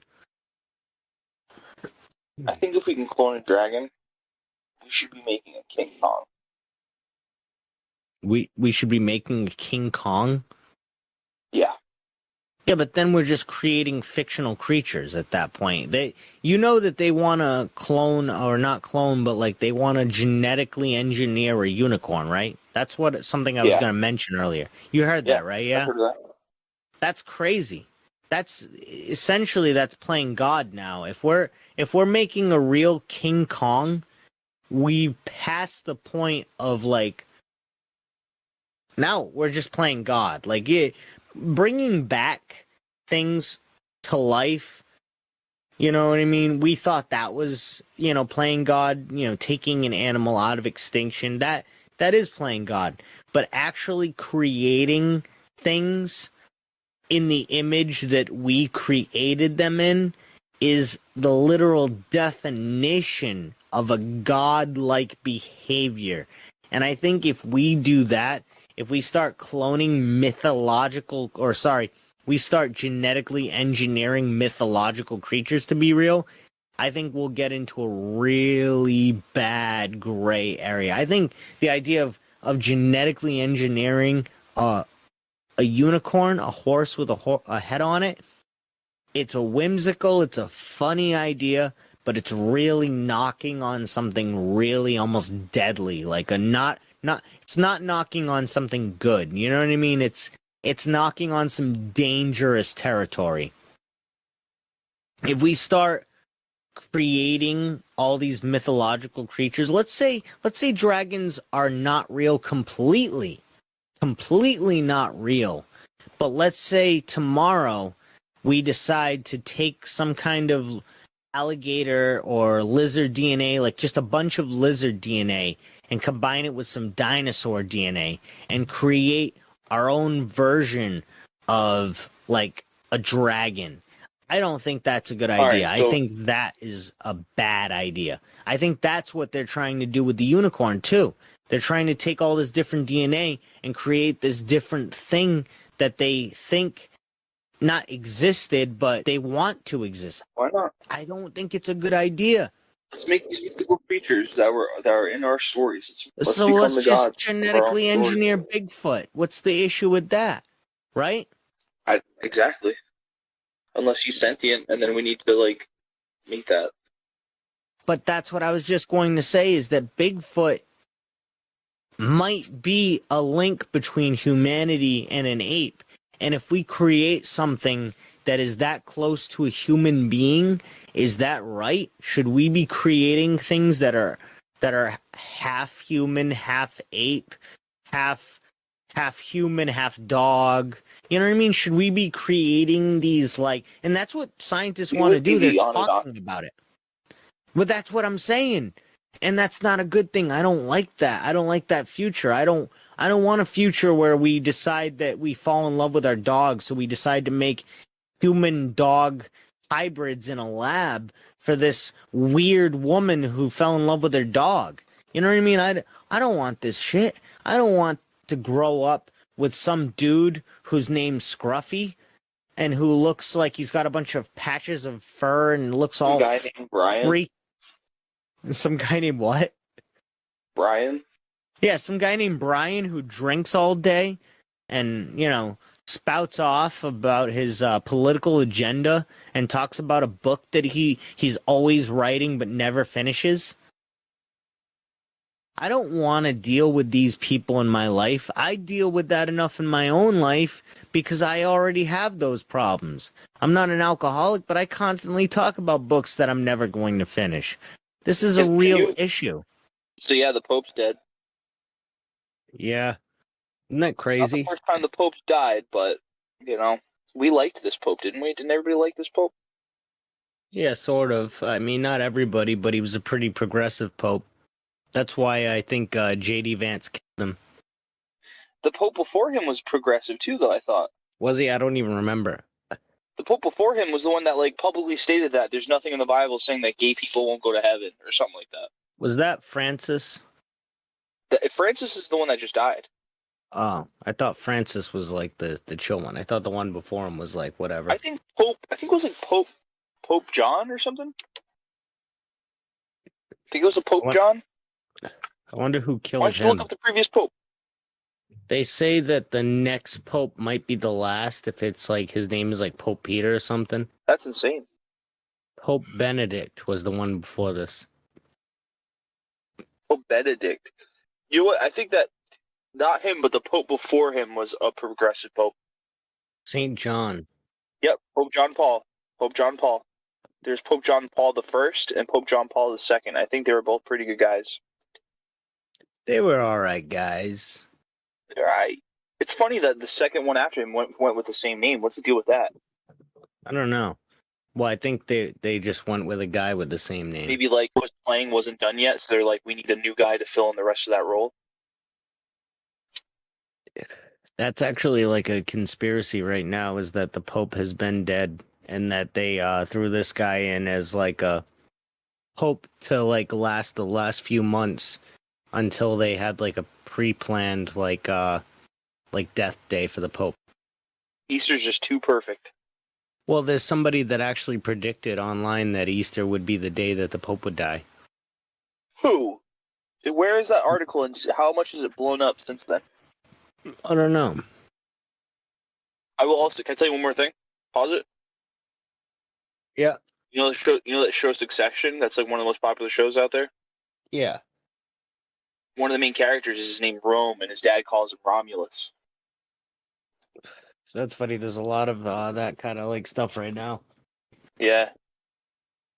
All right, go ahead. Play the video.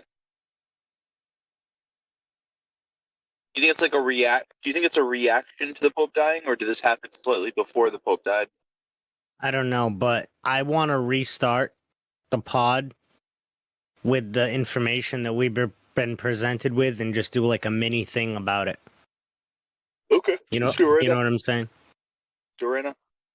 Welcome to As the World Burns, a small burn for you today. Today we're going to be talking about Pope Francis dying on Easter, and also Then I want to talk about J.D. Vance too. killing the Pope, probably. All right, so the Pope just passed away at 88 years old, and it was most likely J.D. Vance that was able to do the killing blow, allegedly.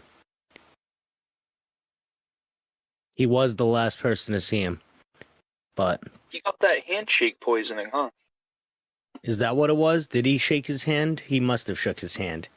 Shook the Pope's hand, and the Pope You know died. what he could have actually done is when he shook the Pope's hand, he could have like transferred like some weird American germs to his like Italian brain, and then basically accelerated Was this his. Italian? I'm not sure, but the Vatican is in Italy. Yeah, but they could pull like a German Pope or like a. I think there Yeah, could even of be course. like a Pope from America. Let's just assume that he's Italian or Brazilian, either one. But Yeah. so this Pope, this Italian or Brazilian Pope, most likely came into contact with J.D. Vance's Americanized germs that were all shooting shotguns and going yeah, and like had like cowboy hats on and shit, and was shooting off pistols and stuff. That's what the germs look like in America, for anyone outside of America. But Just watch the commercials for our drugs, and you'll see what our germs look like.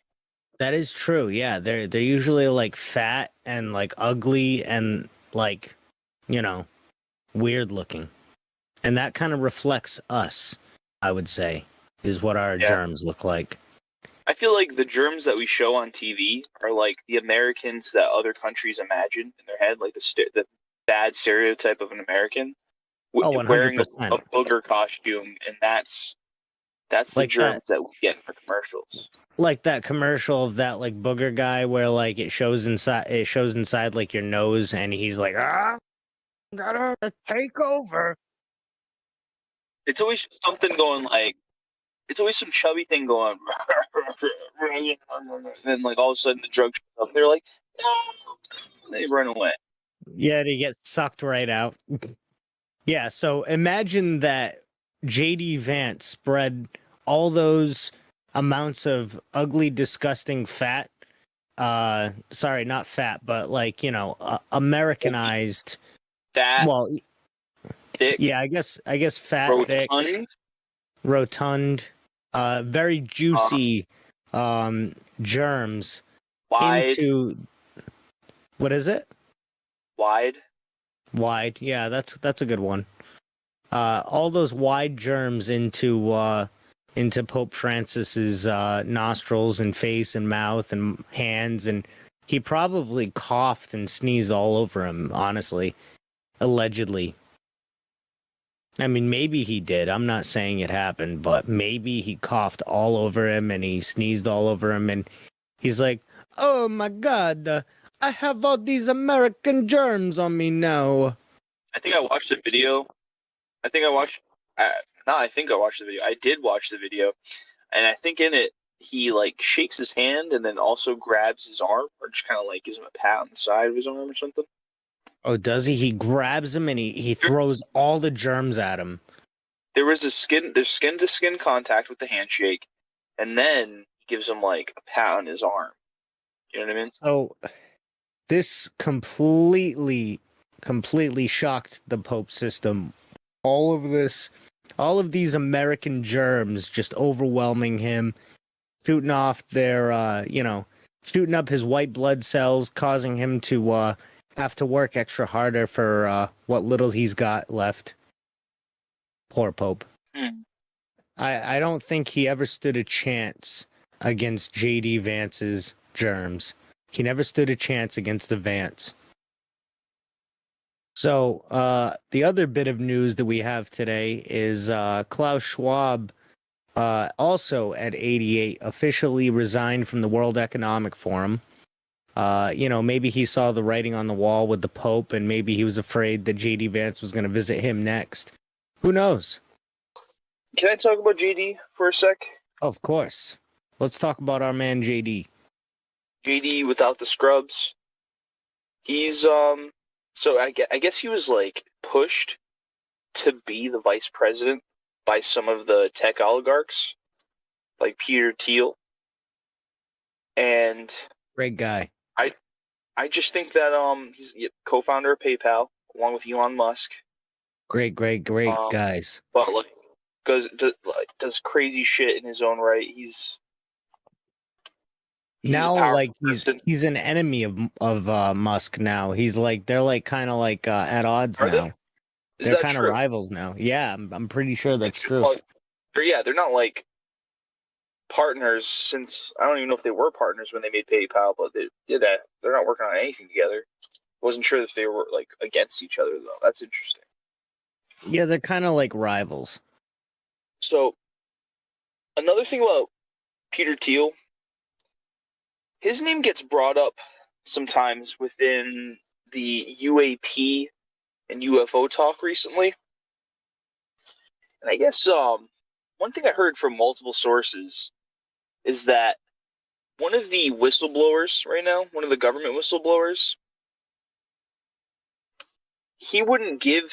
I guess they couldn't get information from him, but they talked to his son, and his son said that Peter Thiel is a time traveler. Yeah, I've heard that.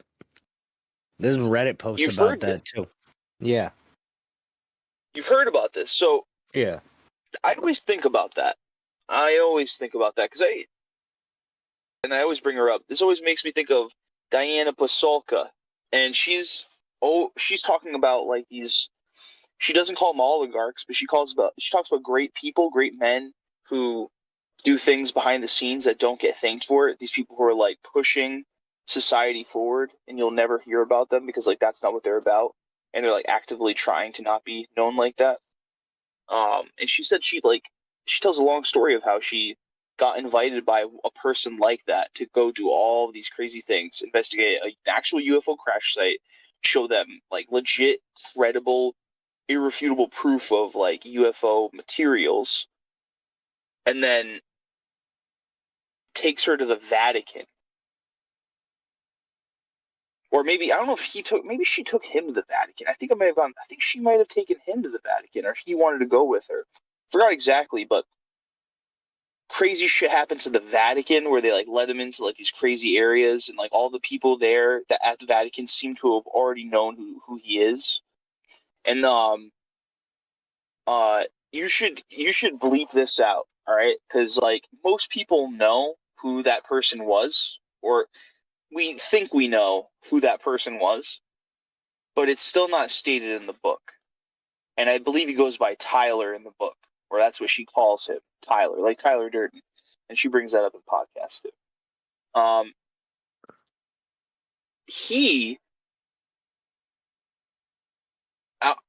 don't even need to say his name actually, now that I think about it, because I'll tell you after you stop recording, but he's like in tech, I believe biotech, medical tech, and space tech. All three. Right? And And he's it's not like Peter, a million. Peter, and it's not Peter Thiel. It's not Peter Thiel. I'm pretty sure we all know who it is. But Peter Thiel is also kind of brought up a lot in a similar way to this guy. And she talks about how it's not just that guy. There's other people alive right now. There's these people behind the scenes that do shit like this. They like run these. They're millionaires who run these companies, maybe even billionaires. Definitely billionaires and millionaires. And they're just, they got the secrets. They're pushing the field. But they're also kind of like you don't know who they are and what they're doing. That like the really important stuff. You know, like the companies that they run, which are also important, but like they have a mission. They have an agenda. And they're probably way more in the know and connected on a lot of spooky shit. A lot more spooky shit than we might think. Peter Thiel is one of the people that pushed J.D. Vance to be Donald Trump's vice president. Like, why J.D. Vance? Why are they pushing J.D. Vance? And from the way he's been interacting, at first he seemed like he was like a Donald Trump dick rider. Yeah, but he wasn't before. He was pretty against Donald Trump. I think he's an expert instigator. And he's like, he's you double haven't down said on, sorry. He's like double downing on Trump's like worst behavior. And he's kind of like, he's like, sometimes he's like a hype man, but then when he's on his own, he's like doing interesting things too. He's I don't know, like Mike Pence had nothing going on. This guy seems like he's a professional asshole. Yeah, Mike Pence was just like a way to get the neocons on board with Trump's plans.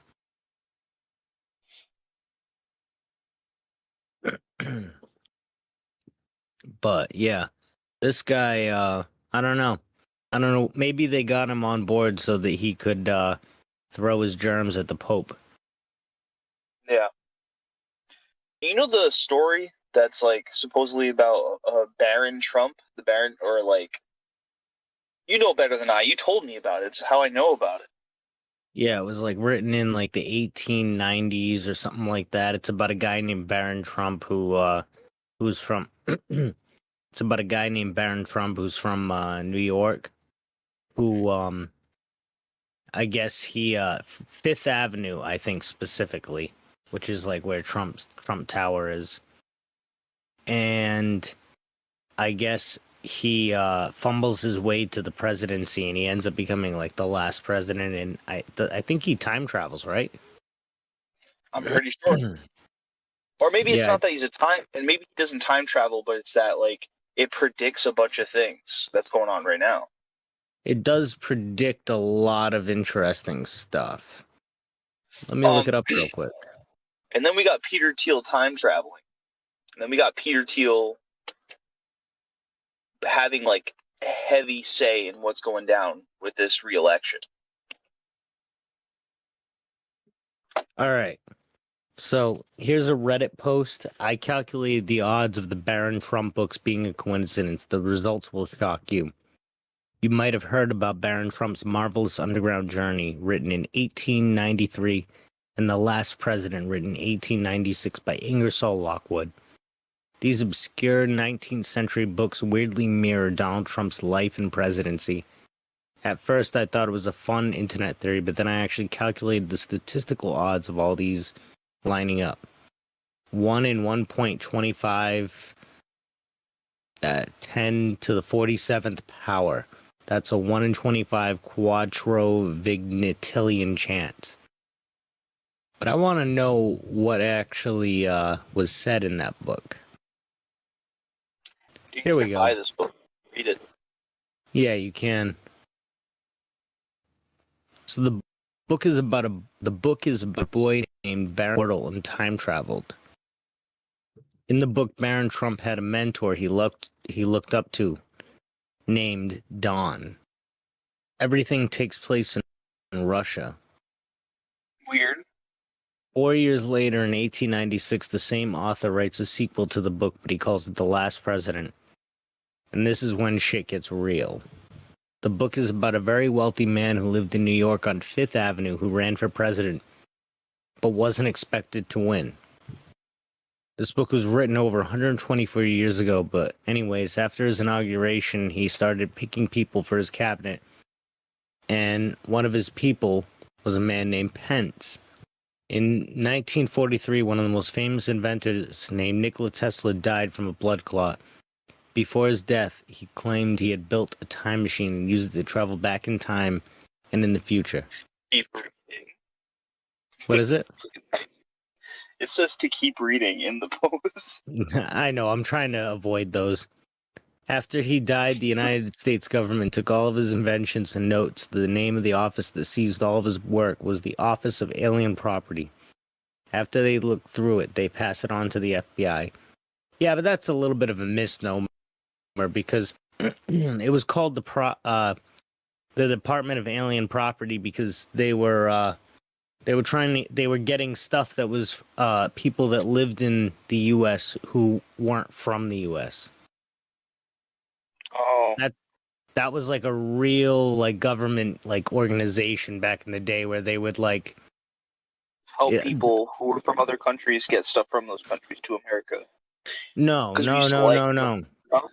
It was after they died. It was basically like to clean up like people's like possessions and belongings from other countries that like lived in the U.S. Like Nikola Tesla wasn't from the United States. When he died, the Office of Alien Property custodians came in and took his shit basically. But those are the fucking people who like robbed everything and it's disappeared. Yeah, well, yeah, of course. John Trump was one of those guys. He was an MIT. Hold on. They're talking about it right now. Yeah.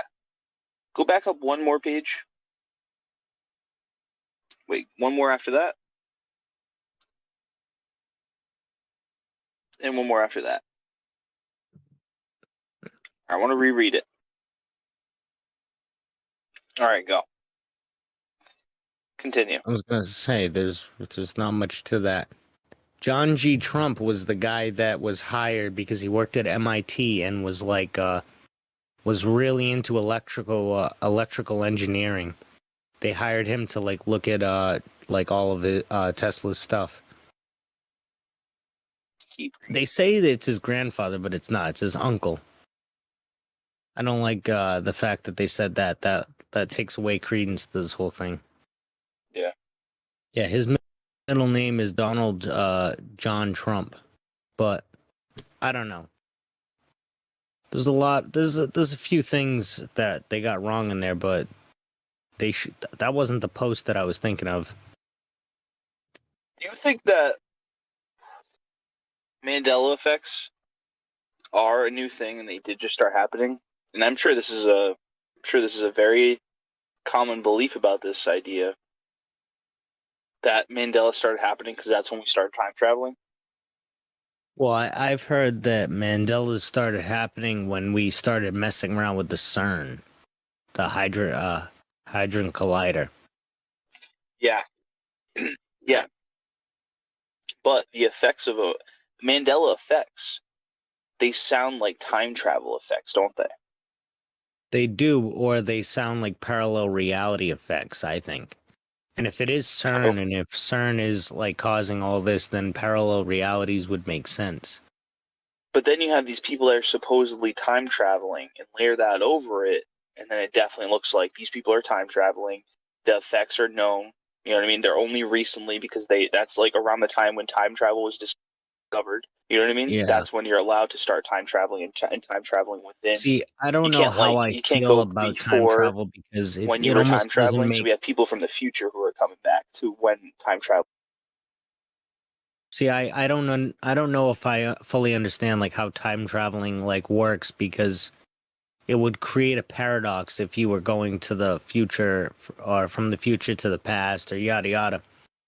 Because the only way that I think you'd be able to time travel theoretically is like by hopping through the multiverse and skipping to a parallel timeline instead of just completely actually like, you know, traveling through time. I think a lot of people that we see that might be time travelers are just like extra dimensional like travelers. Maybe even like humans from like other dimensions doing this, you know? I don't know. I just think that the idea of like time travel, it almost makes no sense because I don't know, closed loops are a thing. Paradoxes are a thing. Yo, how much of that did you catch? I didn't catch any of what you said. Dude, they literally just stepped in and stopped me from telling you the truth. What did you say? What was the last thing you heard me say? Nothing. I heard you say nothing. But I had to have said something at some point. What was the last thing I said? Nothing. So it was I just you swear to God. talking. It was just me talking. What The entire time it was just me talking. was the last thing you said before I left? I said I don't know if You I said believe. it's more like parallel realities instead of time travel. And then I Yeah. asked you to imagine, just think about how, just layer the idea and the concept of these rich tech oligarchs actually being time travelers in the future over that. And then also think about the Trump book and the importance of Trump, right? Did you hear any of that? No, not at all. Think about that. And also think like the importance of Trump and how it almost seems like that these guys are time travelers, right?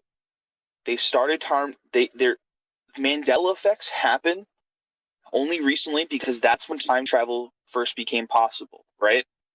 These guys who are mainly doing it right now, we're starting to notice it more because this is something I had a feeling about and I told you before. You hearing me? Yeah. I had a feeling that it almost seems to me like Donald Trump was supposed to win the second term and Joe Biden wasn't supposed to win. Like I'm not a Trump supporter, but I get the vibe that he was supposed to win that election and that they fucking rigged it against him. You know what I mean? Mm-hmm.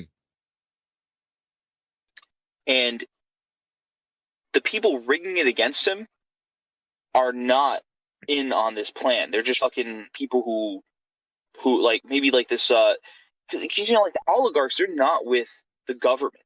You know what I mean? These people who are supposedly time travelers are not with the government. So it was like the government's move to stop Trump from getting in office a second term. So when he lost, that wasn't supposed to happen. All these people who are like Democrats who like aren't Republican at all, or have no like they were like donating a bunch of money to Democrats, just flip and suddenly start supporting Trump and help him get in office. And now that he's actually in office, they're all bending the knee to him, right? Mm-hmm. It all just kind of like lines up to me, and it almost seems like we wouldn't have really noticed these oligarchs and like maybe we wouldn't have really heard about them as much if they didn't need to scramble and make sure that Donald Trump got into office a second time, because it needs to happen. Because it's like it's a real important anchor point for time and to them specifically in their plans and how their future is with them controlling the effects. You know what I'm saying? Yeah, I know what you're saying. So They're like I'm not even trying a big to make it all go according to plan, and potentially they're kind of messing up the plan in the process. Yeah, it's kind of like they're there's many factors when it comes to these things, and like controlling time is also kind of like controlling reality. And I think that it's like I always tell you, way more loose than that. You know what I mean? It's not like hitting replay and rewind and all this shit. It's not like that. And that like things are like sand or like liquid, like it just changes every time you go back. And it's that's why things can still fuck up for them. You know what I mean?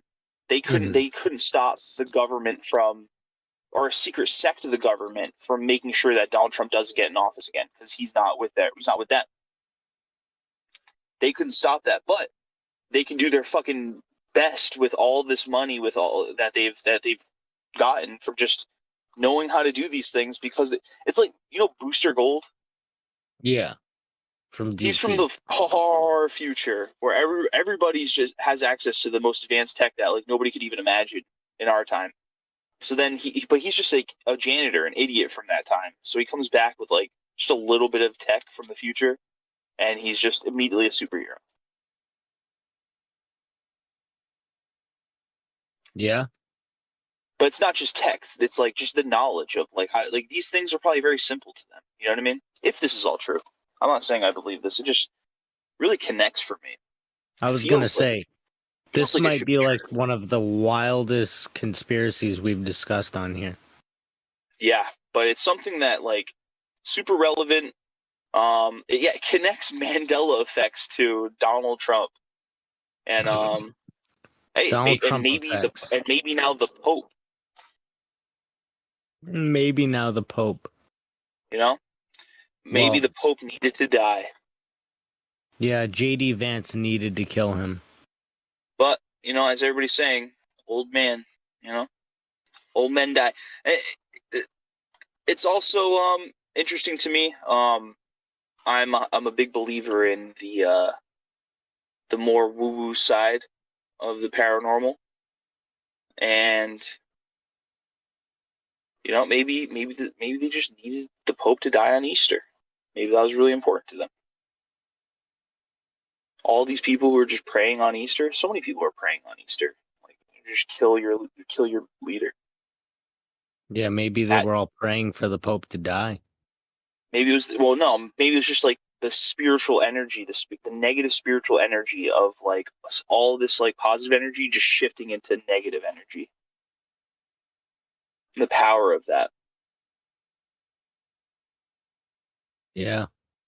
I definitely think a negative energy overwhelmed the Pope when he bore witness to J.D. Vance on one of his last days. Yeah, I mean, he was smiling. They seem to have gotten along in the 5-second clip I saw. That's an anime. All right. The Secret of Vril. Marshall claims that there's a secret that has been kept by members of the Illuminati for more than 70 years. Secret of such great importance as to affect the lives of every man, woman, and child on the face of the planet. Marshall states that his mission in life is to share the secret with the world so that all can know the truth and plan for the future. In order to fully understand this secret, it'll be necessary to return to the events of post-war Germany, following the end of World War I, where in 1923 Hitler was named the leader of the new Nazi Party. Following a failed attempt to overthrow the federal government, Hitler was arrested for treason. While awaiting trial in Landsberg prison, he read Bulwer Lytton's 1871 novel Vril, The Power of the Coming Race, about a master race of beings who call themselves the Vrilia. They claim to be the descendants of inhabitants of ancient Atlantis, with access to extraordinary force called Vril, an unlimited source of energy that supplies all their needs and that can be controlled at will. Hitler believed the novel to be true, and once made Chancellor of Germany, he would send teams of spelunkers into caves and mines all over Europe searching for the Vrilia. He dispatched regular expeditions to Asia, especially Tibet. Vrilia? Hey, dude, guess what? Vrilia is hollow earth. Where Nazi explorers made significant connections with influential Tibetan lamas who had expert knowledge about the underground tunnel and cavern systems about the world. Legend was these Tibetan lamas guarded a secret entrance to the inner world known as the Red Door, hidden within the Patala Palace in the mountain city of Lhasa once a Nazi-Tibetan alliance was formed. The lamas agreed to share with them that for centuries they had been helping to hide an indigenous race of lizards living deep within the planet since prehistoric times known as the Vril lizards. It seems that these lizards knew the location of an abandoned military base dating back from the time of Atlantis, filled with ancient aircraft weaponry and technology hidden within the tunnels and caverns of Antarctica. The lizards had no use for the tech, but they were willing to trade for something else they wanted. The lizards were carnivorous and preferred to consume fresh human flesh, and so a deal was made. The Nazis got the ancient Atlantean tech and sold out the human race. But according to Marshall, this was not the first time the Vril lizards have interacted with humans. He claims that for centuries, royalty, powerful heads of state, and trusted religious leaders found the world to have kept a secret pact with malevolent lizards. World leaders would receive valuable resources buried deep within the planet, such as gemstones, gold, and other minerals.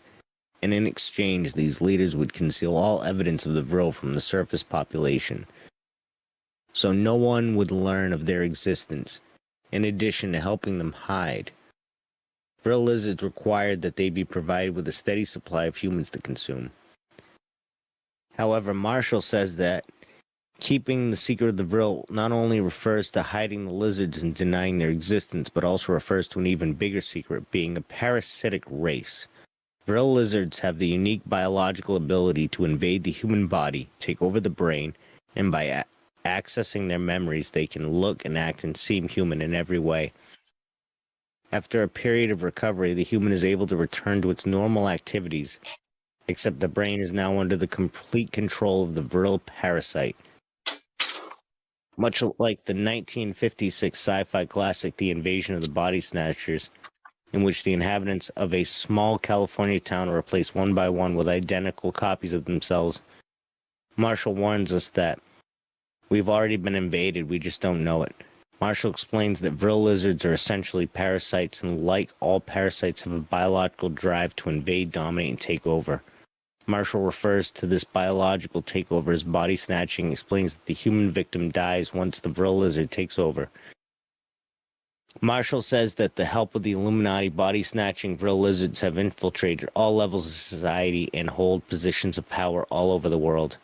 This is done in order to remove key people and replace them with Vril hosts. Marshall states that Vril hosts can be found everywhere, in all levels of government, business, banking, military, law enforcement, journalism, media, and entertainment. Just how is this body snatching process accomplished? According to Marshall, Vril lizards have a natural proboscis at the top of their head from which they eject a type of thick cerebrospinal fluid. When this fluid enters the human, usually through the eye and from there to the brain, a chemical transformation immediately takes place. The victim essentially dies, leaving the lizard parasite in complete control of all brain function. After a period of recovery, the Vril host can return to its regular activities, looking, acting, and seeming completely normal. What were you going to say? This reminds me of Attack on Titan. Does it? Yeah, but I don't want to spoil Attack on Titan, so I'm not going to say anything. Marshall reports that the Illuminati even hold a special body snatching ceremony to celebrate this Vril lizard takeover. Guests watch as the victim, conscious through usually bound, is restrained and forced to sit until the lizard transfer is complete. Marshall explains that to have seen this sick body snatching ceremony many times, Marshall claims that the Illuminati body snatch many people in every country all over the world. They sometimes choose victims from incarcerated prisoners or longtime patients in hospitals and medical facilities. Anywhere they have easy access to people, they will body snatch and replace them with a Vril host.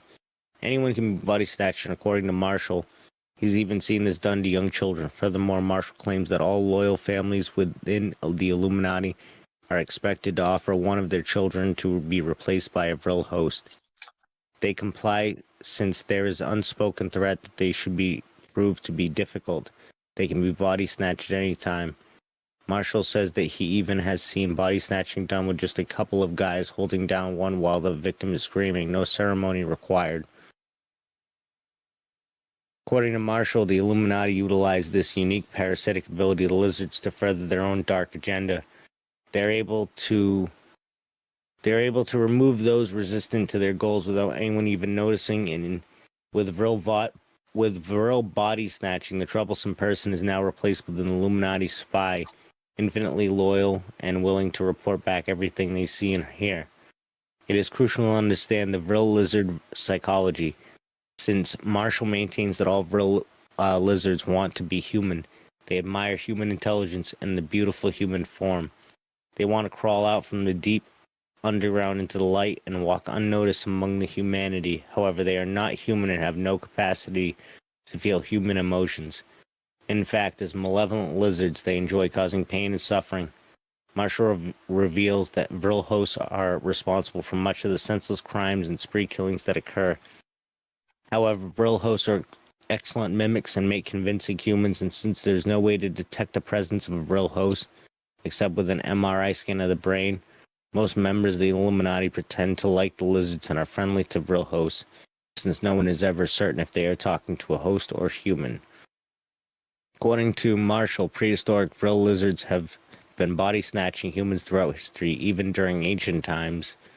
He claims that they are in part responsible for the destruction of the island of Atlantis, where legend tells lived an advanced civilization that existed in the Atlantic Ocean.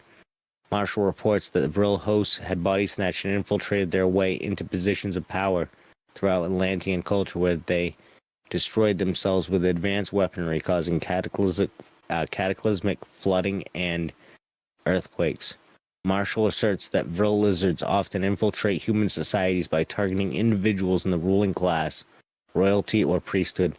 Once they are in positions of power, Vril lizards attempt to convince the humans to worship them as either gods or demons, something to be feared and obeyed without question. As gods, Vril lizards would demand human sacrifices as a show of loyalty and devotion. Sometimes I mention the Nephilim or clowns guy. Yeah. He got big into demons or parasites. I wonder if this was the one. Well, it's definitely part of it. But he was even talking about like other kinds of parasites, the effects that they have on humans, and how like those could, like, all demons could just be parasites. He started talking about it. I haven't listened to that guy in a while, so I don't know if that changed.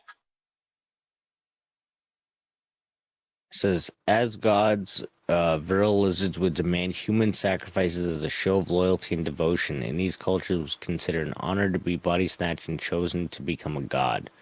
People didn't understand the biological nature of the takeover of the brain and thought it was some kind of mystical or magical transformation.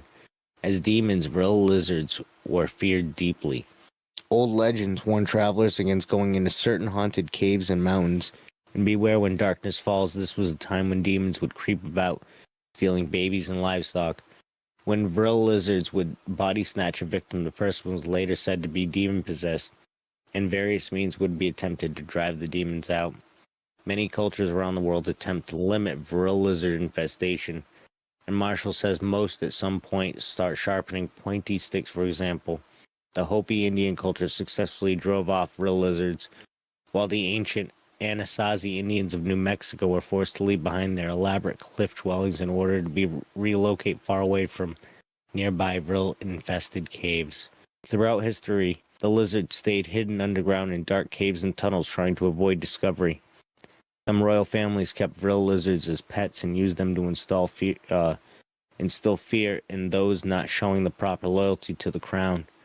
Some world religious leaders also knew of the lizards, had secret alliances with them, and agreed to help them. In the 40s, a secret pact was forged between the Nazis and the lizards, making them mutual allies. Conditions of the pact required directing tremendous resources to assist the Vril lizards, including the building of deep underground military bases worldwide. This would allow the lizards a way to interact directly with humans, in which in turn would permit the passive government-sponsored body snatching so prevalent around the world today. If we can assume that all this is true, that body-snatching malevolent lizards have infiltrated human society and are replacing us one by one without raising any alarm, one might ask, wouldn't someone try to tell people and save humanity? According to Marshall, President Ronald Reagan tried to warn the public on numerous occasions from 85 to 88. In an important speech to the United Nations General Assembly on September 21st, 87, at the height of the Star Wars space race with Russia, Reagan mused, in our obsession with the antagonisms of the moment, we often forget how much unites all the members of humanity. Perhaps we need some outside universal threat to make us recognize this common bond.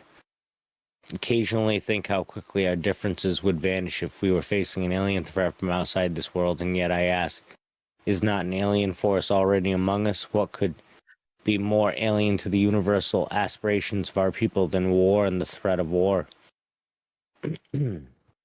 Marshall states the Illuminati forgave Reagan's comments at first, But when he continued to talk about aliens living among us, they blew his mind and called it Alzheimer's. Marshall encourages us to remember the ultimate Vril lizard agenda, which he claims has remained unchanged for centuries, to infiltrate human society and take over the planet.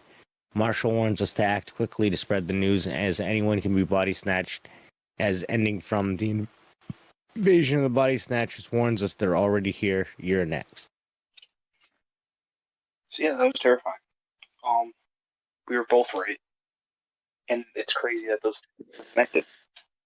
Like, I had no idea that the Nazis made a pact with them or whatever, and that they had anything to do with the Nazis, and then you're just like, yeah, isn't that a Nazi thing? Well, it's all stuff that it was even before Hitler. Like, it was just like shit that was. It was like their mythology. It was German mythology, essentially. That was kind of like really growing and getting popular.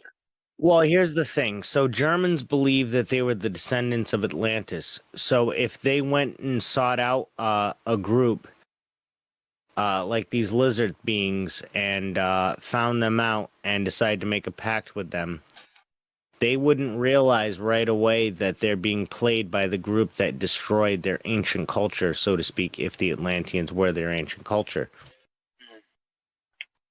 You know, they would potentially even think that these lizards are their ancient culture. Yeah. And who knows, maybe because they were body snatching, they were disguised still as some Atlanteans. Or they're angels. Maybe. Well, that's how they view them, maybe. Angels and demons. I'll be like watching. I've been finding a lot of, I think because of the way I believe things, I'm pretty open-minded, I think.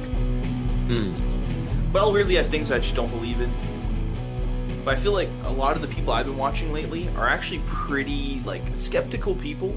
People who don't really believe every conspiracy. In fact, make fun of a lot of conspiracies, but then have, like, really strong beliefs about certain ones that are still very, you know, like, divisive. Like, people are like, oh, yeah, like, obviously this is stupid, but also, like, we definitely have never been on the moon. Like, that's just a fact.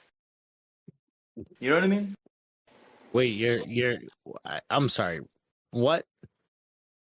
A lot of the people I've been watching lately, a lot of like the conspiracy content I've been watching are like people who don't believe everything and people who aren't like fully skeptical. It's like people who are like pretty skeptical of things and like don't believe in most things, but then like have some pretty crazy beliefs that they do believe in. And like, I'm trying to think of a good example.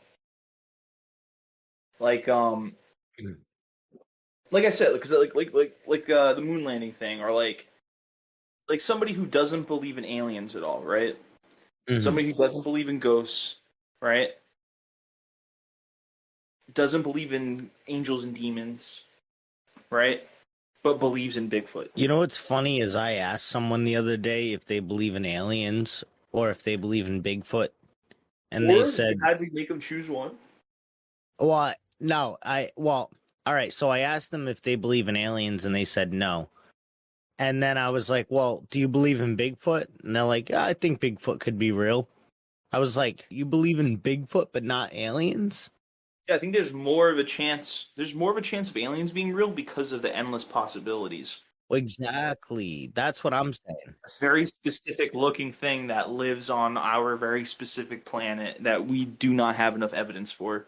Like almost no evidence at all. Yeah. No like provable evidence. Yeah. It's crazy. That's what I mean. Like, I think there's more evidence of aliens having visited Earth than there is of Bigfoot. And that's something I say that kind of kills the childhood in me, because as a kid I used to think Bigfoot was like really cool. Bigfoot has always been my least favorite cryptid. See, I like Bigfoot. Bigfoot's always been like the popular vote for cryptids, but like I feel like I think the world goofing on Bigfoot made him my least favorite. Just like it made me feel like, nah, that's not really something worth looking into. But I know that's not true. Back in the day, I feel like I used to hear a lot of stuff about Bigfoot and like the search for Bigfoot and all that kind of stuff.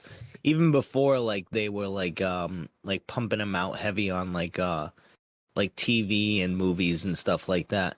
But I feel like that's the thing is like aliens you can pump out in TV and movies, and it can even just be like a subtle gag, like in The Simpsons where they show like aliens in outer space. And it never really grows old because, like you're saying, like the infinite possibilities of the situation. Whereas Bigfoot, you can't really focus too much on him. Do you know who Steven Spielberg based the main character of Close Encounters of the Third Kind? Who? He based this character on Jacques Vallée. Ah. And Jacques Vallée is one of the best, not ufologists. He's just like an all-around extra terrestrial / dimensional go-to guy. Like he thinks about it more than anybody with like a super open mind. He's very credited. He worked with what's his face? The guy who did Blue Book. Who was that? I forgot. The guy who went around to all these famous UFO cases because they all happened around the same time. And he was running the government program. But yeah, Project Blue Book. Jacques Vallée worked with them. Worked with that guy. He's super credible, like Bob Lazar, but he says some crazy shit. He's a proponent of the absurdity of the phenomenon. He's like a proponent of this shit is gonna be wacky. It's not how he would word it, but like this stuff doesn't have to make sense. And how like how Diana Pasulka mentions a lot that like these things are not repeatable. A lot of people say that, but like that's something that I heard her say a lot, and it really connected with me that like one-off events that are impossible. I mean, you cannot make it repeat, but that doesn't mean it didn't happen because there's enough people reporting that it happened and then visibly like confirming it. Mm-hmm. Those things, like she got into those things because of miracles and like the church, but like it connects to so much more than that. And once you just accept that, like things that don't make any sense at all can happen, it just opens up like every door. Like it's just so much is fucking possible. And these things could be anything, you know? But there is evidence to point toward like what they could be, you know? If you're to believe anybody. Non-human intelligence. Yeah, you know? Non-human biologics. Non-human biologics, yeah. Leaked special national intelligence estimate claimed to be authentic in Jacques Vallée's book that mentions multiple crash recoveries. And remember how we're talking recently how like things are already getting more and more paranormal. Crazy shit is happening more and more often. Yeah, there's a lot of weird stuff happening. I think that's the world we're heading into, and I think we're gonna have like we are gonna have these mega block super cities like Night City and Mega City and fucking Cool City.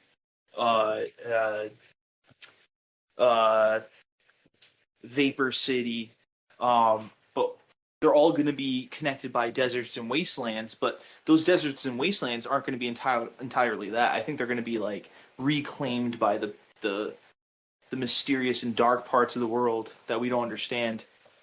Maybe. I think even in like the industrial complexes and stuff like that, a lot of weird stuff is going to happen. Yeah, Like, and I think that's why I in think you should play Cyberpunk if you haven't, especially if you like Red Dead. I think you would love Cyberpunk. Oh, I have played Cyberpunk. Cyberpunk's cool. Have you replayed it since all the updates? It's a lot more fun now. I played it like within like the past year. Amazing. Yeah, it's good. It's a good game. Let's talk about this this weird post. Where they talk about like psychic phenomena and the link to aliens. Oh, I'm sorry. I also wanted to mention that's like the one thing missing from Cyberpunk is psychic people, because like a lot of futuristic Cyberpunk versions of or depictions of the future involve psychics, and which I think is actually very accurate. Yeah, I think psychic phenomena will be a lot more attainable later on. Is there any alien stuff in Cyberpunk? Almost none. I'm pretty sure not really. There's like mysteries that might allude to it, I think. I don't even remember though. I don't remember aliens really coming up, but there's definitely some weird shit. Just not enough. They should have way more paranormal going on. But it's based on the tabletop, so I'm sure there's not that much paranormal going on there. All right, that makes sense. So what's your views on remote viewing? Remote viewing. I mean, I think that at one point I was like casually doing it. I know I it was almost something like I was letting myself believe I was, and in doing that, like it really felt like I was. Like I really think I might have been doing it. Um, it I haven't been able to do it recently. I would just kind of do it like right before I'm about to sleep, and it wasn't like a dream because it was something I would like come out of, and like it's kind of like I'm almost like about to open my eyes, but instead I open my eyes and I'm like I'm seeing everything, but I'm not really like seeing everything. But then like once I start to move, I can see more, and I'm like seeing everything, but like I'm still laying in my bed, and I can just keep going, and I can just keep like moving out there. I don't know how accurate it is. It almost sounds like astral projection. Exactly. I think maybe that's more what I was doing, but it didn't really feel that. Like I still feel like it wasn't actual projection. I still think it was like my mind. It could have been like my mind just like imagining. I can easily imagine myself floating out of my window and floating over the city that I know very well. You know what I mean? You know what I mean? But then like it would get to the point where like something would be on TV in my room or in another room, and I would see it what's on TV, and I was listening to it. And maybe I could just imagine what was on TV because I was listening to it, but like it was just like crystal clear. I would just like see what's going on. I've ever told you that before, huh? Because I feel like that's something that was just like I don't even accept as real yet. Recently, somebody told me that in order to like actually get UFOs to come to where you are, you have to like remote view and channel and see yourself like where you are on the planet, so to speak, like cosmically. That's like you telling them where to go. Well, exact. I was failing to get UFOs to show up, and they told me that that's the way.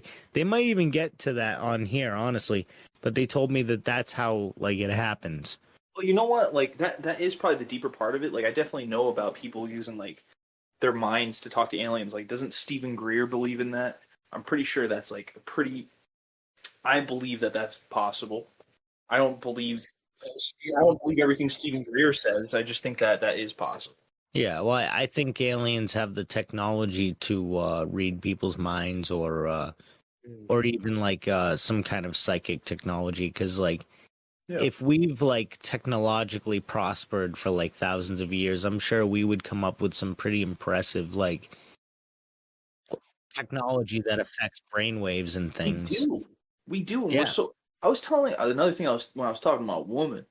Another thing I was talking to her about is that like we only start really accepting these things as not ridiculous once we get close to the technology, and like it sounds like I know there's still crazy ahead of us, but at the same time like a lot of it's starting to make sense, and like the gravitational shit and like moving at that kind of, I don't know how they do that, but when it comes to like reading minds or just being able to do anything like that, think about this: we already scan brainwaves.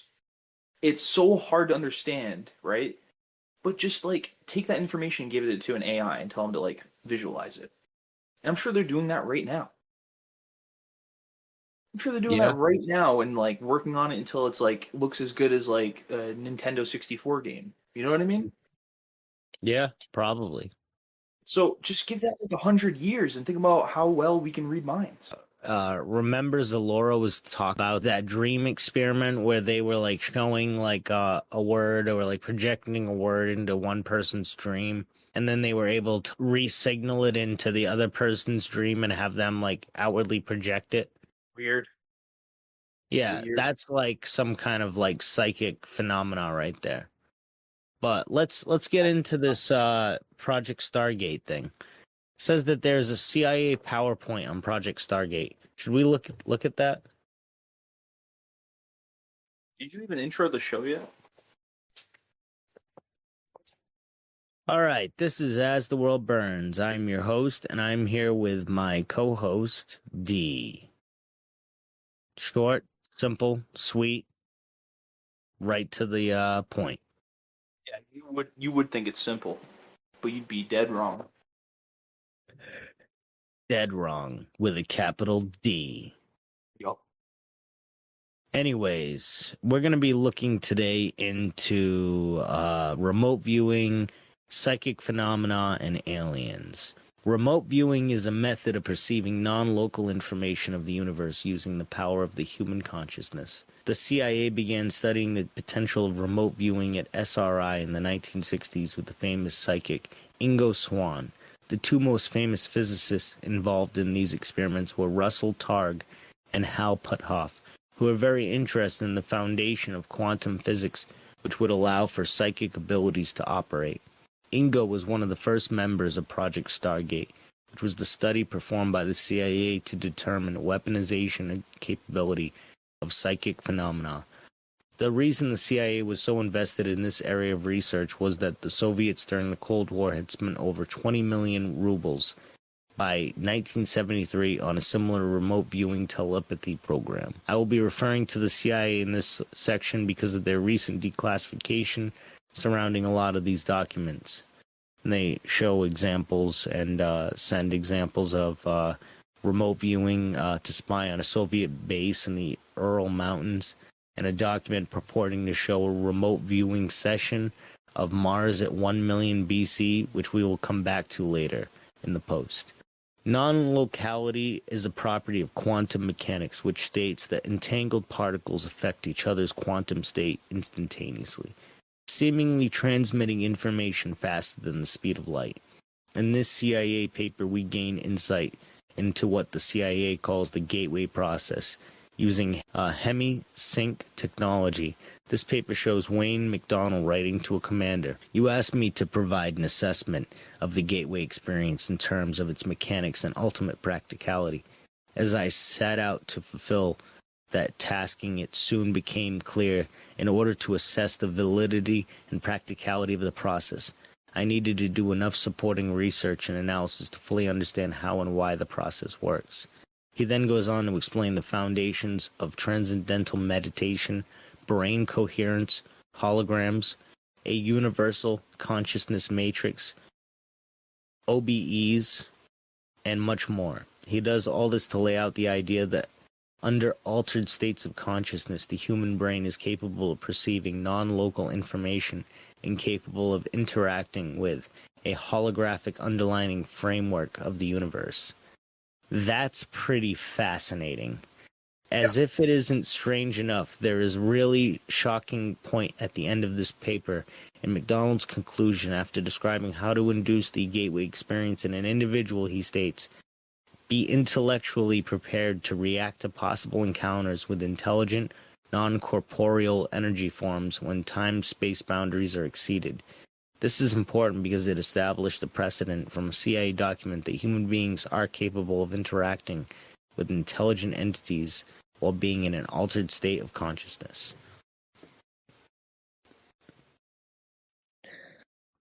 To move away from this for a second, I want to come back to this.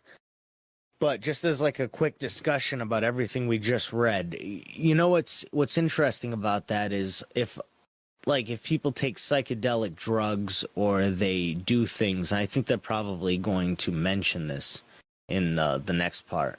But when people take psychedelic drugs and stuff like that, are they potentially tapping into like a hidden hologram and framework of reality and seeing things that aren't there? That's why they purport like seeing demons or seeing like all kinds of different entities, because they're seeing things that are actually there, but lifting the veil on that. There's this really funny series of videos. I haven't really looked back into it at all, but I remember seeing one video that took it very seriously, and it was actually pretty convincing. It made me really interested in the topic, which is these guys who are like doing a bunch of acid and then looking at lasers and seeing a bunch of numbers inside the lasers. Mm-hmm. Like they swear they can see like this other version of reality. Or they can see like what the laser's made out of in terms of like ones and zeros. Like everybody goofs on it. I've seen so many people goofing on it. But I've only seen one video take it very seriously and talk about it like it's not a crazy thing. I mean, what was the basis for the video of it not being crazy? I think that like there's like a bunch of scientists who are doing it. There's like people who are like pretty credible who are like, yeah, we think we might be tapping into like the framework of our reality. You know what's funny? That actually reminds me of that story you told me. Now that I think about it. Which one? Where you saw like the Matrix and wait, was that you who told me that? No, I think it is when I had like an epiphany moment. I just realized somebody else told me something just like that, and I was thinking of that person. But I think it was what you were telling me too. No, what you were telling me too. About when I started to notice that like all the zombies moved like in sequence, and it was basically like a code, and I started to like equate it with like the code of like reality. I had like a deja vu epiphany moment. You know what? I think this was just the other person I'm thinking of. That's why I thought it might have been you, because you told me that. It is similar. It is similar, because it is still just numbers. Like, these people think they see, like, the numbers that make up our reality. Yeah, I mean, that's how it felt in the moment to me, is that, like, it almost felt like God was numbers. And there's a lot of people that I think, there's, like, a conspiracy that, like, people think God is numbers. Like, numbers is actually, like, That's how God communicates. Yeah, it's like the representation of God. Yeah, that's why people believe in angel numbers, I think. Yeah, I think that's exactly. Quick aside, connection to DMT. There is a lot of research done by people such as Terence McKenna which shows that psychedelic drugs, which places the subject in an altered state of consciousness, often cause the subject to see and interact with seemingly intelligent entities while tripping. This great article shows an undeniable correlation between the ingestion of psychedelics and contact with intelligent entities. So what I was getting at with this whole thing and like lifting the veil is, remember I told you about like how some people think that Benedict Cumberbatch is a reptilian, and I thought when I was tripping that I seen that. Is it possible that I saw like a holographic projection of his psychic, like of his actual like psychic like how That's he actually where we get is? into a dangerous territory. That's where we get into a really dangerous territory, because like, why? If it's not even that this is what they really look like, this is what they like just psychically look like. Like, it's like the only way. I mean, maybe it makes it more realistic if it's that way, but to me, it's very dangerous to just being able to be like, that person's aura. To me, that makes it more realistic. Exactly. It does make it more realistic, but also way more dangerous to like think about. If they're like an evil person, they can project that aura onto like the television or onto like a movie. Like, Benedict Cumberbatch is bad? No, but I'm saying like if he has like a rep, yeah, he is. I'm saying though, if he does have like a reptilian aura, then potentially people on drugs or something like that with their inhibitions lowered or something like that could tap into seeing that. Yeah. And that's like we were talking about, like about people who bump their head and are able to like see psychic phenomenon more. There's a lot of people who I'm sure bump their head and who start thinking that they see like demons in people, and maybe they're right. Maybe they're psycho, maybe they're schizo, but maybe they're actually right, because maybe they could be seeing not even a demon in somebody or a demon or an angel in somebody. They could just be seeing something that something latched onto somebody. You know what I'm saying? Yeah, I mean, there's a lot of things like that. Like that show, the show Evil I was telling you about is a lot like that, where this one priest can see the demons, nobody else can, but a lot of people see weird shit around him. John Constantine. But also, do you remember? I forgot the name of this movie. Let me look it up, and then we can redo this whole conversation. I'm gonna look it up right now. All right, I'm gonna keep going with the other thing. Remote viewing and humanoid contact. Revisiting the Mars paper with this new insight into the gateway experience, we gain a better understanding of the purpose of the experiment. After having the subject place themselves on Mars at approximately 1 million BC, the subject observes some type of mass geological event. He is asked to move in time to before this event, and we get the following interaction. I just want to say real quick, I actually remember reading a lot about this, about the CIA document release talking about like remote viewers trying to like observe what happened to Mars and like the history of Mars. Anyways, this is what they said. I'm seeing, it's like a perception of a shadow of people, very tall, thin. It's only a shadow. It's as if they were going and they're not there anymore. Go back to a period of time where they are there. I just keep seeing very large people. They appear thin and tall, but they're very large, wearing some kind of strange clothes. All right, now holding in this time period,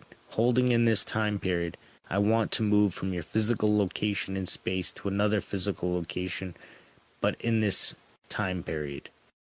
So we find that the time of interest in this experiment was specifically the time period when some type of humanoids were supposedly living on Mars.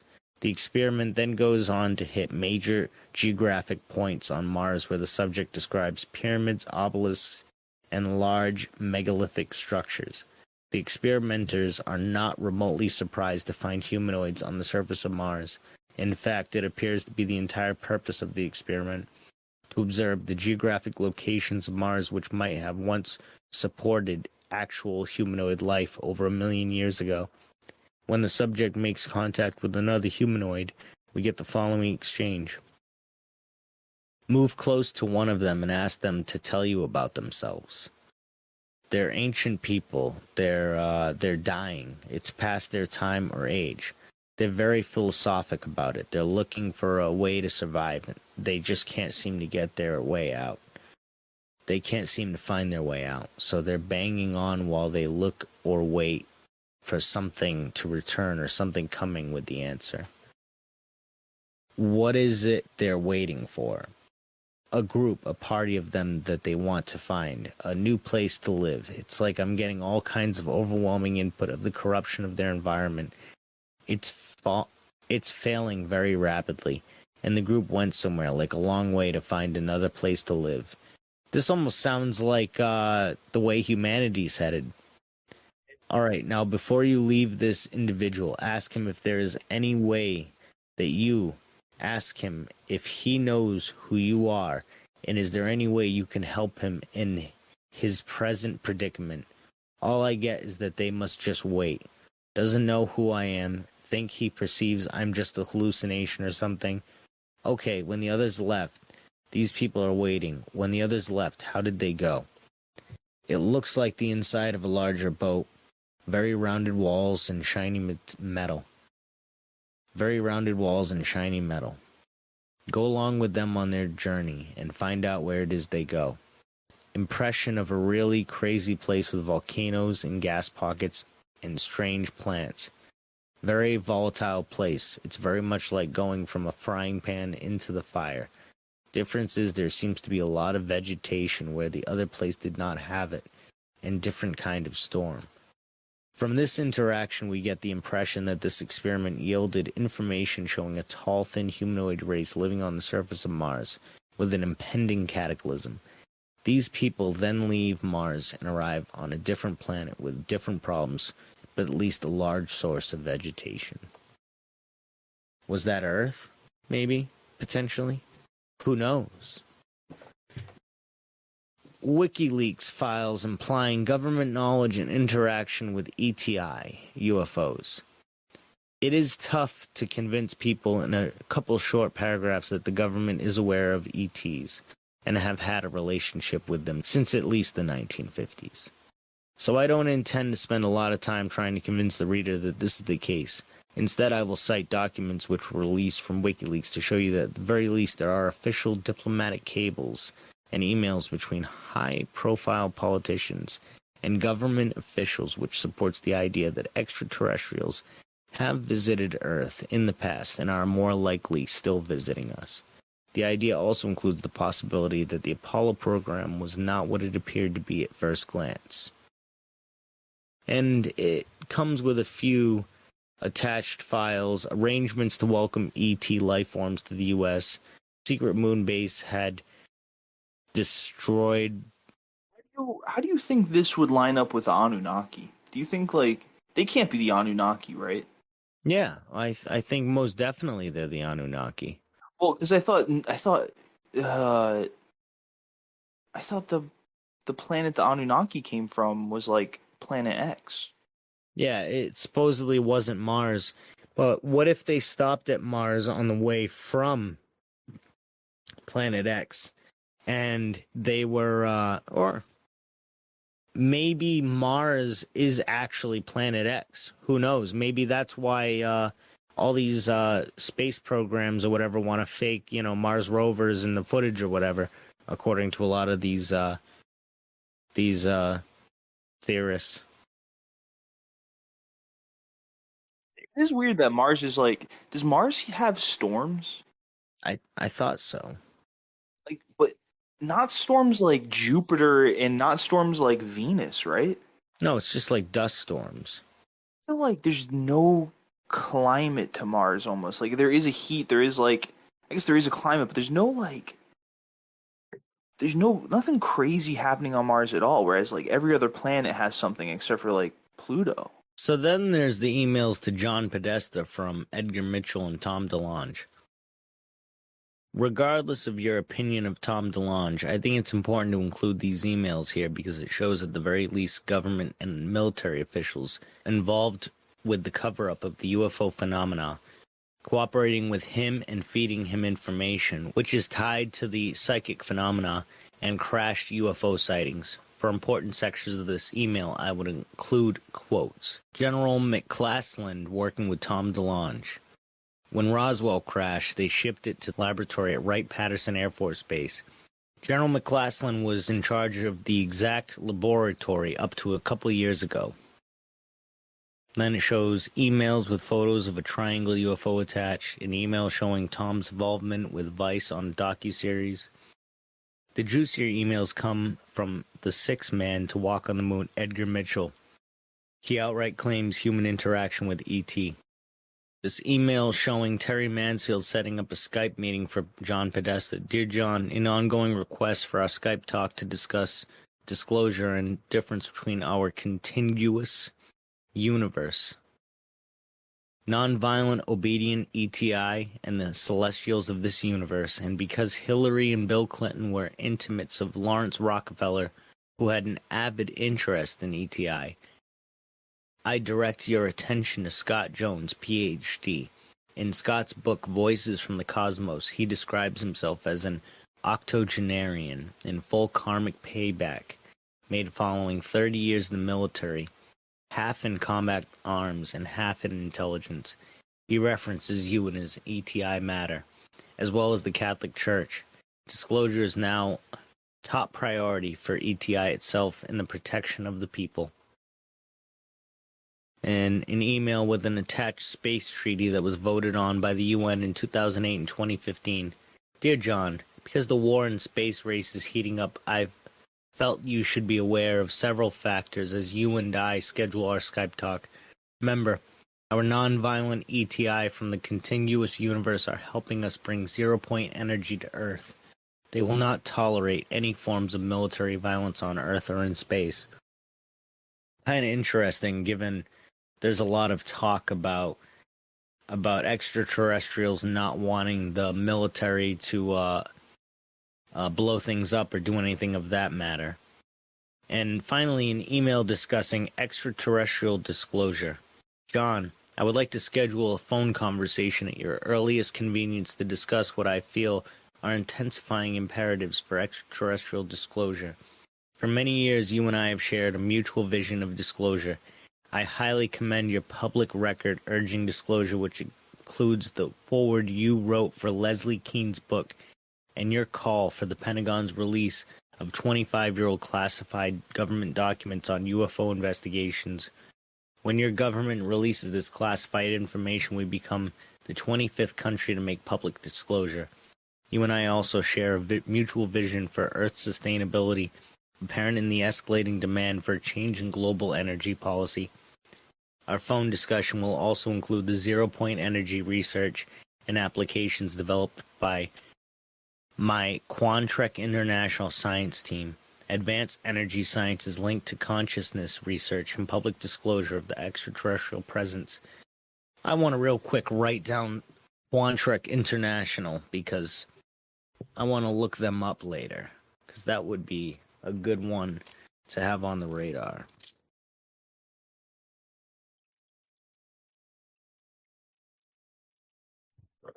You know how you're talking about people who you might be interfacing with like this AR that's actually visible for everybody in their minds? It's almost like the idea of they live. Yes. Except in They Live, you put the glasses on and you just see it. Exactly. So maybe when you take drugs or you bonk your head a few too many times or you experience like some kind of psychic phenomena, you basically put the glasses on. Have you ever seen the movie Frailty? No. What's that about? It's about a family that go around killing people, and they reveal at the. I'm just gonna tell you the ending. Spoiler alert. It's a pretty good movie. I don't remember much because it was a long time ago, but I just remember that this is like such a good twist. At the end, all the people they killed were actually demons. It's almost like Secret Invasion or something like that. Yeah.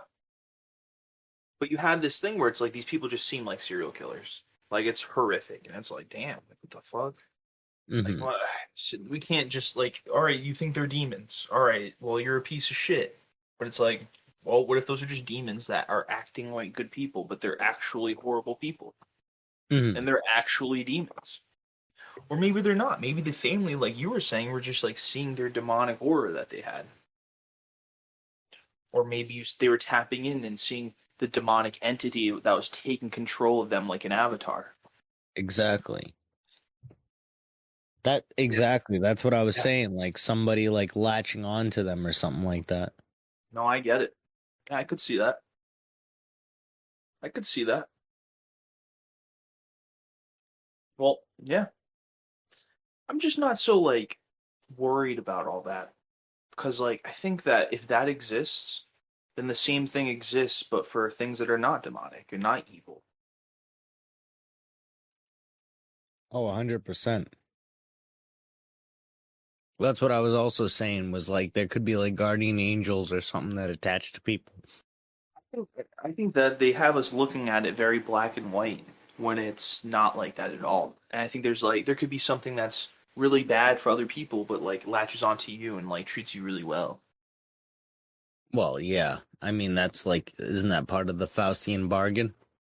Well, not exactly. I don't mean it's gonna like do bad things to other people while it's with you, but like just the fact that like it wouldn't get along with other people. You know what I mean?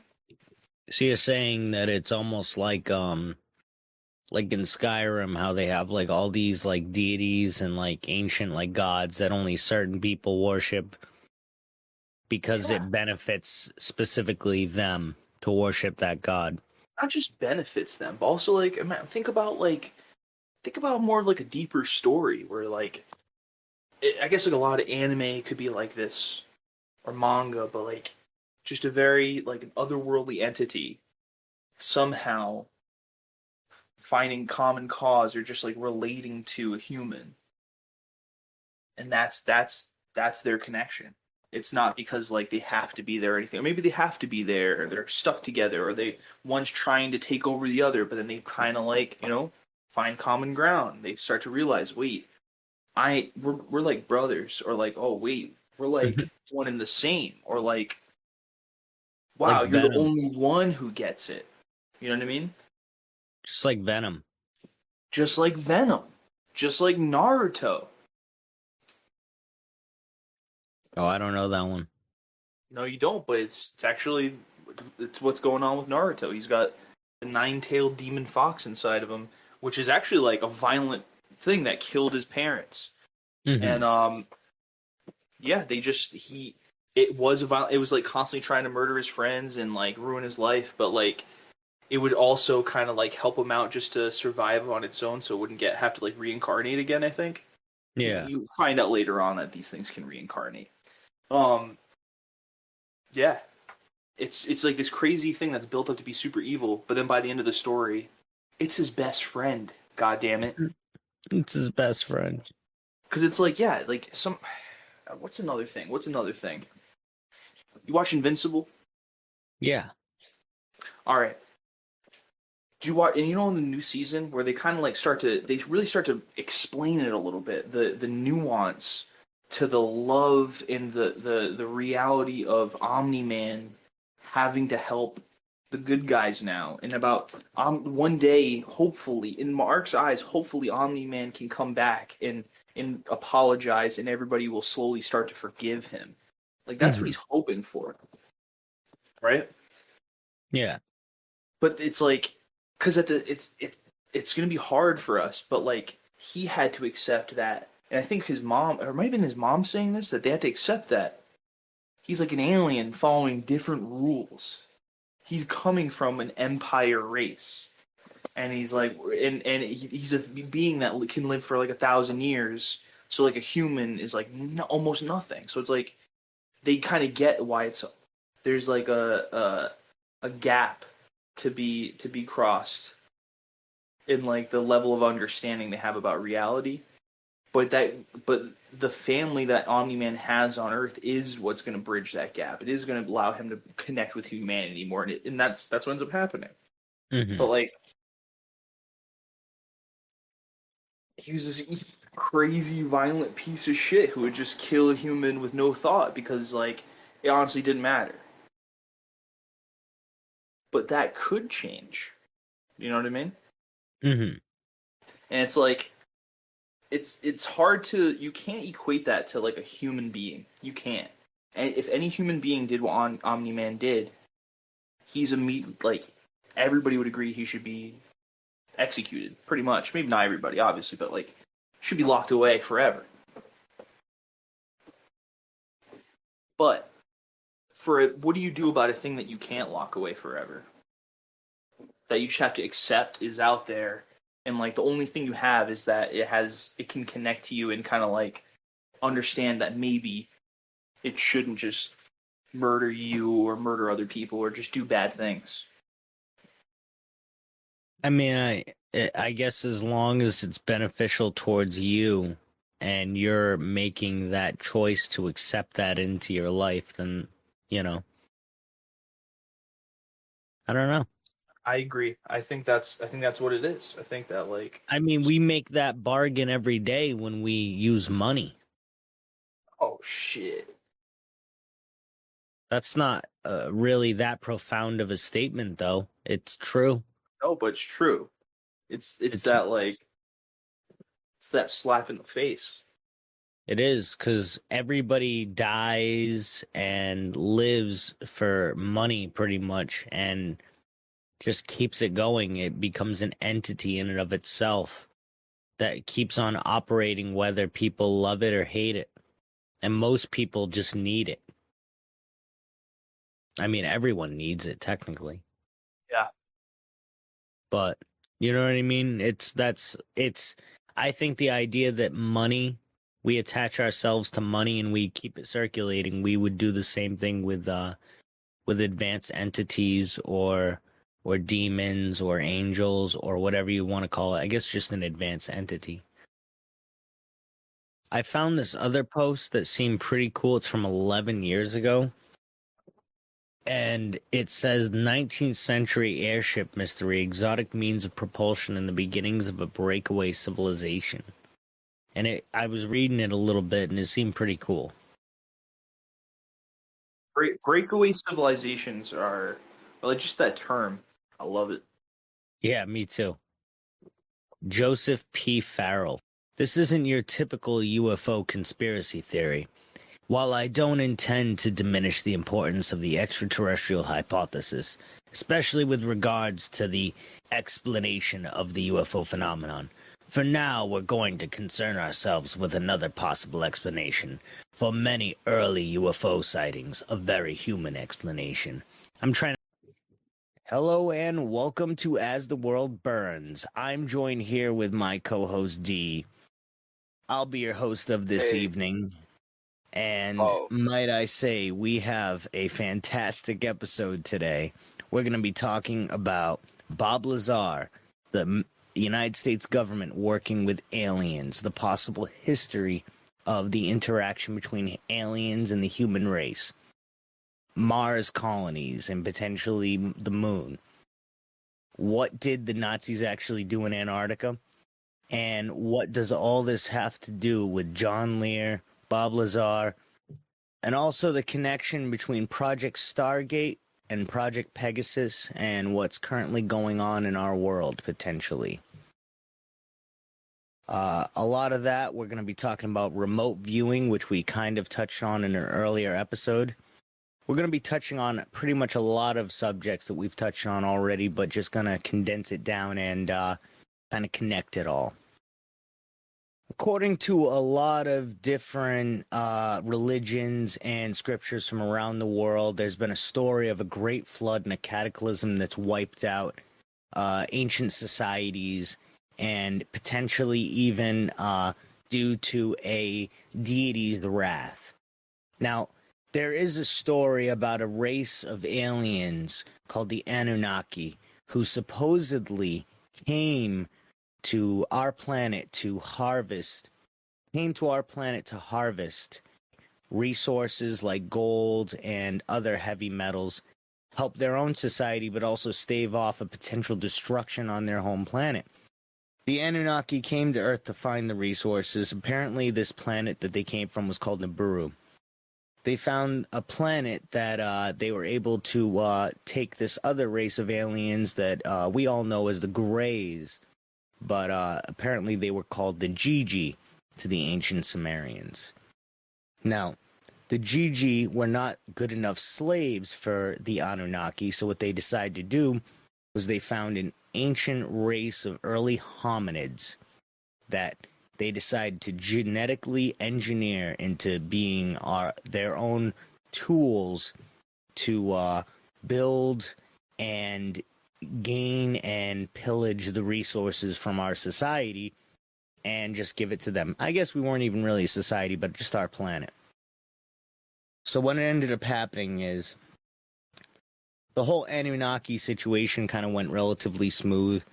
And from what I heard, there's something called the Galactic Federation also in outer space that's run by a race of mantis creatures, which kind of sounds like Rick and Morty, but apparently this is a conspiracy going back to the 80s or 70s or something like that. There's a race of mantis creatures that supposedly run everything, and they're a part of something called the Galactic Federation. I guess there was a prime minister from a certain country that actually, or not a prime minister, but maybe a defense, one of the heads of the defense of another country, said that there is a Galactic Federation and that we are at the will of this Galactic Federation. So essentially, the Anunnaki kind of start a war, or maybe another alien race called the Nords start a war with them. And what ends up happening is the Nords and the Anunnaki end up committing like firefights and space fights and all this kind of crazy shit. Apparently, there was a battle. Can I just say the Nords, right?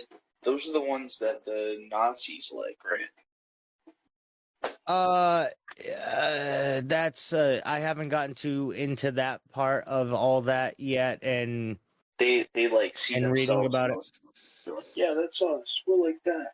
Well, I mean, I guess they like the idea of like what the Nords were in human terms. Like they liked blonde-haired, blue-eyed people, so I guess they liked the aliens that kind of looked like that.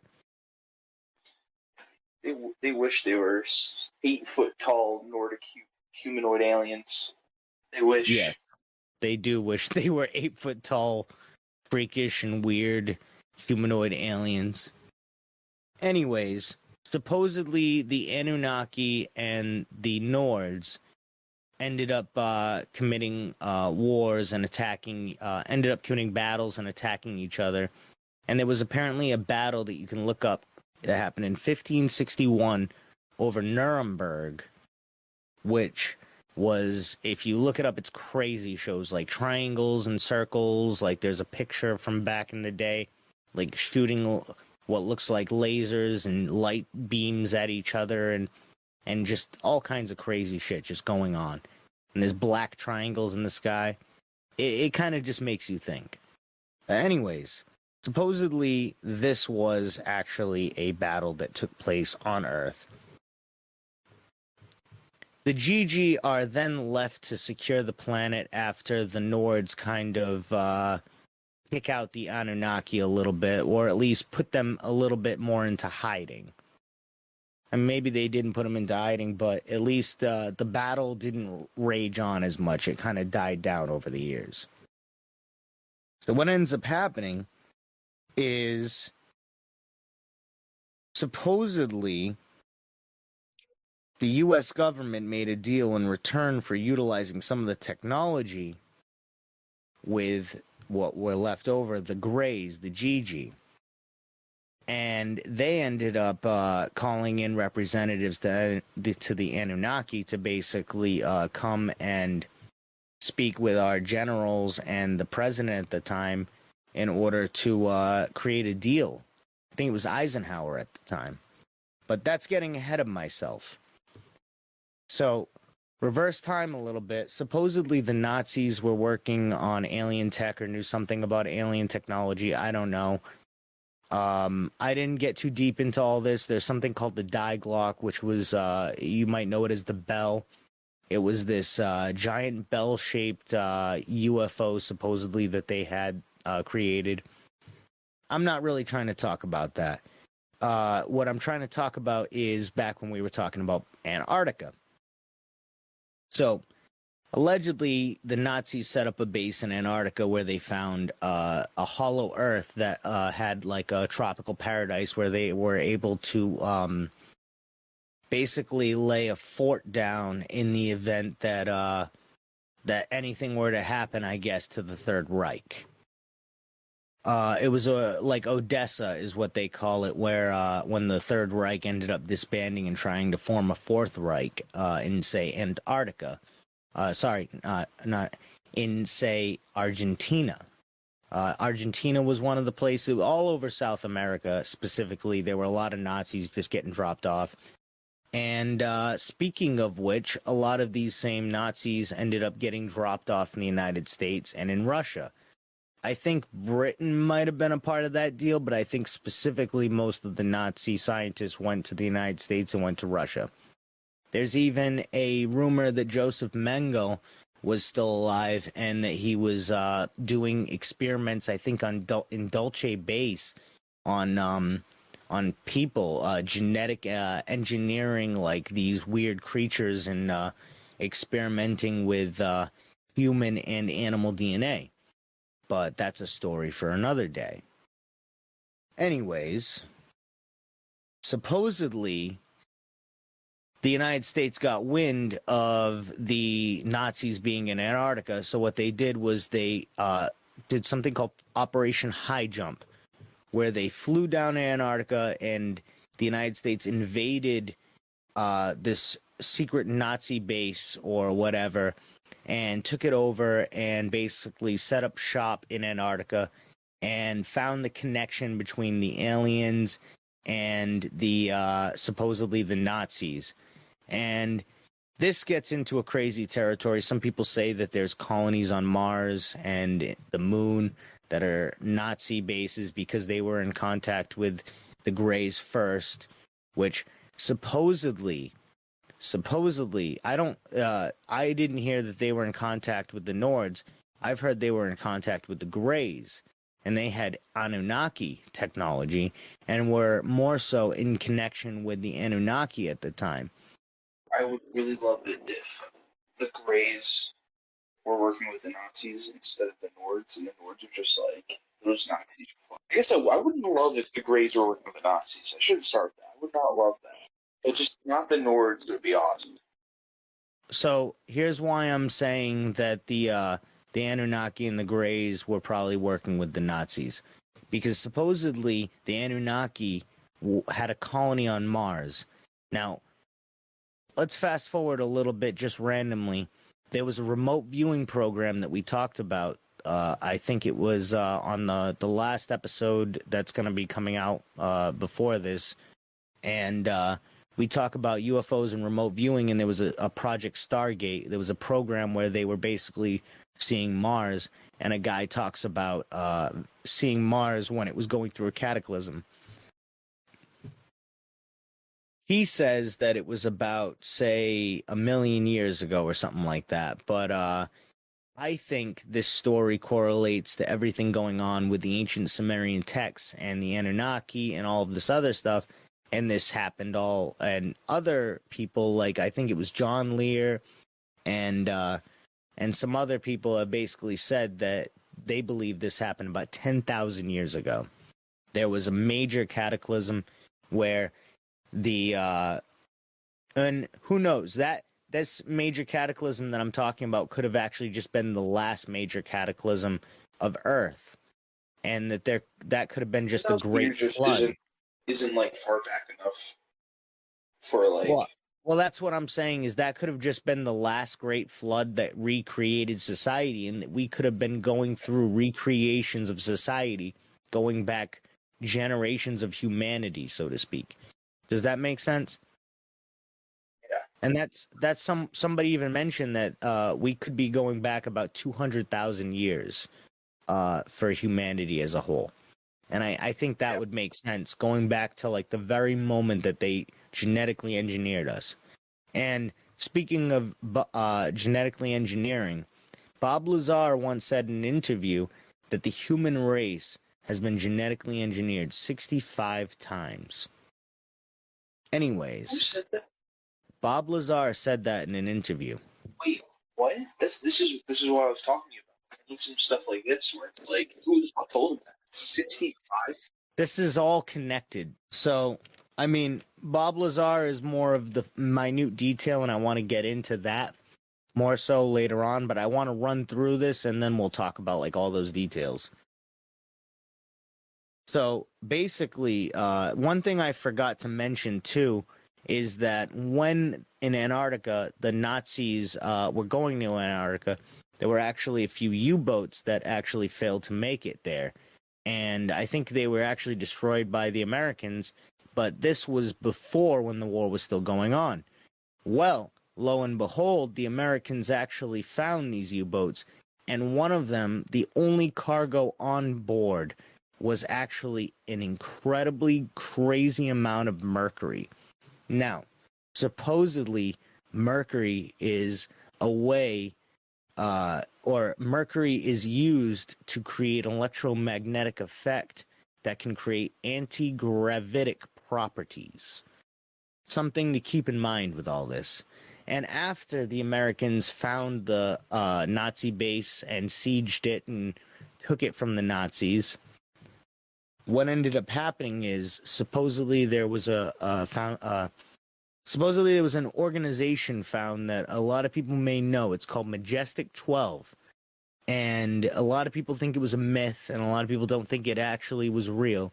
But supposedly it was these 12 mostly Navy guys who were involved in the operations and day-to-day of crafts and alien technology and alien communication, basically.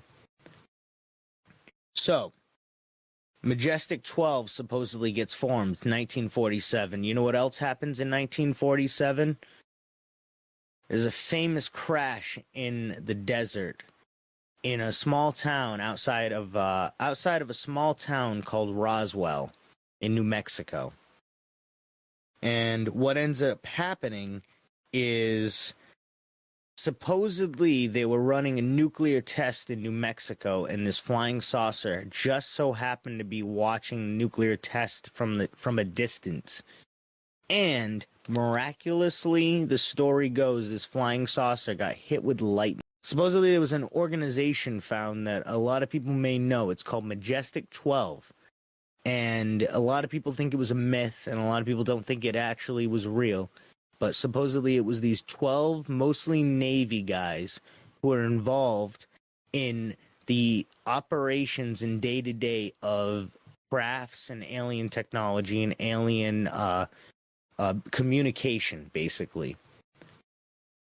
So, Majestic 12 supposedly gets formed 1947. You know what else happens in 1947? There's a famous crash in the desert in a small town outside of a small town called Roswell in New Mexico. And what ends up happening is supposedly they were running a nuclear test in New Mexico, and this flying saucer just so happened to be watching the nuclear test from a distance. And miraculously, the story goes, this flying saucer got hit with lightning. Supposedly, this is how the Roswell UFO crashed. Like something out of a biblical story or an ancient text. A bolt of lightning hit this alien spacecraft and forever changed the way that we day-to-day operate our lives and completely altered our reality forever. So anyways, that's all allegedly. Wait. Where was all this allegedly. ship? This was Where Roswell, was New that? Mexico. Oh, so allegedly it was a lightning bolt that struck the... Allegedly, it was a lightning bolt that struck the spacecraft that fell out of the sky in Roswell. And allegedly, it was while a nuclear test was happening. So, they brought this flying saucer to the famous Wright-Patterson Air Force Base, where they dismantled it, and supposedly they had 12 companies, 10 companies, if I'm not mistaken, come in and look at this saucer. If I'm not mistaken, among the companies was would eventually become Lockheed Martin, Raytheon, and Boeing, surprisingly enough. Amongst the noise, Boeing managed to get their hands on some alien technology. Anyways, they stripped it, and for the most part, a lot of these scientists and a lot of these groups and Skunk Works and all these guys, they shipped it back to Groom Lake, Nevada. And what Groom Lake is it became Area 51 in 1955. If I'm not mistaken, it took them a few years to build, but Groom Lake in 1955 was officially established as Area 51. Maybe not established as that. It was actually called S4, according to Bob Lazar. That's what the operating site for Area 51 that he worked on was called. But I would imagine that would be just Sector 4. Area 51 is established, and future employee Bob Lazar is looking real bright. He's going to high school. He's not doing too good, but he's taking chemistry. He's potentially making friends with hookers and stuff like that. You know, typical things that these kids do. Eventually, he would go on to work at Area 51 and reverse engineer spacecrafts. But again, that's ahead of the story. Allegedly, in 1955, Dwight D. Eisenhower wanted to know what was going on at Area 51. So what he did was he called a meeting to basically either have them tell the CIA, if I'm not mistaken, tell him what's going on, or he would have it raided or something like that. The gist is that the operators of Area 51 basically gave him a nice pat on the back, showed him an alien diplomat or a couple of alien diplomats that basically told him that you don't really need to know what's going on, but rest assured we're working on big things. So, Eisenhower ends up not really complaining much, but ends up giving a farewell speech that rails against the military-industrial complex, and supposedly that was about the very nature of what was happening in Area 51, according to legend. Here's where we get a little crazy. Back in the early 1900s, there was a famous scientist by the name of Nikola Tesla. Now, when Nikola Tesla was alive, purportedly he spoke to aliens or was getting radio signals from outer space. This is something that I guess he described in his journal, but he also made a bunch of schematics on energy weapons. Supposedly he made a schematic on a death ray, an early version of a death ray. A lot of insane things with Nikola Tesla. If you look into his life, it was fascinating. If I'm not mistaken, I did a report about Nikola Tesla in high school.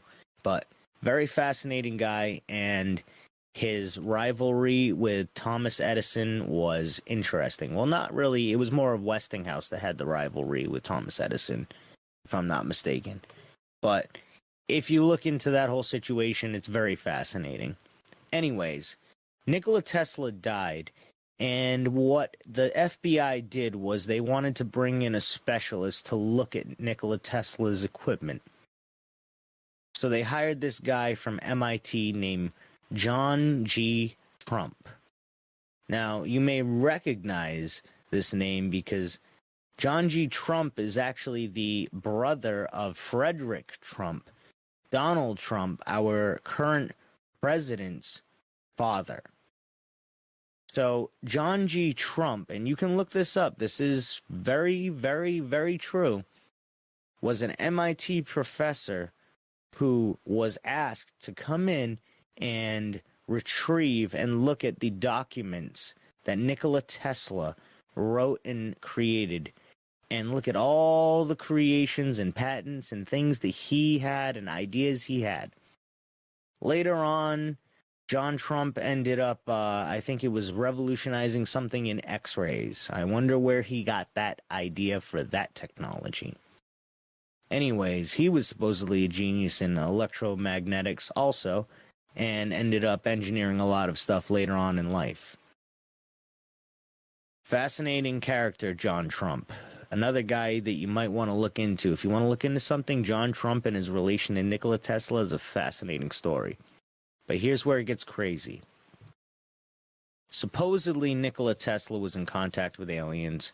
Supposedly, they took all this equipment and they brought it in to Area 51, and they tested out these lasers and all this just nutty technology. Well, one of the things that the gray aliens supposedly introduced to the United States government, allegedly, they created something called a chronovisor. Now, if you've ever heard of a chronovisor, supposedly this is basically like a VR device designed to take you basically back in time or forward in time. Basically designed to show you, like a VR helmet, some moment in time. I'm trying to think of what a connection in pop culture to this that would be. Maybe the Assassin's Creed chair, maybe, whatever that's called. I forgot what that was called, but potentially that would be like a good comparison. You're basically taken backwards or forwards in time. I don't think that you are taken to an ancestor. I think you're just able to see the future. Much like just Google Street View, but Google Future View. So there were these group of people. One of them was named Regina Dugan, or Duggan. This is all allegedly also. I would like to also say that. So there was this other guy named Basiago. Andy Basiago. Now, Andy Basiago was a Seattle attorney who supposedly came out in I think it was the 90s or 2000s, and claimed that he was a part of a secret CIA program called Project Pegasus. Now, if anyone is familiar, Andrew Basiago basically described that he was in a group with this woman named Regina Dugan and a man named Barry Soetoro. who would later on change his name to something else that people might be familiar with, allegedly. Allegedly, this is who this person is. But we'll get into that in a moment. So, Andy Basiago ran for president in 2016. A very interesting guy. Andrew Basiago, Seattle attorney, Bernard Mendez, Brett Stillings, and a man you know currently as Barry Soetoro were all part of this elite squad in the CIA, supposedly, called the Jump Room, under an elite thing called Project Pegasus.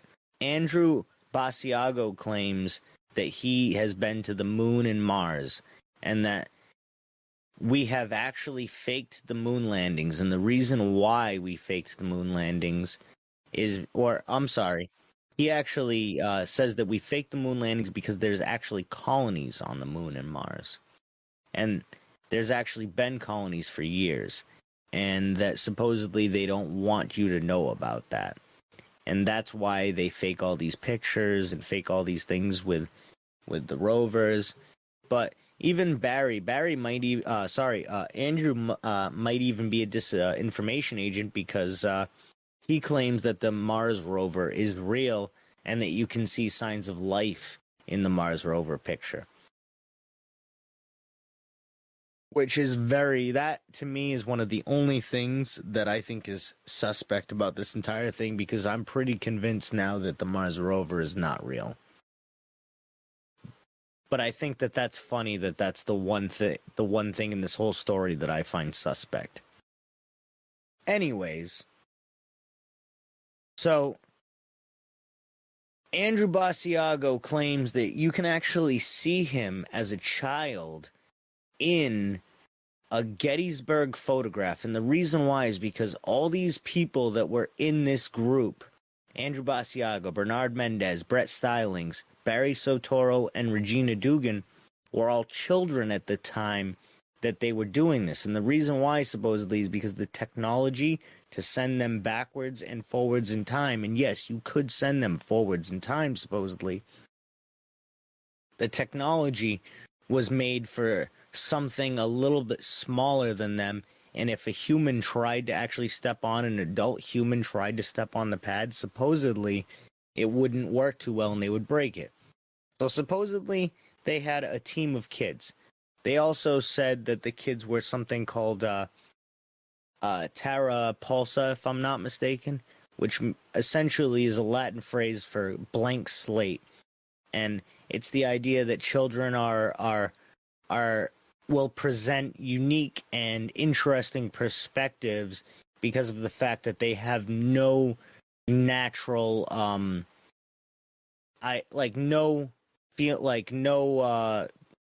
no manufactured view of the world yet, no bias, basically. They have no preconceived notions. Yeah, exactly. That was a great way to put that.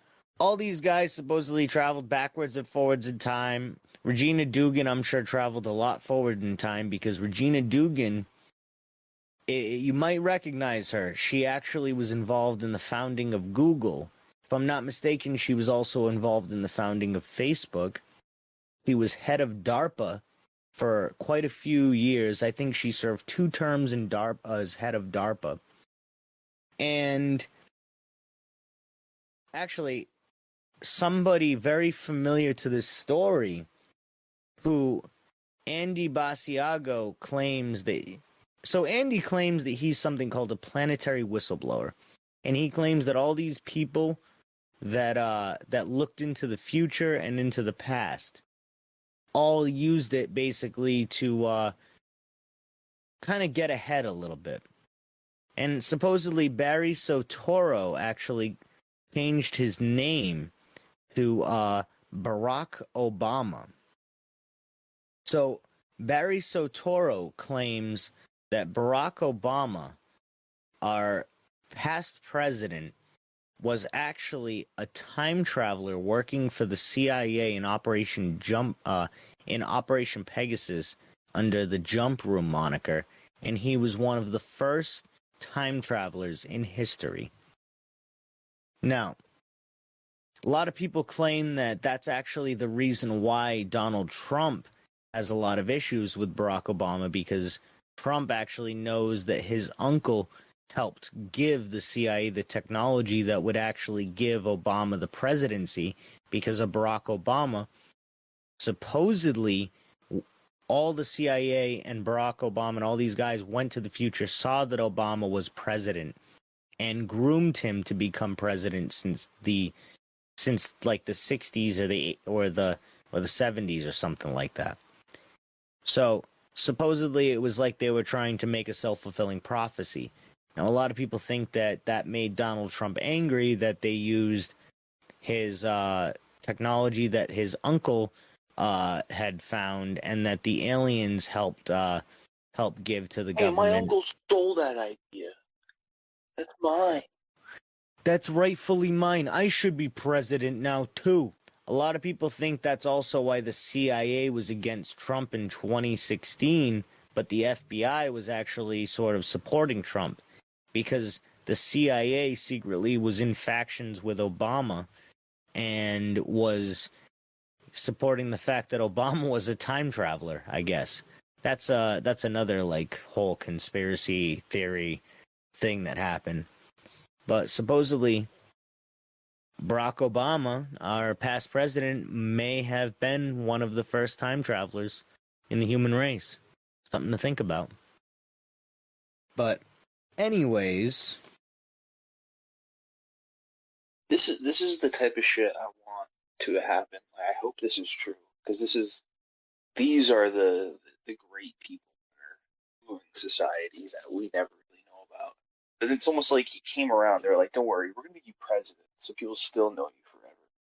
well, exactly. That's why that's why I got so deep into this whole thing, because I saw so many crazy connections that just like it's wild the amount that you like can get out of this. Like I didn't realize the Anunnaki and the government thing like kind of sat so deeply in everything. And like once you get down into it, like this really is like a very wide-ranging like conspiracy. And the only reason I got into all this, I mean, I got into a lot of different aspects of this. I was starting to piece together all these different things, from things that Bob Lazaro was saying, things that I've read in other things. It's crazy. That brings us to our next person. Oh, can I actually say something else? Yeah. Because I was actually talking about this last time we had a similar conversation, and I was the one ranting about it. Diana Pasulka, right? Yeah. I'm pretty sure that, like, I think that the guy she was talking to might be one of these guys that we're talking about. Andy Basiago? No. Maybe he goes by a different name now, but I think the guy that she was talking to and hanging out with might be one of these secret time travelers. So, what I was also thinking, and I forgot to mention this and write this down, but Andrew Basiago also mentioned that the CIA and the military had teleportation, and I thought that all this related to the Philadelphia Project. And he said back in like the 90s or something like that, and I thought this was very interesting, but he said back in like the 90s or the early 2000s that the CIA did have teleportation capabilities, but it would only be relegated to the military, and it would be available in about 40 years, he said. And that was either the 90s or the early 2000s. And I saw something the other day. 40? He said about 40 years. And I saw something the other day that basically said that in like 5 years that we were going to have teleportation in the military. And I was like, what the fuck? I read that actually before I read that whole like Andy Basiago thing. So when I read that afterwards, I was like, holy shit, maybe this guy's actually on to something, or maybe this guy was involved in it. Maybe Obama was a time traveler, which would be the coolest fucking thing ever. Honestly, if I found out Obama was a time traveler, I'd probably like him a little bit more, honestly. Yeah, I would like him a whole lot. This is when Bob Lazar came onto the scene, He befriended also a guy named John Lear. Bob Lazar, for those who don't know, this is actually why we started this whole episode, because we wanted to talk about Bob Lazar originally. And Bob Lazar is a fascinating character. He claims to have worked in a place, as mentioned before, S4. It's supposedly, I guess, a subsector of what people call Area 51 or Groom Lake. And apparently he helped reverse engineer spacecrafts while he was there. Excuse me. He, what else? He claimed to have, I think, seen an alien body once, but everything was so compartmentalized that he mostly got to deal with the actual spacecraft.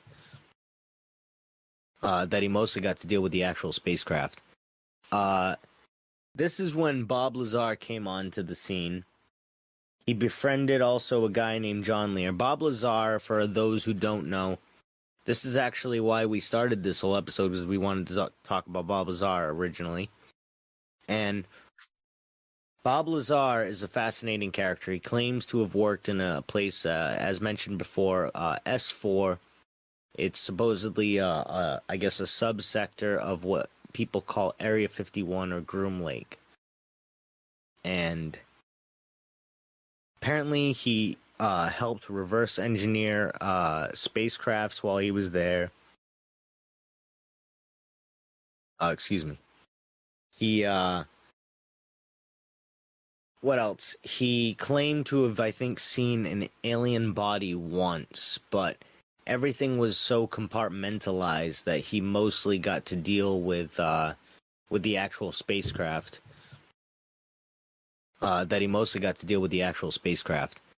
The one thing that I really got a lot out of the Bob Lazar thing, though, was Element 115, Moscovium, as it was actually discovered years later, if I'm not mistaken, in 2003 in Russia. And supposedly Moscovium, or Element 115, is one of the hardest substances in existence. Like, it's almost impossible to synthesize. And Bob Lazar claimed that it had some kind of crazy electromagnetic properties that, like, basically defied the laws of gravity as we know it. Part of this whole thing is that Bob Lazar would say, like, the ships had, like, a psychic connection where you could kind of feed into whatever you wanted with the ship. A lot of what he said, too, was that the military tried to replicate the substance, but they would supposedly make, like, a dirty version of it, or, like, a shitty version of Element 115, and it never actually, like, worked out to be, like, the really good version.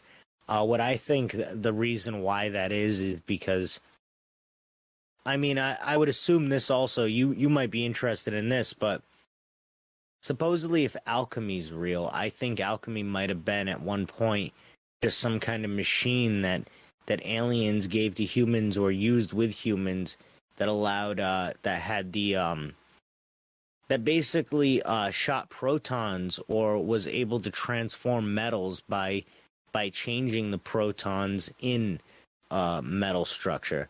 So I think that's one thing that the aliens have never shown us. They've probably shown us some crazy shit, but they probably haven't shown us, a real way to synthesize Moscovium, because if they did that, we would potentially be all-powerful. If we're able to completely conquer space flight that quickly, I think that it would lead to a lot of issues. But anyways, Bob Lazar supposedly worked with this Element 115 Moscovium. Later on, he was actually selling chemicals online, if I'm not mistaken. and he, I guess, was being investigated because of somebody like used the chemicals to poison somebody else or something like that. So they raided his place, but supposedly he said what they were looking for was the last bit of element 115 that he had left, that he took from the lab. Real stuff? The real stuff. He had a cheating wife. What's he doing with the element? Why isn't he doing anything? Well, I think he just took it as a way to have a what would you call that? Have some cards, actually, or what would the word figure it out? Well, no, I think he wanted like to always have like a seat at the table, so we always wanted to have something on them. You know what I'm saying? Like having absolutely. the actual Like, element 115 was. I know. I'm just saying that if you're a scientist and you have this element and you know what it's for and you know what it can do, and you're literally one of the scientists who's like paid to work on it, why wouldn't you be investing in yourself while you have it in your hands as I mean, he probably did study it, but the idea, I think, is too, even he said that it was like almost impossible to mold. You needed like a power that like was unmatched. And what I think that power is, like I was saying earlier, I think that's the power of like a neutrino star. I think that somehow these aliens harvested were able to like create some kind of like neutrino gun or something like that, for lack of a better way to put it, and we're able to create basically like an alchemy machine with a gun. Wow. I don't know. Yeah, because the idea that if you could add protons to like metals and do all this is that you could essentially make alchemy happen. You could change metals into other metals. You could, change iron to gold. But what's up? You know how we were talking about the time travelers again? I'm sorry, I'm stuck on the time travelers. Yeah, no, it's okay. It was a fascinating thing. Yeah. No one's ever told me that Barack Obama was a time traveler. What I was going to say is that have you heard of the Montauk Project? Yeah, of course. And the Montauk Monster? Yeah. Apparently they do a lot of stuff like this too. But I was actually just listening to another podcast explain this. And at one point they reference how was it during the Montauk Project one, or was it another episode? They reference how John Keel believed that to like contact aliens over a long distance, right?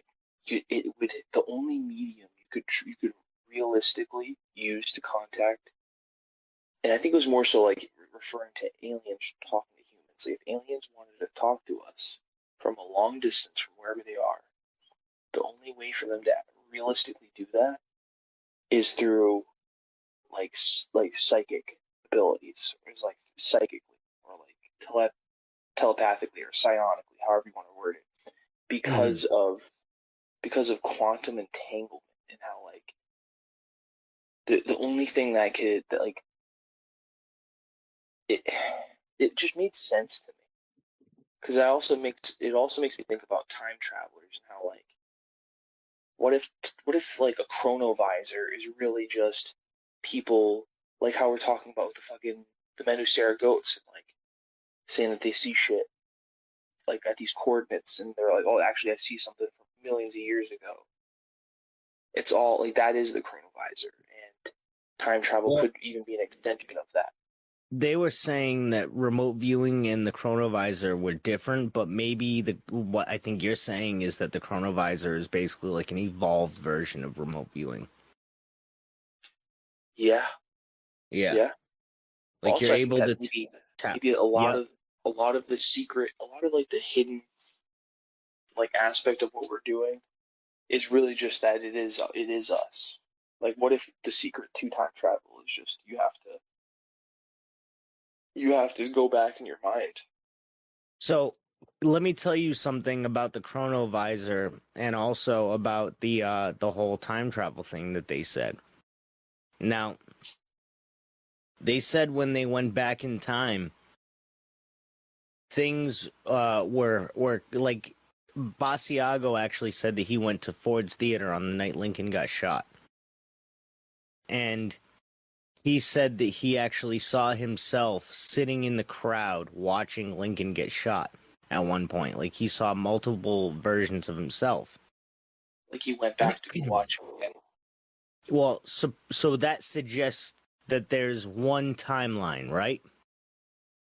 But then he also suggests that when you go into the future, that things aren't necessarily set in stone. That what happens is, like, he's gone to the future and things have been different. Like, he went to the future, he said, and the capital was underwater in a literal swamp in Stillwater. Like the world basically ended and it was just done.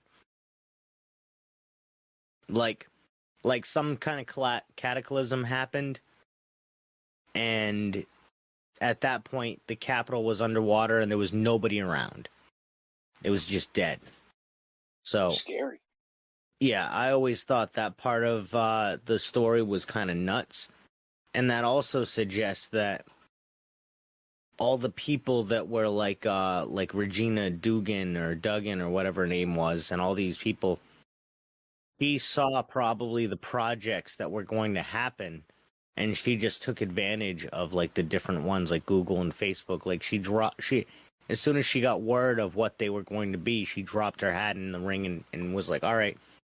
Or she already knew that she was going to be involved in this, like Barack Obama knew he was going to be president, and she just, sought out these things like a self-fulfilling prophecy. I'm sure a lot of this too ends up being paradoxes, or like a way to like stop paradoxes, I mean.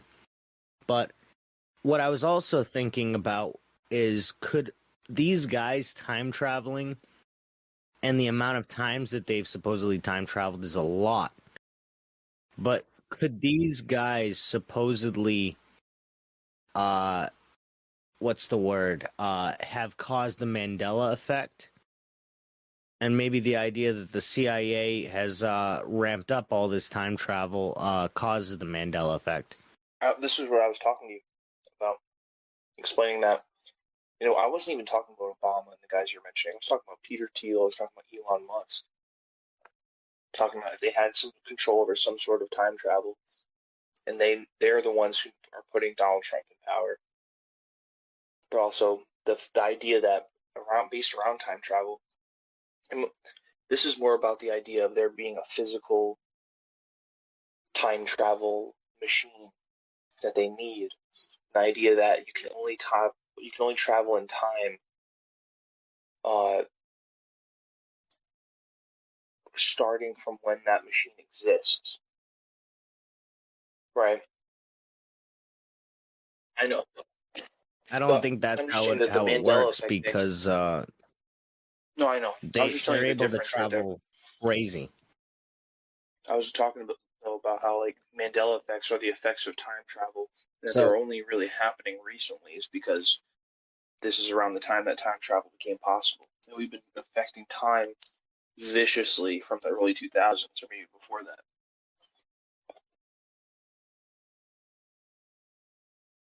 I have a different theory, but I like that theory. But I thought of this idea too while I was reading all this. What if the Mandela effect has always been happening and we haven't fully recorded it? So I'm wondering if maybe that the Mandela effect is an old phenomenon, and just maybe they interpret it as something else. I don't know. Well, I just think that like we have terms for things, you know what I mean? Like and we only just recently gave this thing a term. Like, and it's just deja vu could also be related to it too. All it took was just like one example of the thing. That's being like, yeah, that's weird. And then it happened again, like, oh yeah, it's just like that other thing. We keep referencing back to the other thing. But it's such a recent thing that it's like, why didn't we do this over the course of thousands of years? See, it's just a term. Like, why? It's like we have. I looked it up, and deja vu was only coined in 1876. You know, but like, I mean, I can't tell if that helps the idea of it just only being realized recently, or the other. I don't know, because that is actually pretty recently. But I don't know. I guess, you know what I think also, if it did always happen, I would actually think it's pretty believable that people in the past be like, yeah, I'm stupid. Yeah, I'm stupid. I guess I just didn't realize that it wasn't that. Like, nobody thought it was a crazy thing happening, right? Because they're all just like, what do I know? Mhm. Yeah, I don't see any like 1800s Mandela effect or anything when I'm looking it up. Well, But 1800s was when deja vu was coined, which I think is a oh, I know, but I'm trying to just find pre-1900s Mandela effect like examples. yeah. Just look up Mandela effects before the 2000s, or maybe before the 90s. So this is what I was saying. Limited documentation. The 1800s saw a vast amount of historical events and figures, and documentation may not be as comprehensive or readily accessible as for later periods. This could leave room for misinterpretations or shared or incorrect memories. So here's another thing is the people that remember this shit could also have died a long time ago. And I think people have been like saying shit that they think they remember for a long time, like oh, telling a story like incorrectly or something like that. You know what I mean? So the vast majority of the pre-internet Mandela effect are from the 70s and early 80s. Tons. When I was a kid, magazines would have lists like famous lines they never said in the movie, and it was universally understood to be a quirk of memory caused by popular misquotes being heard more times than you actually watch the film. It's only very recently that people have been framing it as a supernatural thing. What if the Mandela effect is literally just all these people, like, just even if they're not doing anything in time, just by stepping on a bug or inconveniencing one random dude or something, they change the whole process of, like, time, and they cause, like, the butterfly effect. They cause, like, a ripple effect that changes or alters, like, a slight thing in the timeline. Absolutely. You know what I'm saying? Like, yeah, what if the Mandela effect is caused by the butterfly effect with time travelers? What if, like, because they keep hopping around in different time, like, altering the time just very, very slightly, they're causing all these slight changes in the timeline. Yeah. People are always trying to fuck with the timeline. Where do you think ghosts Yeah. and aliens kind of correlate with time travel?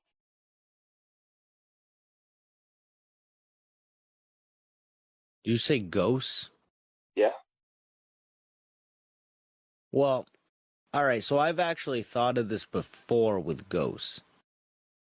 So, I've had this idea where some ghosts, I think, might be like a spiritual imprint of a memory from that ghost onto, like, the area, like their energy basically imprinted on the area.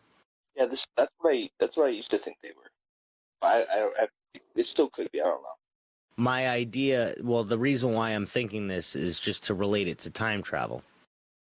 So if that's the case, what I could see is that this energy is outside of our dimension, which it obviously is regardless, but it could touch outside of time and space, and this energy could, say, theoretically go back in time or forward in time. So a spot could be haunted in the timeline indefinitely, forever, as long as whatever the thing that's imprinted on is there, so to speak, or whatever that ghost memories imprinted in is still there.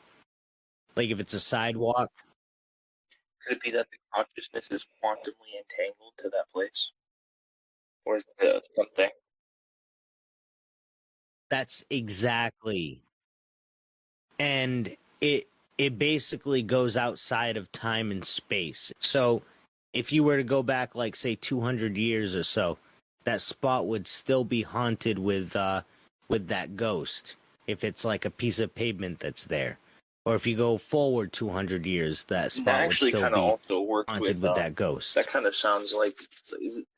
I see now how this connects to how you were saying that, like the time machine, that you can only travel forward and back in time, starting from when the. That's how I'm connecting to what you're saying before. Because think about it, like say you die in some car, and now you're haunting that car, but then you never appear before the time that you died in that car. But you could appear in time, any moment in time after that. So I think about like time travel. Think about like time travel. You could never go before the moment that the time travel started. Then you'd be disconnected. Well, so what I'm kind of what I'm also kind of saying though is that I think that ghosts could haunt a spot before theoretically Really it lived even. Like that ghost could be, yes. That's kind of also what I was saying, is that I think potentially this energy, if it is outside of our dimension and it's outside of time, I think if as long as that object is there in that space, it'll haunt that object. So I'm thinking that a ghost will go outside of time. That's it. That's if a ghost is what I'm saying it is, and it's a spiritual or a memory impression on a thing. That's also, I'm also just saying, I guess, one aspect of that part that it could be. It might not be that. It might be like you're saying, where the ghost can only like go forward in time.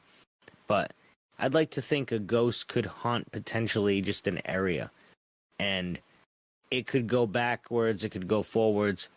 I think that's also why certain areas could potentially harbor like dark, like what's the word? Like a dark energy, because that dark energy's always been there and will always be there. It's almost like a self-fulfilling prophecy, I guess. Like there'll always be trouble in Bermuda Triangle because there always was trouble in the Bermuda Triangle, because it's almost like a loop.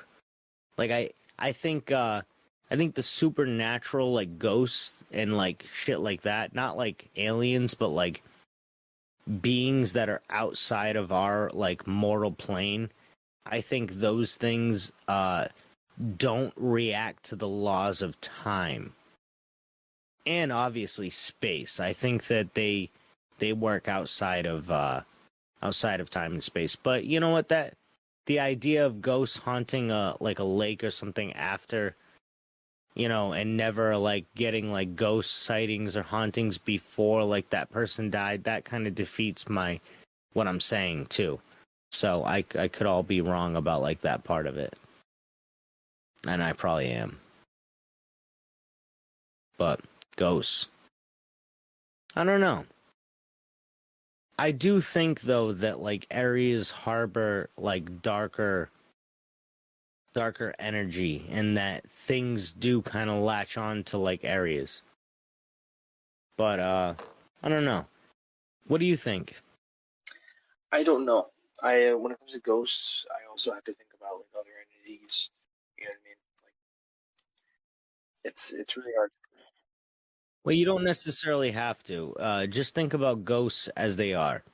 Think about it as if there's only ghosts. The idea that there's only like an imprint of a person or an energy, an imprint of an energy on something. That's all you got to think about. Not demons, not angels, not. You first began explaining it. You said the imprint of the energy and like memory. That's how I used to believe it. I didn't even start believing in ghosts until only like a few years ago. I would think about how ghosts could be possible when I that anything. It's an imprint of a moment. Say somebody was murdered, right? Have mental energy, or good or bad. Yeah, like they're screaming or something like that, and you hear random And it screams wouldn't at be that night or like, something. yeah, and it wouldn't be like that's actually that person. It would just be that like you're seeing an imprint of that person. Like you ever play Dark Souls Yeah. or like any other game where you see like the ghost of somebody who was there, and like they'll say something, but like all they'll say is like something having to do with them.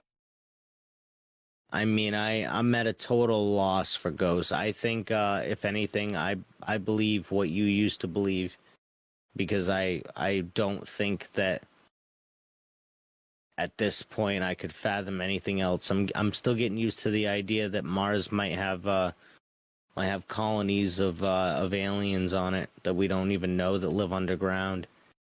This guy, one other thing I want to tell you that Basiago said. He said that Mars has a colony underground and that it contains 1 million people.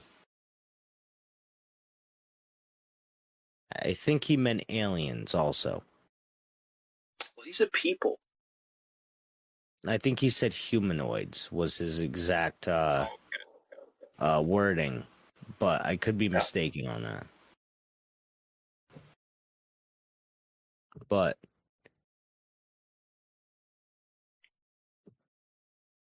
I don't know. That was what did I not get into on here? Hold on. I kind of pulled us away from the topic you were talking about to go back to time travel. I know. But I know where we were. So I actually wrote in here, could this be the cause of the Mandela effect? Question mark. I love how I always say the question mark. Bob Lazar said mankind had been genetically altered 65 times, going back to what I said to you at the beginning of the pod. Yeah. They referred to humans as containers. This is a quote that Bob Lazar said. They referred to humans as containers, but Lear told Corbell that aliens see us like a wine and our bodies as containers, and our souls are like... Sorry, I fucked that up. That's aliens scary to describe it to something.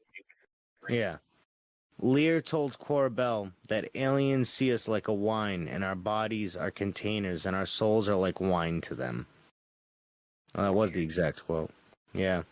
The problem is that not only are just the fact that there are 5 to 10 civilizations visiting us at any given time is that 90% of them are hostile and operate on a completely different set of morals than us, is what John Lear said in that same interview, if I'm not mistaken. They said that the Mars and Moon have colonies. And last little bit of information that I wanted to mention, there was a guy named Phil Corso. Not last little bit. I've got a few little facts here that I wanted to mention. There's a guy named Phil Corso who apparently was present at the Roswell crash.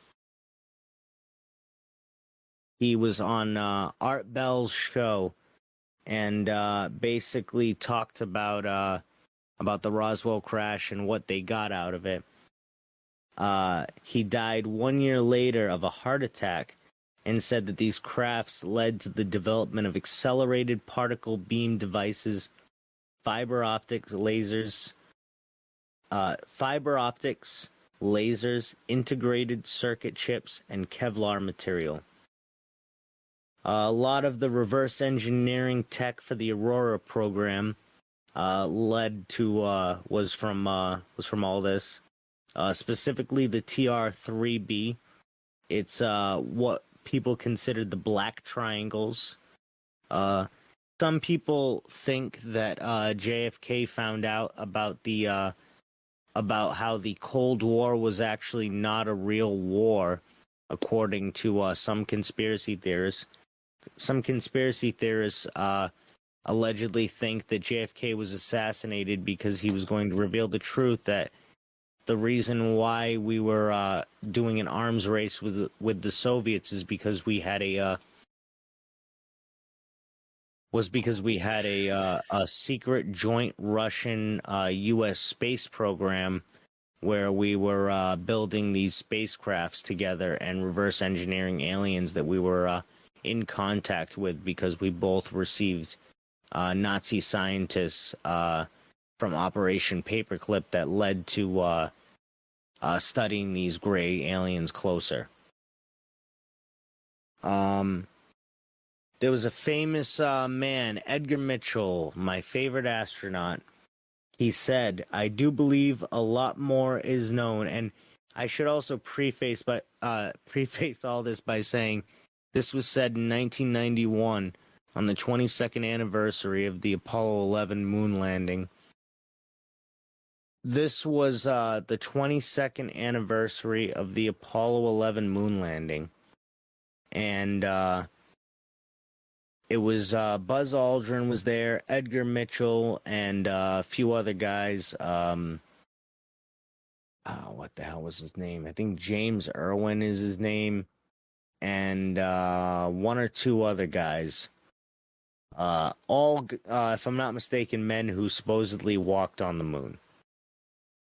Now, one thing is that Oprah asked Edgar Mitchell if, or he asked everybody really, if they believe in alien life more now than before they went up into space, if that was a part of their experience. I do believe a lot more is known about ETs. I believe a lot more is known about ET investigation than is publicly available right now, and has been for a long time. And Oprah said back, "And why do you think it's being kept from the public?" And Mitchell said, "Oh hell, it goes back to World War II when all of that happened." So what do you think he was talking about there with World War II? I'm pretty sure I know what he's talking about. Yeah. But Buzz Aldrin's next response... What do you think he's talking about? I don't know. I think it goes back to the Manhattan Project, partially. But what's up? So, you know the whistleblowers that are coming about right now? Which ones? The ones that are talking about UFOs. I know, but like... The ones that are part of the military, there's multiple UFOs. There's like, I think there's like 4 now or 5 of them now. Are you talking about Louis Elizondo? Like... He's one of them. Are you talking about something that happened today or yesterday? No. Just like you know how like the last year or so. Yeah. No, I know. They like the guys who dropped the egg video and everything. One of the guys, I'm talking about these guys. You know exactly what I'm talking. One of those guys, I forgot which one it was. I forgot his name actually. I can picture him.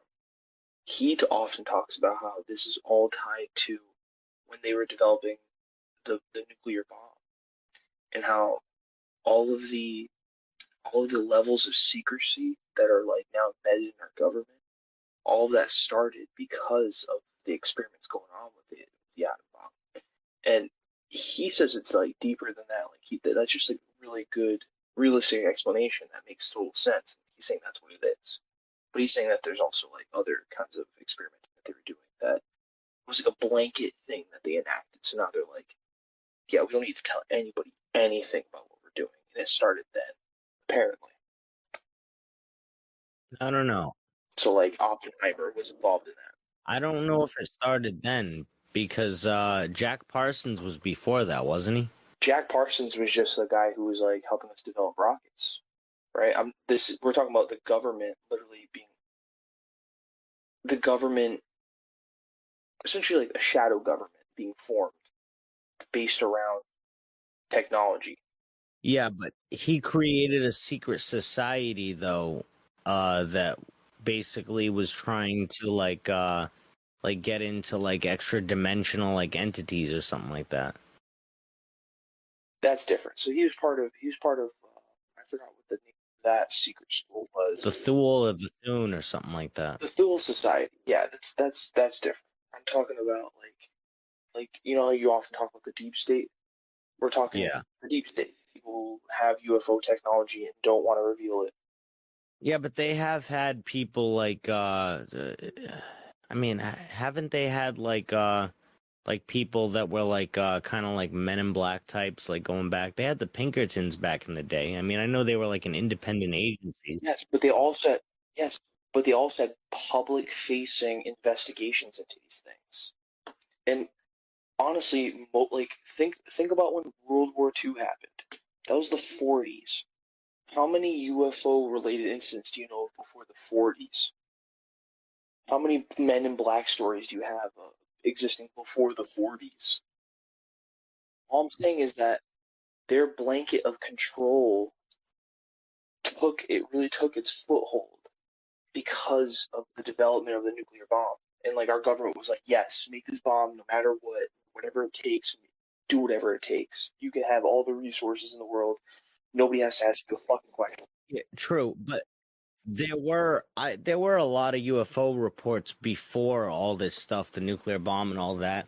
Like I'm not saying UFO reports didn't happen. I'm talking about because look at like Christopher Columbus seeing like the UFOs come out of the Atlantic Ocean. I never said UFOs didn't exist. I'm saying that.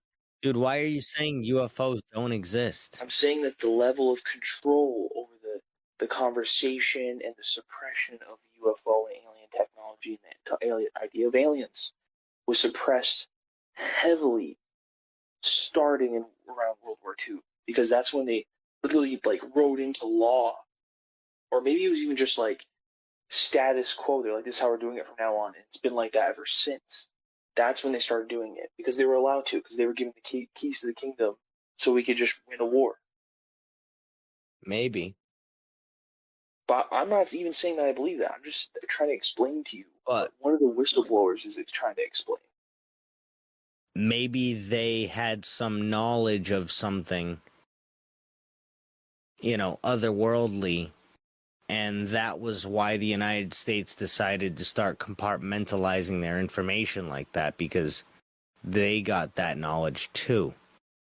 When all those scientists defected over here. I'm not even just talking about Operation... That's what he's saying.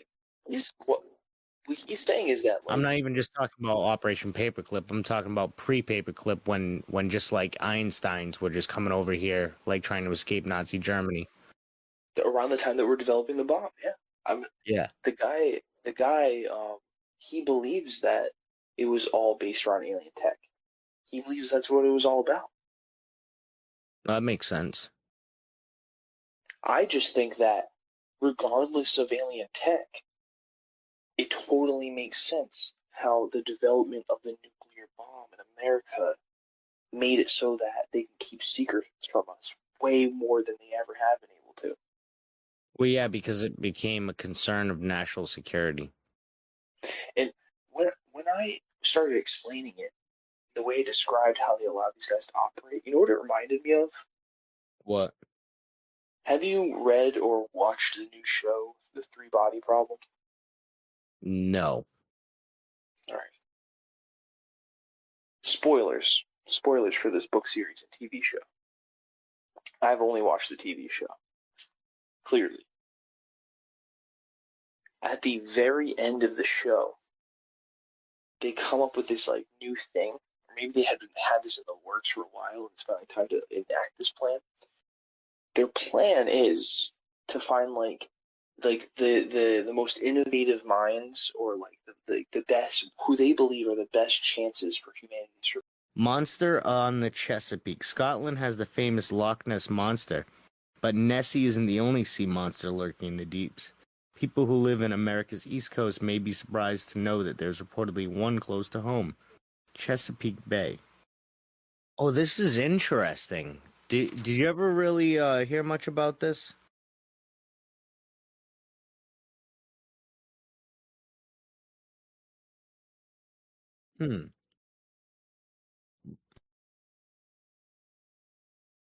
We got Sasquatch. Nah, you're cool.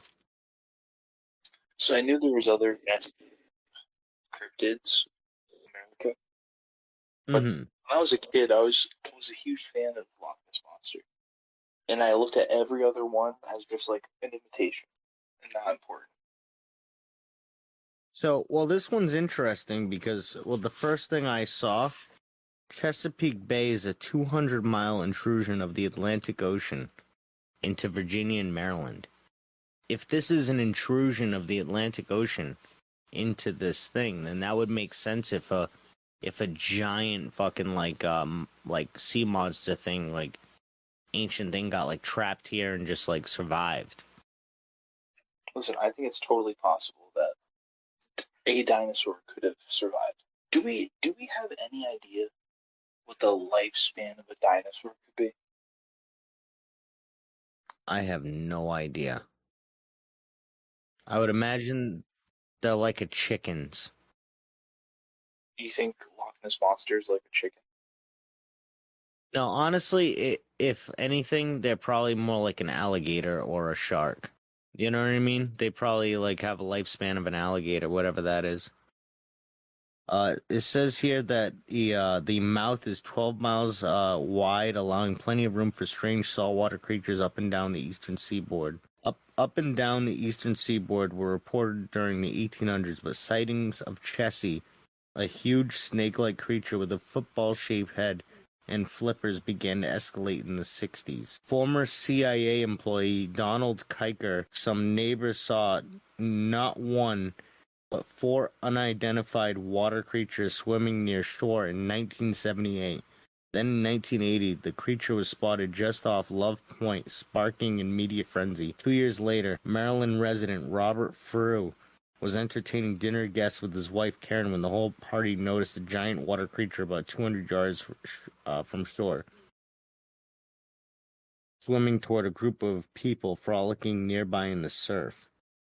They watched the creature, which they estimated to be about 30 feet in length, as it dove underneath the unsuspecting humans, emerged on the other side, and swam away. Vril recorded several minutes of the creature's antics, and the Smithsonian Museum of Natural History reviewed his film. Although they could not identify the animal, they did concede that it was animate or living. I mean, I think a lot of these creatures that people think are like sea serpents are probably sturgeons.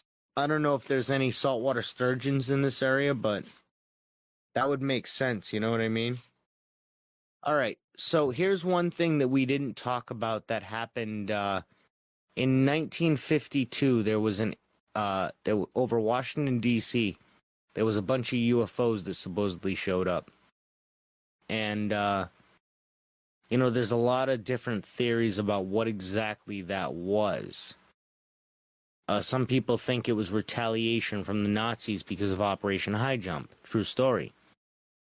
But a lot of people think it was the Greys that were asserting their dominance over the the White House at the time. But here is a story from 1952 that seems pretty interesting. What happened on the night of September 12th, 1952? Was it a meteor or a UFO, a robot or an alien monster, a hoax or the simple truth? Read the account and decide for yourself. While playing football in the afternoon of September 12, 1952, a group of boys in Flatwoods, West Virginia saw a large fireball fly over their heads. The object seemed to stop near the hillside property of Bailey Fisher. Some thought the object was a UFO, but others said it was just a meteor. They decided to investigate. Darkness was falling as the boys made their way toward the hill, so they stopped at the home of Kathleen May to borrow a flashlight. Seeing how excited the boys were, May, her 2 sons, and their friend Eugene Lemon decided to join them. The group set off to find exactly what had landed on the hill. As they neared the top of the hill, the group smelled a strange odor that reminded them of burning metal. Continuing on, some members of the group thought they saw an object that resembled a spaceship, shining their flashlights in front of them. The group was startled when something not of this world moved out from behind a nearby tree. The description of what is now known as the Flatwoods Monster is almost beyond belief. It stood around 12 feet tall and had a round reddish face from which 2 large holes were visible. The creature, which appeared to be made out of a dark metal, had no arms or legs and seen float through the air. Looking back, the witnesses believed that they saw was a protective suit or perhaps a robot rather than a monster. When a flashlight beam hit the creatures, its eyes lit up and it began floating toward the group while making a strange hissing noise. The horrible stench was now overpowering, and some in the group immediately felt nauseous. Because she was at the head of the group, Kathleen May had the best view of the monster. He later stated that as the creature was moving toward her, it squirted or dripped a strange fluid on her that resembled oil but had an unusual odor to it. Terrified beyond belief, the group fled down the hillside and back to the May house, where they telephoned Sheriff Robert Carr, who responded with his deputy, Burnell Long. After talking with the group, they gathered some men and went to the Fisher property to investigate, but they only found a gummy residue and what appeared to be skid marks on the ground. There was no monster and no spaceship. However, the group did report that the heavy stench of what smelled like burning metal was still in the air. A. Lee Stewart, a member of the search party and co-publisher of the Braxton Democrat, knew a good story when he saw one. So he sent the tale over to the Newswire, and almost immediately people were asking Kathleen May for interviews. On September 19th, 1952, May and Stewart discussed the Flatwoods Monster on the TV show We the People. For the show, an artist sketched the creature based on May's description, but he took some liberties. The resulting sketch was so outrageous that people started saying the whole thing must be nothing more than a hoax. Slowly, though, others came forward to admit that they too had seen a strange craft flying through the sky near Flatwoods on September 12th. One witness described it as roughly the size of a single-car garage. He said that he lost sight of the craft when it appeared to land on a nearby hill. Since that night in 1952, the Flatwoods Monster has never been seen again, leaving many people to wonder what exactly those people encountered. A monster, an alien from another world, or perhaps nothing more than a giant owl. One thing is for sure, there were far too many witnesses to deny that they stumbled upon something strange that night. What do you think the Flatwoods Monster was? You know how we were talking how many species of aliens? Yeah. That's a good example of a whole bunch of random stuff. See, the 37th species or something. See, that to me sounded like a probe. That sounded like an alien probe or a drone more than an actual like a creature. Like that guy was saying that it sounded like a robot. The guy said it looked more like a robot in hindsight. So maybe it was just that. It was like a drone that they sent here for like reconnaissance or like intelligence or something like that. I mean, just because it sounded like a robot doesn't mean. Like, have you ever heard of anything like it before? Have you like? It's kind of random for it to just look like that. So weird. And then to just write off, oh, it was just a drone of one of the other aliens. Well, yeah, I mean, that's still a weird situation, but, you know what I mean? Even if it is a drone, it's like, what was the drone for? Like, what the fuck was, like, that's not a gray alien thing. That's not a Nord thing. Well, Right? that's not a thing that we know about. It could be. It could, you know what that could be? That could be an Anunnaki thing. That could be from the Anunnaki homeworld, kind of keeping an eye on everybody. You know what I'm saying? Like how the GG are like their slaves. The Anunnaki could have probes that they're just sending around here that are just checking shit out. Now, how does this fit into the simulation? What, like the like aliens stealing your soul and all that? Well, like, if it's all simulation, what are these things? They're just entities that are also in the simulation. If this is all this is all a simulation, then what is this? What are you? I don't know, I guess I just mean to assume that the things that we're talking about are, like, outside of our level of reality or something. But it's not. It's all like kind of coming and bubbling to the surface. I mean, that's what I get out of it. So this is pretty interesting. This guy is named John William Doon. He questioned much in life, but nothing more keenly than human dreams and their meanings. His obsession with the Twilight world was sparked by an odd event that he couldn't explain. How had Dune been able to see one of the world's greatest tragedies while he was asleep? And how could this have occurred before the event took place? This is like what I was telling you that I see. I see like photographic moments when I dream that eventually become a reality of something that I see in real life. But I want to see if that's exactly what this guy's like knocking on. John William Dune is best known for the invention of the first practical and stable tailless airplane.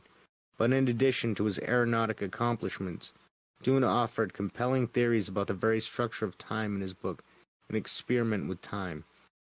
Dune's interest in this area was prompted by his uncanny knack for forecasting events through his dreams.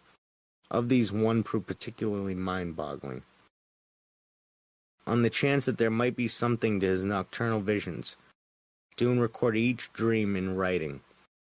In early May 1902, while working as an engineer for the British military in South Africa, Dune had a dream in which he found himself on the island of Martinique.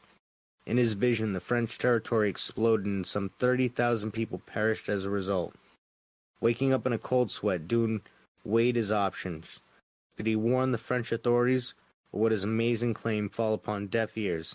Dune chose to alert the powers that be, but he was unable to persuade what he later called the incredulous French authorities to evacuate the island.